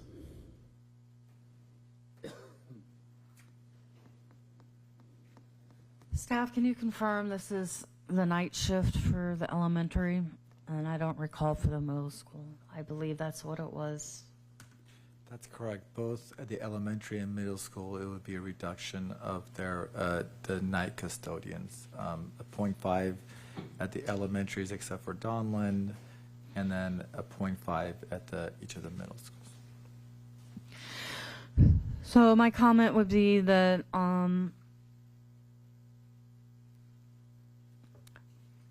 well, has the district ever done the other schedule before in the past? The ABC schedule in years prior? We currently are kind of working on a modified schedule because we've frozen one custodial position, And so the middle schools are kind of seeing some of this because the model we currently use, it kind of uses it reduces at the middle school and support at the nighttime elementary. So we have some of this going on already. So I think this would be a nice to have. I do think that there's consideration that I would like to see this, if it is the will of the board, that it be temporary. We do have other facilities in the works, and it needs to be revisited. I might even ask to, well, I don't know, but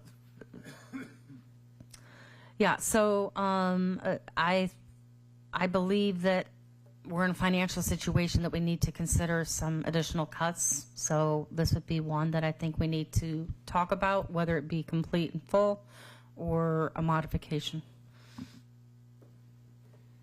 Okay, other trustees, please.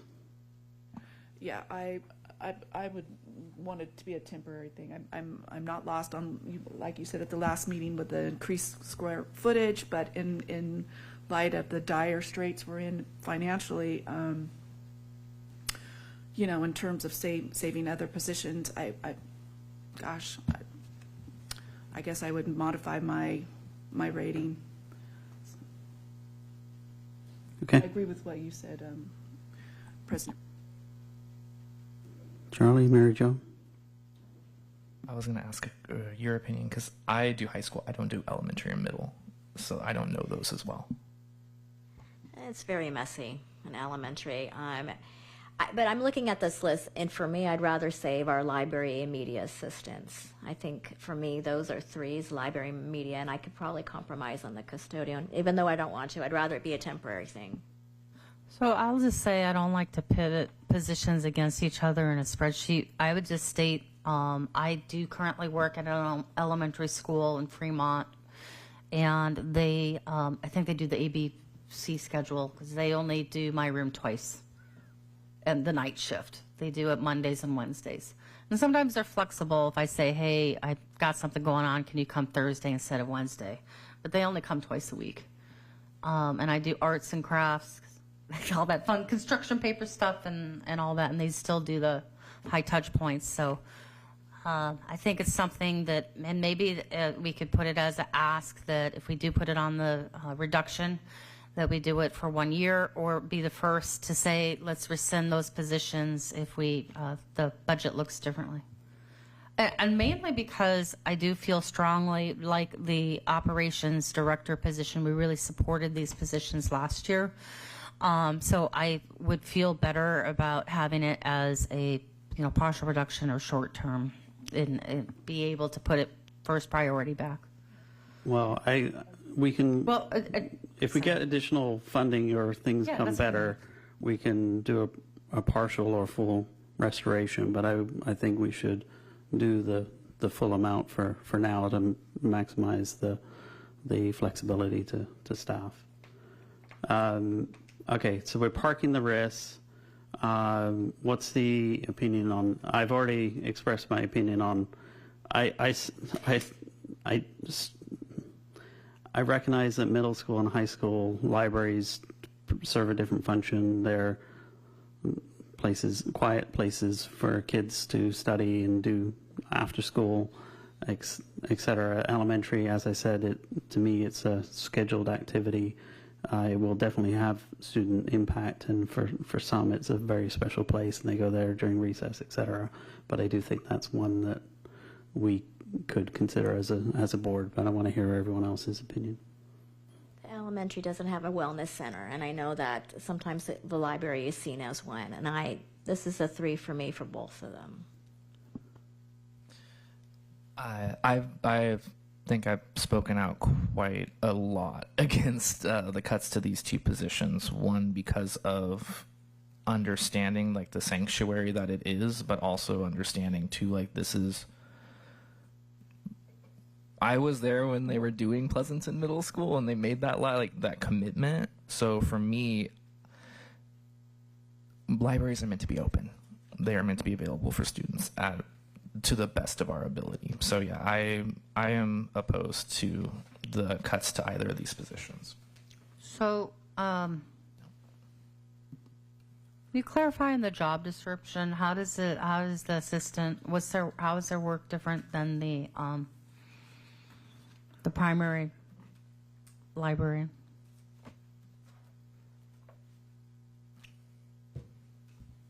Are you speaking of the elementary or the middle school? Both.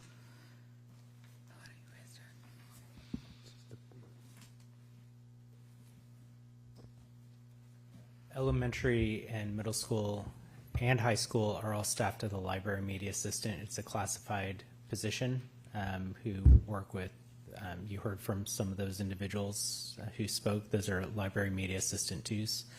And so at the elementary and middle school, those are the only staff members present. Both comprehensive high schools, in addition to the library media assistant, has a certificated credentialed teacher librarian in addition to those. And those are only staffed at the high schools. Those are part of the collective bargaining agreement in terms of staffing allocation of those two individuals with APT. So the librarians, what is the primary distinction between the media assistants? Are they the ones that are doing the mini lesson activities with the students, or is it the librarians? There are, so teacher librarians, certificated staff are only located at Amador Valley and Foothill High School. All other schools are only staffed by the library media assistant. So that is the only staff member there. So they are the librarian at each of those schools. So at the middle school, so the librarian at the high school level, are they really more helping if like a student has to come in and do a research paper and they're looking for certain books and resources and going through Dewey's Decimal System or whatever, looking through stuff? The teacher librarian, the credentialed staff member, the teacher librarian delivers lessons about research lessons. So, for example, Eric Shear is a teacher librarian at Amador. He brings groups of students in, works with other teachers on staff to support research-based lessons. So sophomore English classes do research papers every year, so he works with the sophomore English teachers throughout the day. That is not on the list that you guys are looking at today, that position. It's the library media assistants staff all the classified positions that staff all the So libraries. the middle school library media assistant too, for the reduction 1.25, what would that, I believe we discussed this before, that it's a reduction, so it was like from full-time to 0.75 at each middle school? Is that what I'm It'd be a reduction understanding? of hours at each middle school. Right, Yes. okay. So let's separate them. I think that for the middle school, so that it would be a reduction in hours, but they would still service students and they'd still do their lessons and support research and all that at the middle school, correct? Correct. Okay, thank you. So trustees, I guess my question is, it's a reduction, it's not a phase out of the media specialists at the middle school level. I hear what Trustee Carrion, you're saying at the elementary level in terms of, to your point about the wellness center and the key point person. The middle school is a little different because they have those it's like, I think it's 6 periods in the A period and after school. Anyway, I'm thinking it's going to look a little different at the middle school, so I think that it might be something that could be looked at for a reduction. Are any of my fellow trustees? Okay, I see the head shake. How about Trustee Walker? Okay. Okay, so for now, I'm marking those as 3, and we're calling it a night.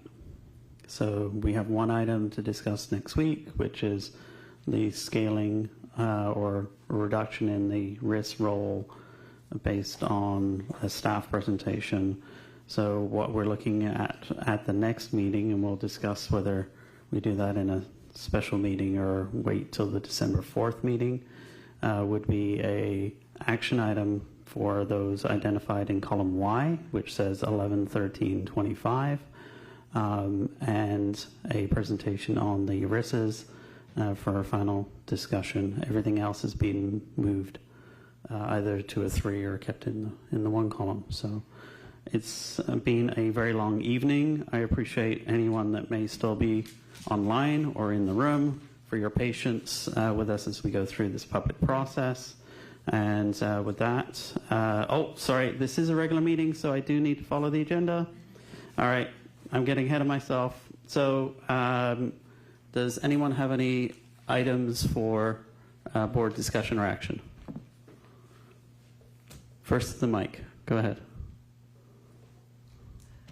This is a board request for CSBA delegate. It's that time of year again. I'd like to put it on the agenda. And to discuss, I do feel my seat will be up, and so I want the fellow trustees to think about if anyone would be interested in running. I do feel that someone from our board should be representative of the delegate assembly. It's an amazing experience, and so I think there's multiple options. And so anyway, I'd like to put it up on the agenda to discuss further for what the board would like to do with that, and that's my request. And I think just for the benefit of the public, if we could get a number total of what we got through for that last agenda item, I think would be helpful.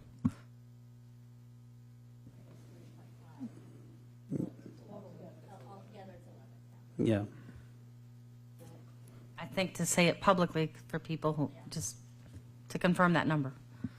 Okay, we can do that. Do you want to re-display for a minute? So while we do that, the next meetings right now is December 4th is a tentative meeting, special board meeting, December 11th, January 15th, and January 29th. Is the December 11th meeting the organizational meeting, Lenita? Okay, so that will where you guys get to pick somebody to replace me as the board president, and I will term out of this role. I've got more gray hair than I started this role 11 months ago. But all right, so just for clarity, so we voted on 7.5 million of items as of today. So the dates at the top is a bit confusing. So it was agreed on 11.6, voted on 11.13. The second column are the ones we discussed tonight that were agreed on 11.13 and will be voted at the next special board meeting to be decided in conjunction with TV 30 and the board's availability. So right now that's tentative December 4th, but that may be subject to change, and we will get back to the public on that item. So with that, I will adjourn. Sorry? Yeah, the total of those two columns combined would be 11.036 million. So, all right. With that, thank you very much for staying with us. I'm closing this board meeting at 10:52 p.m. Good night.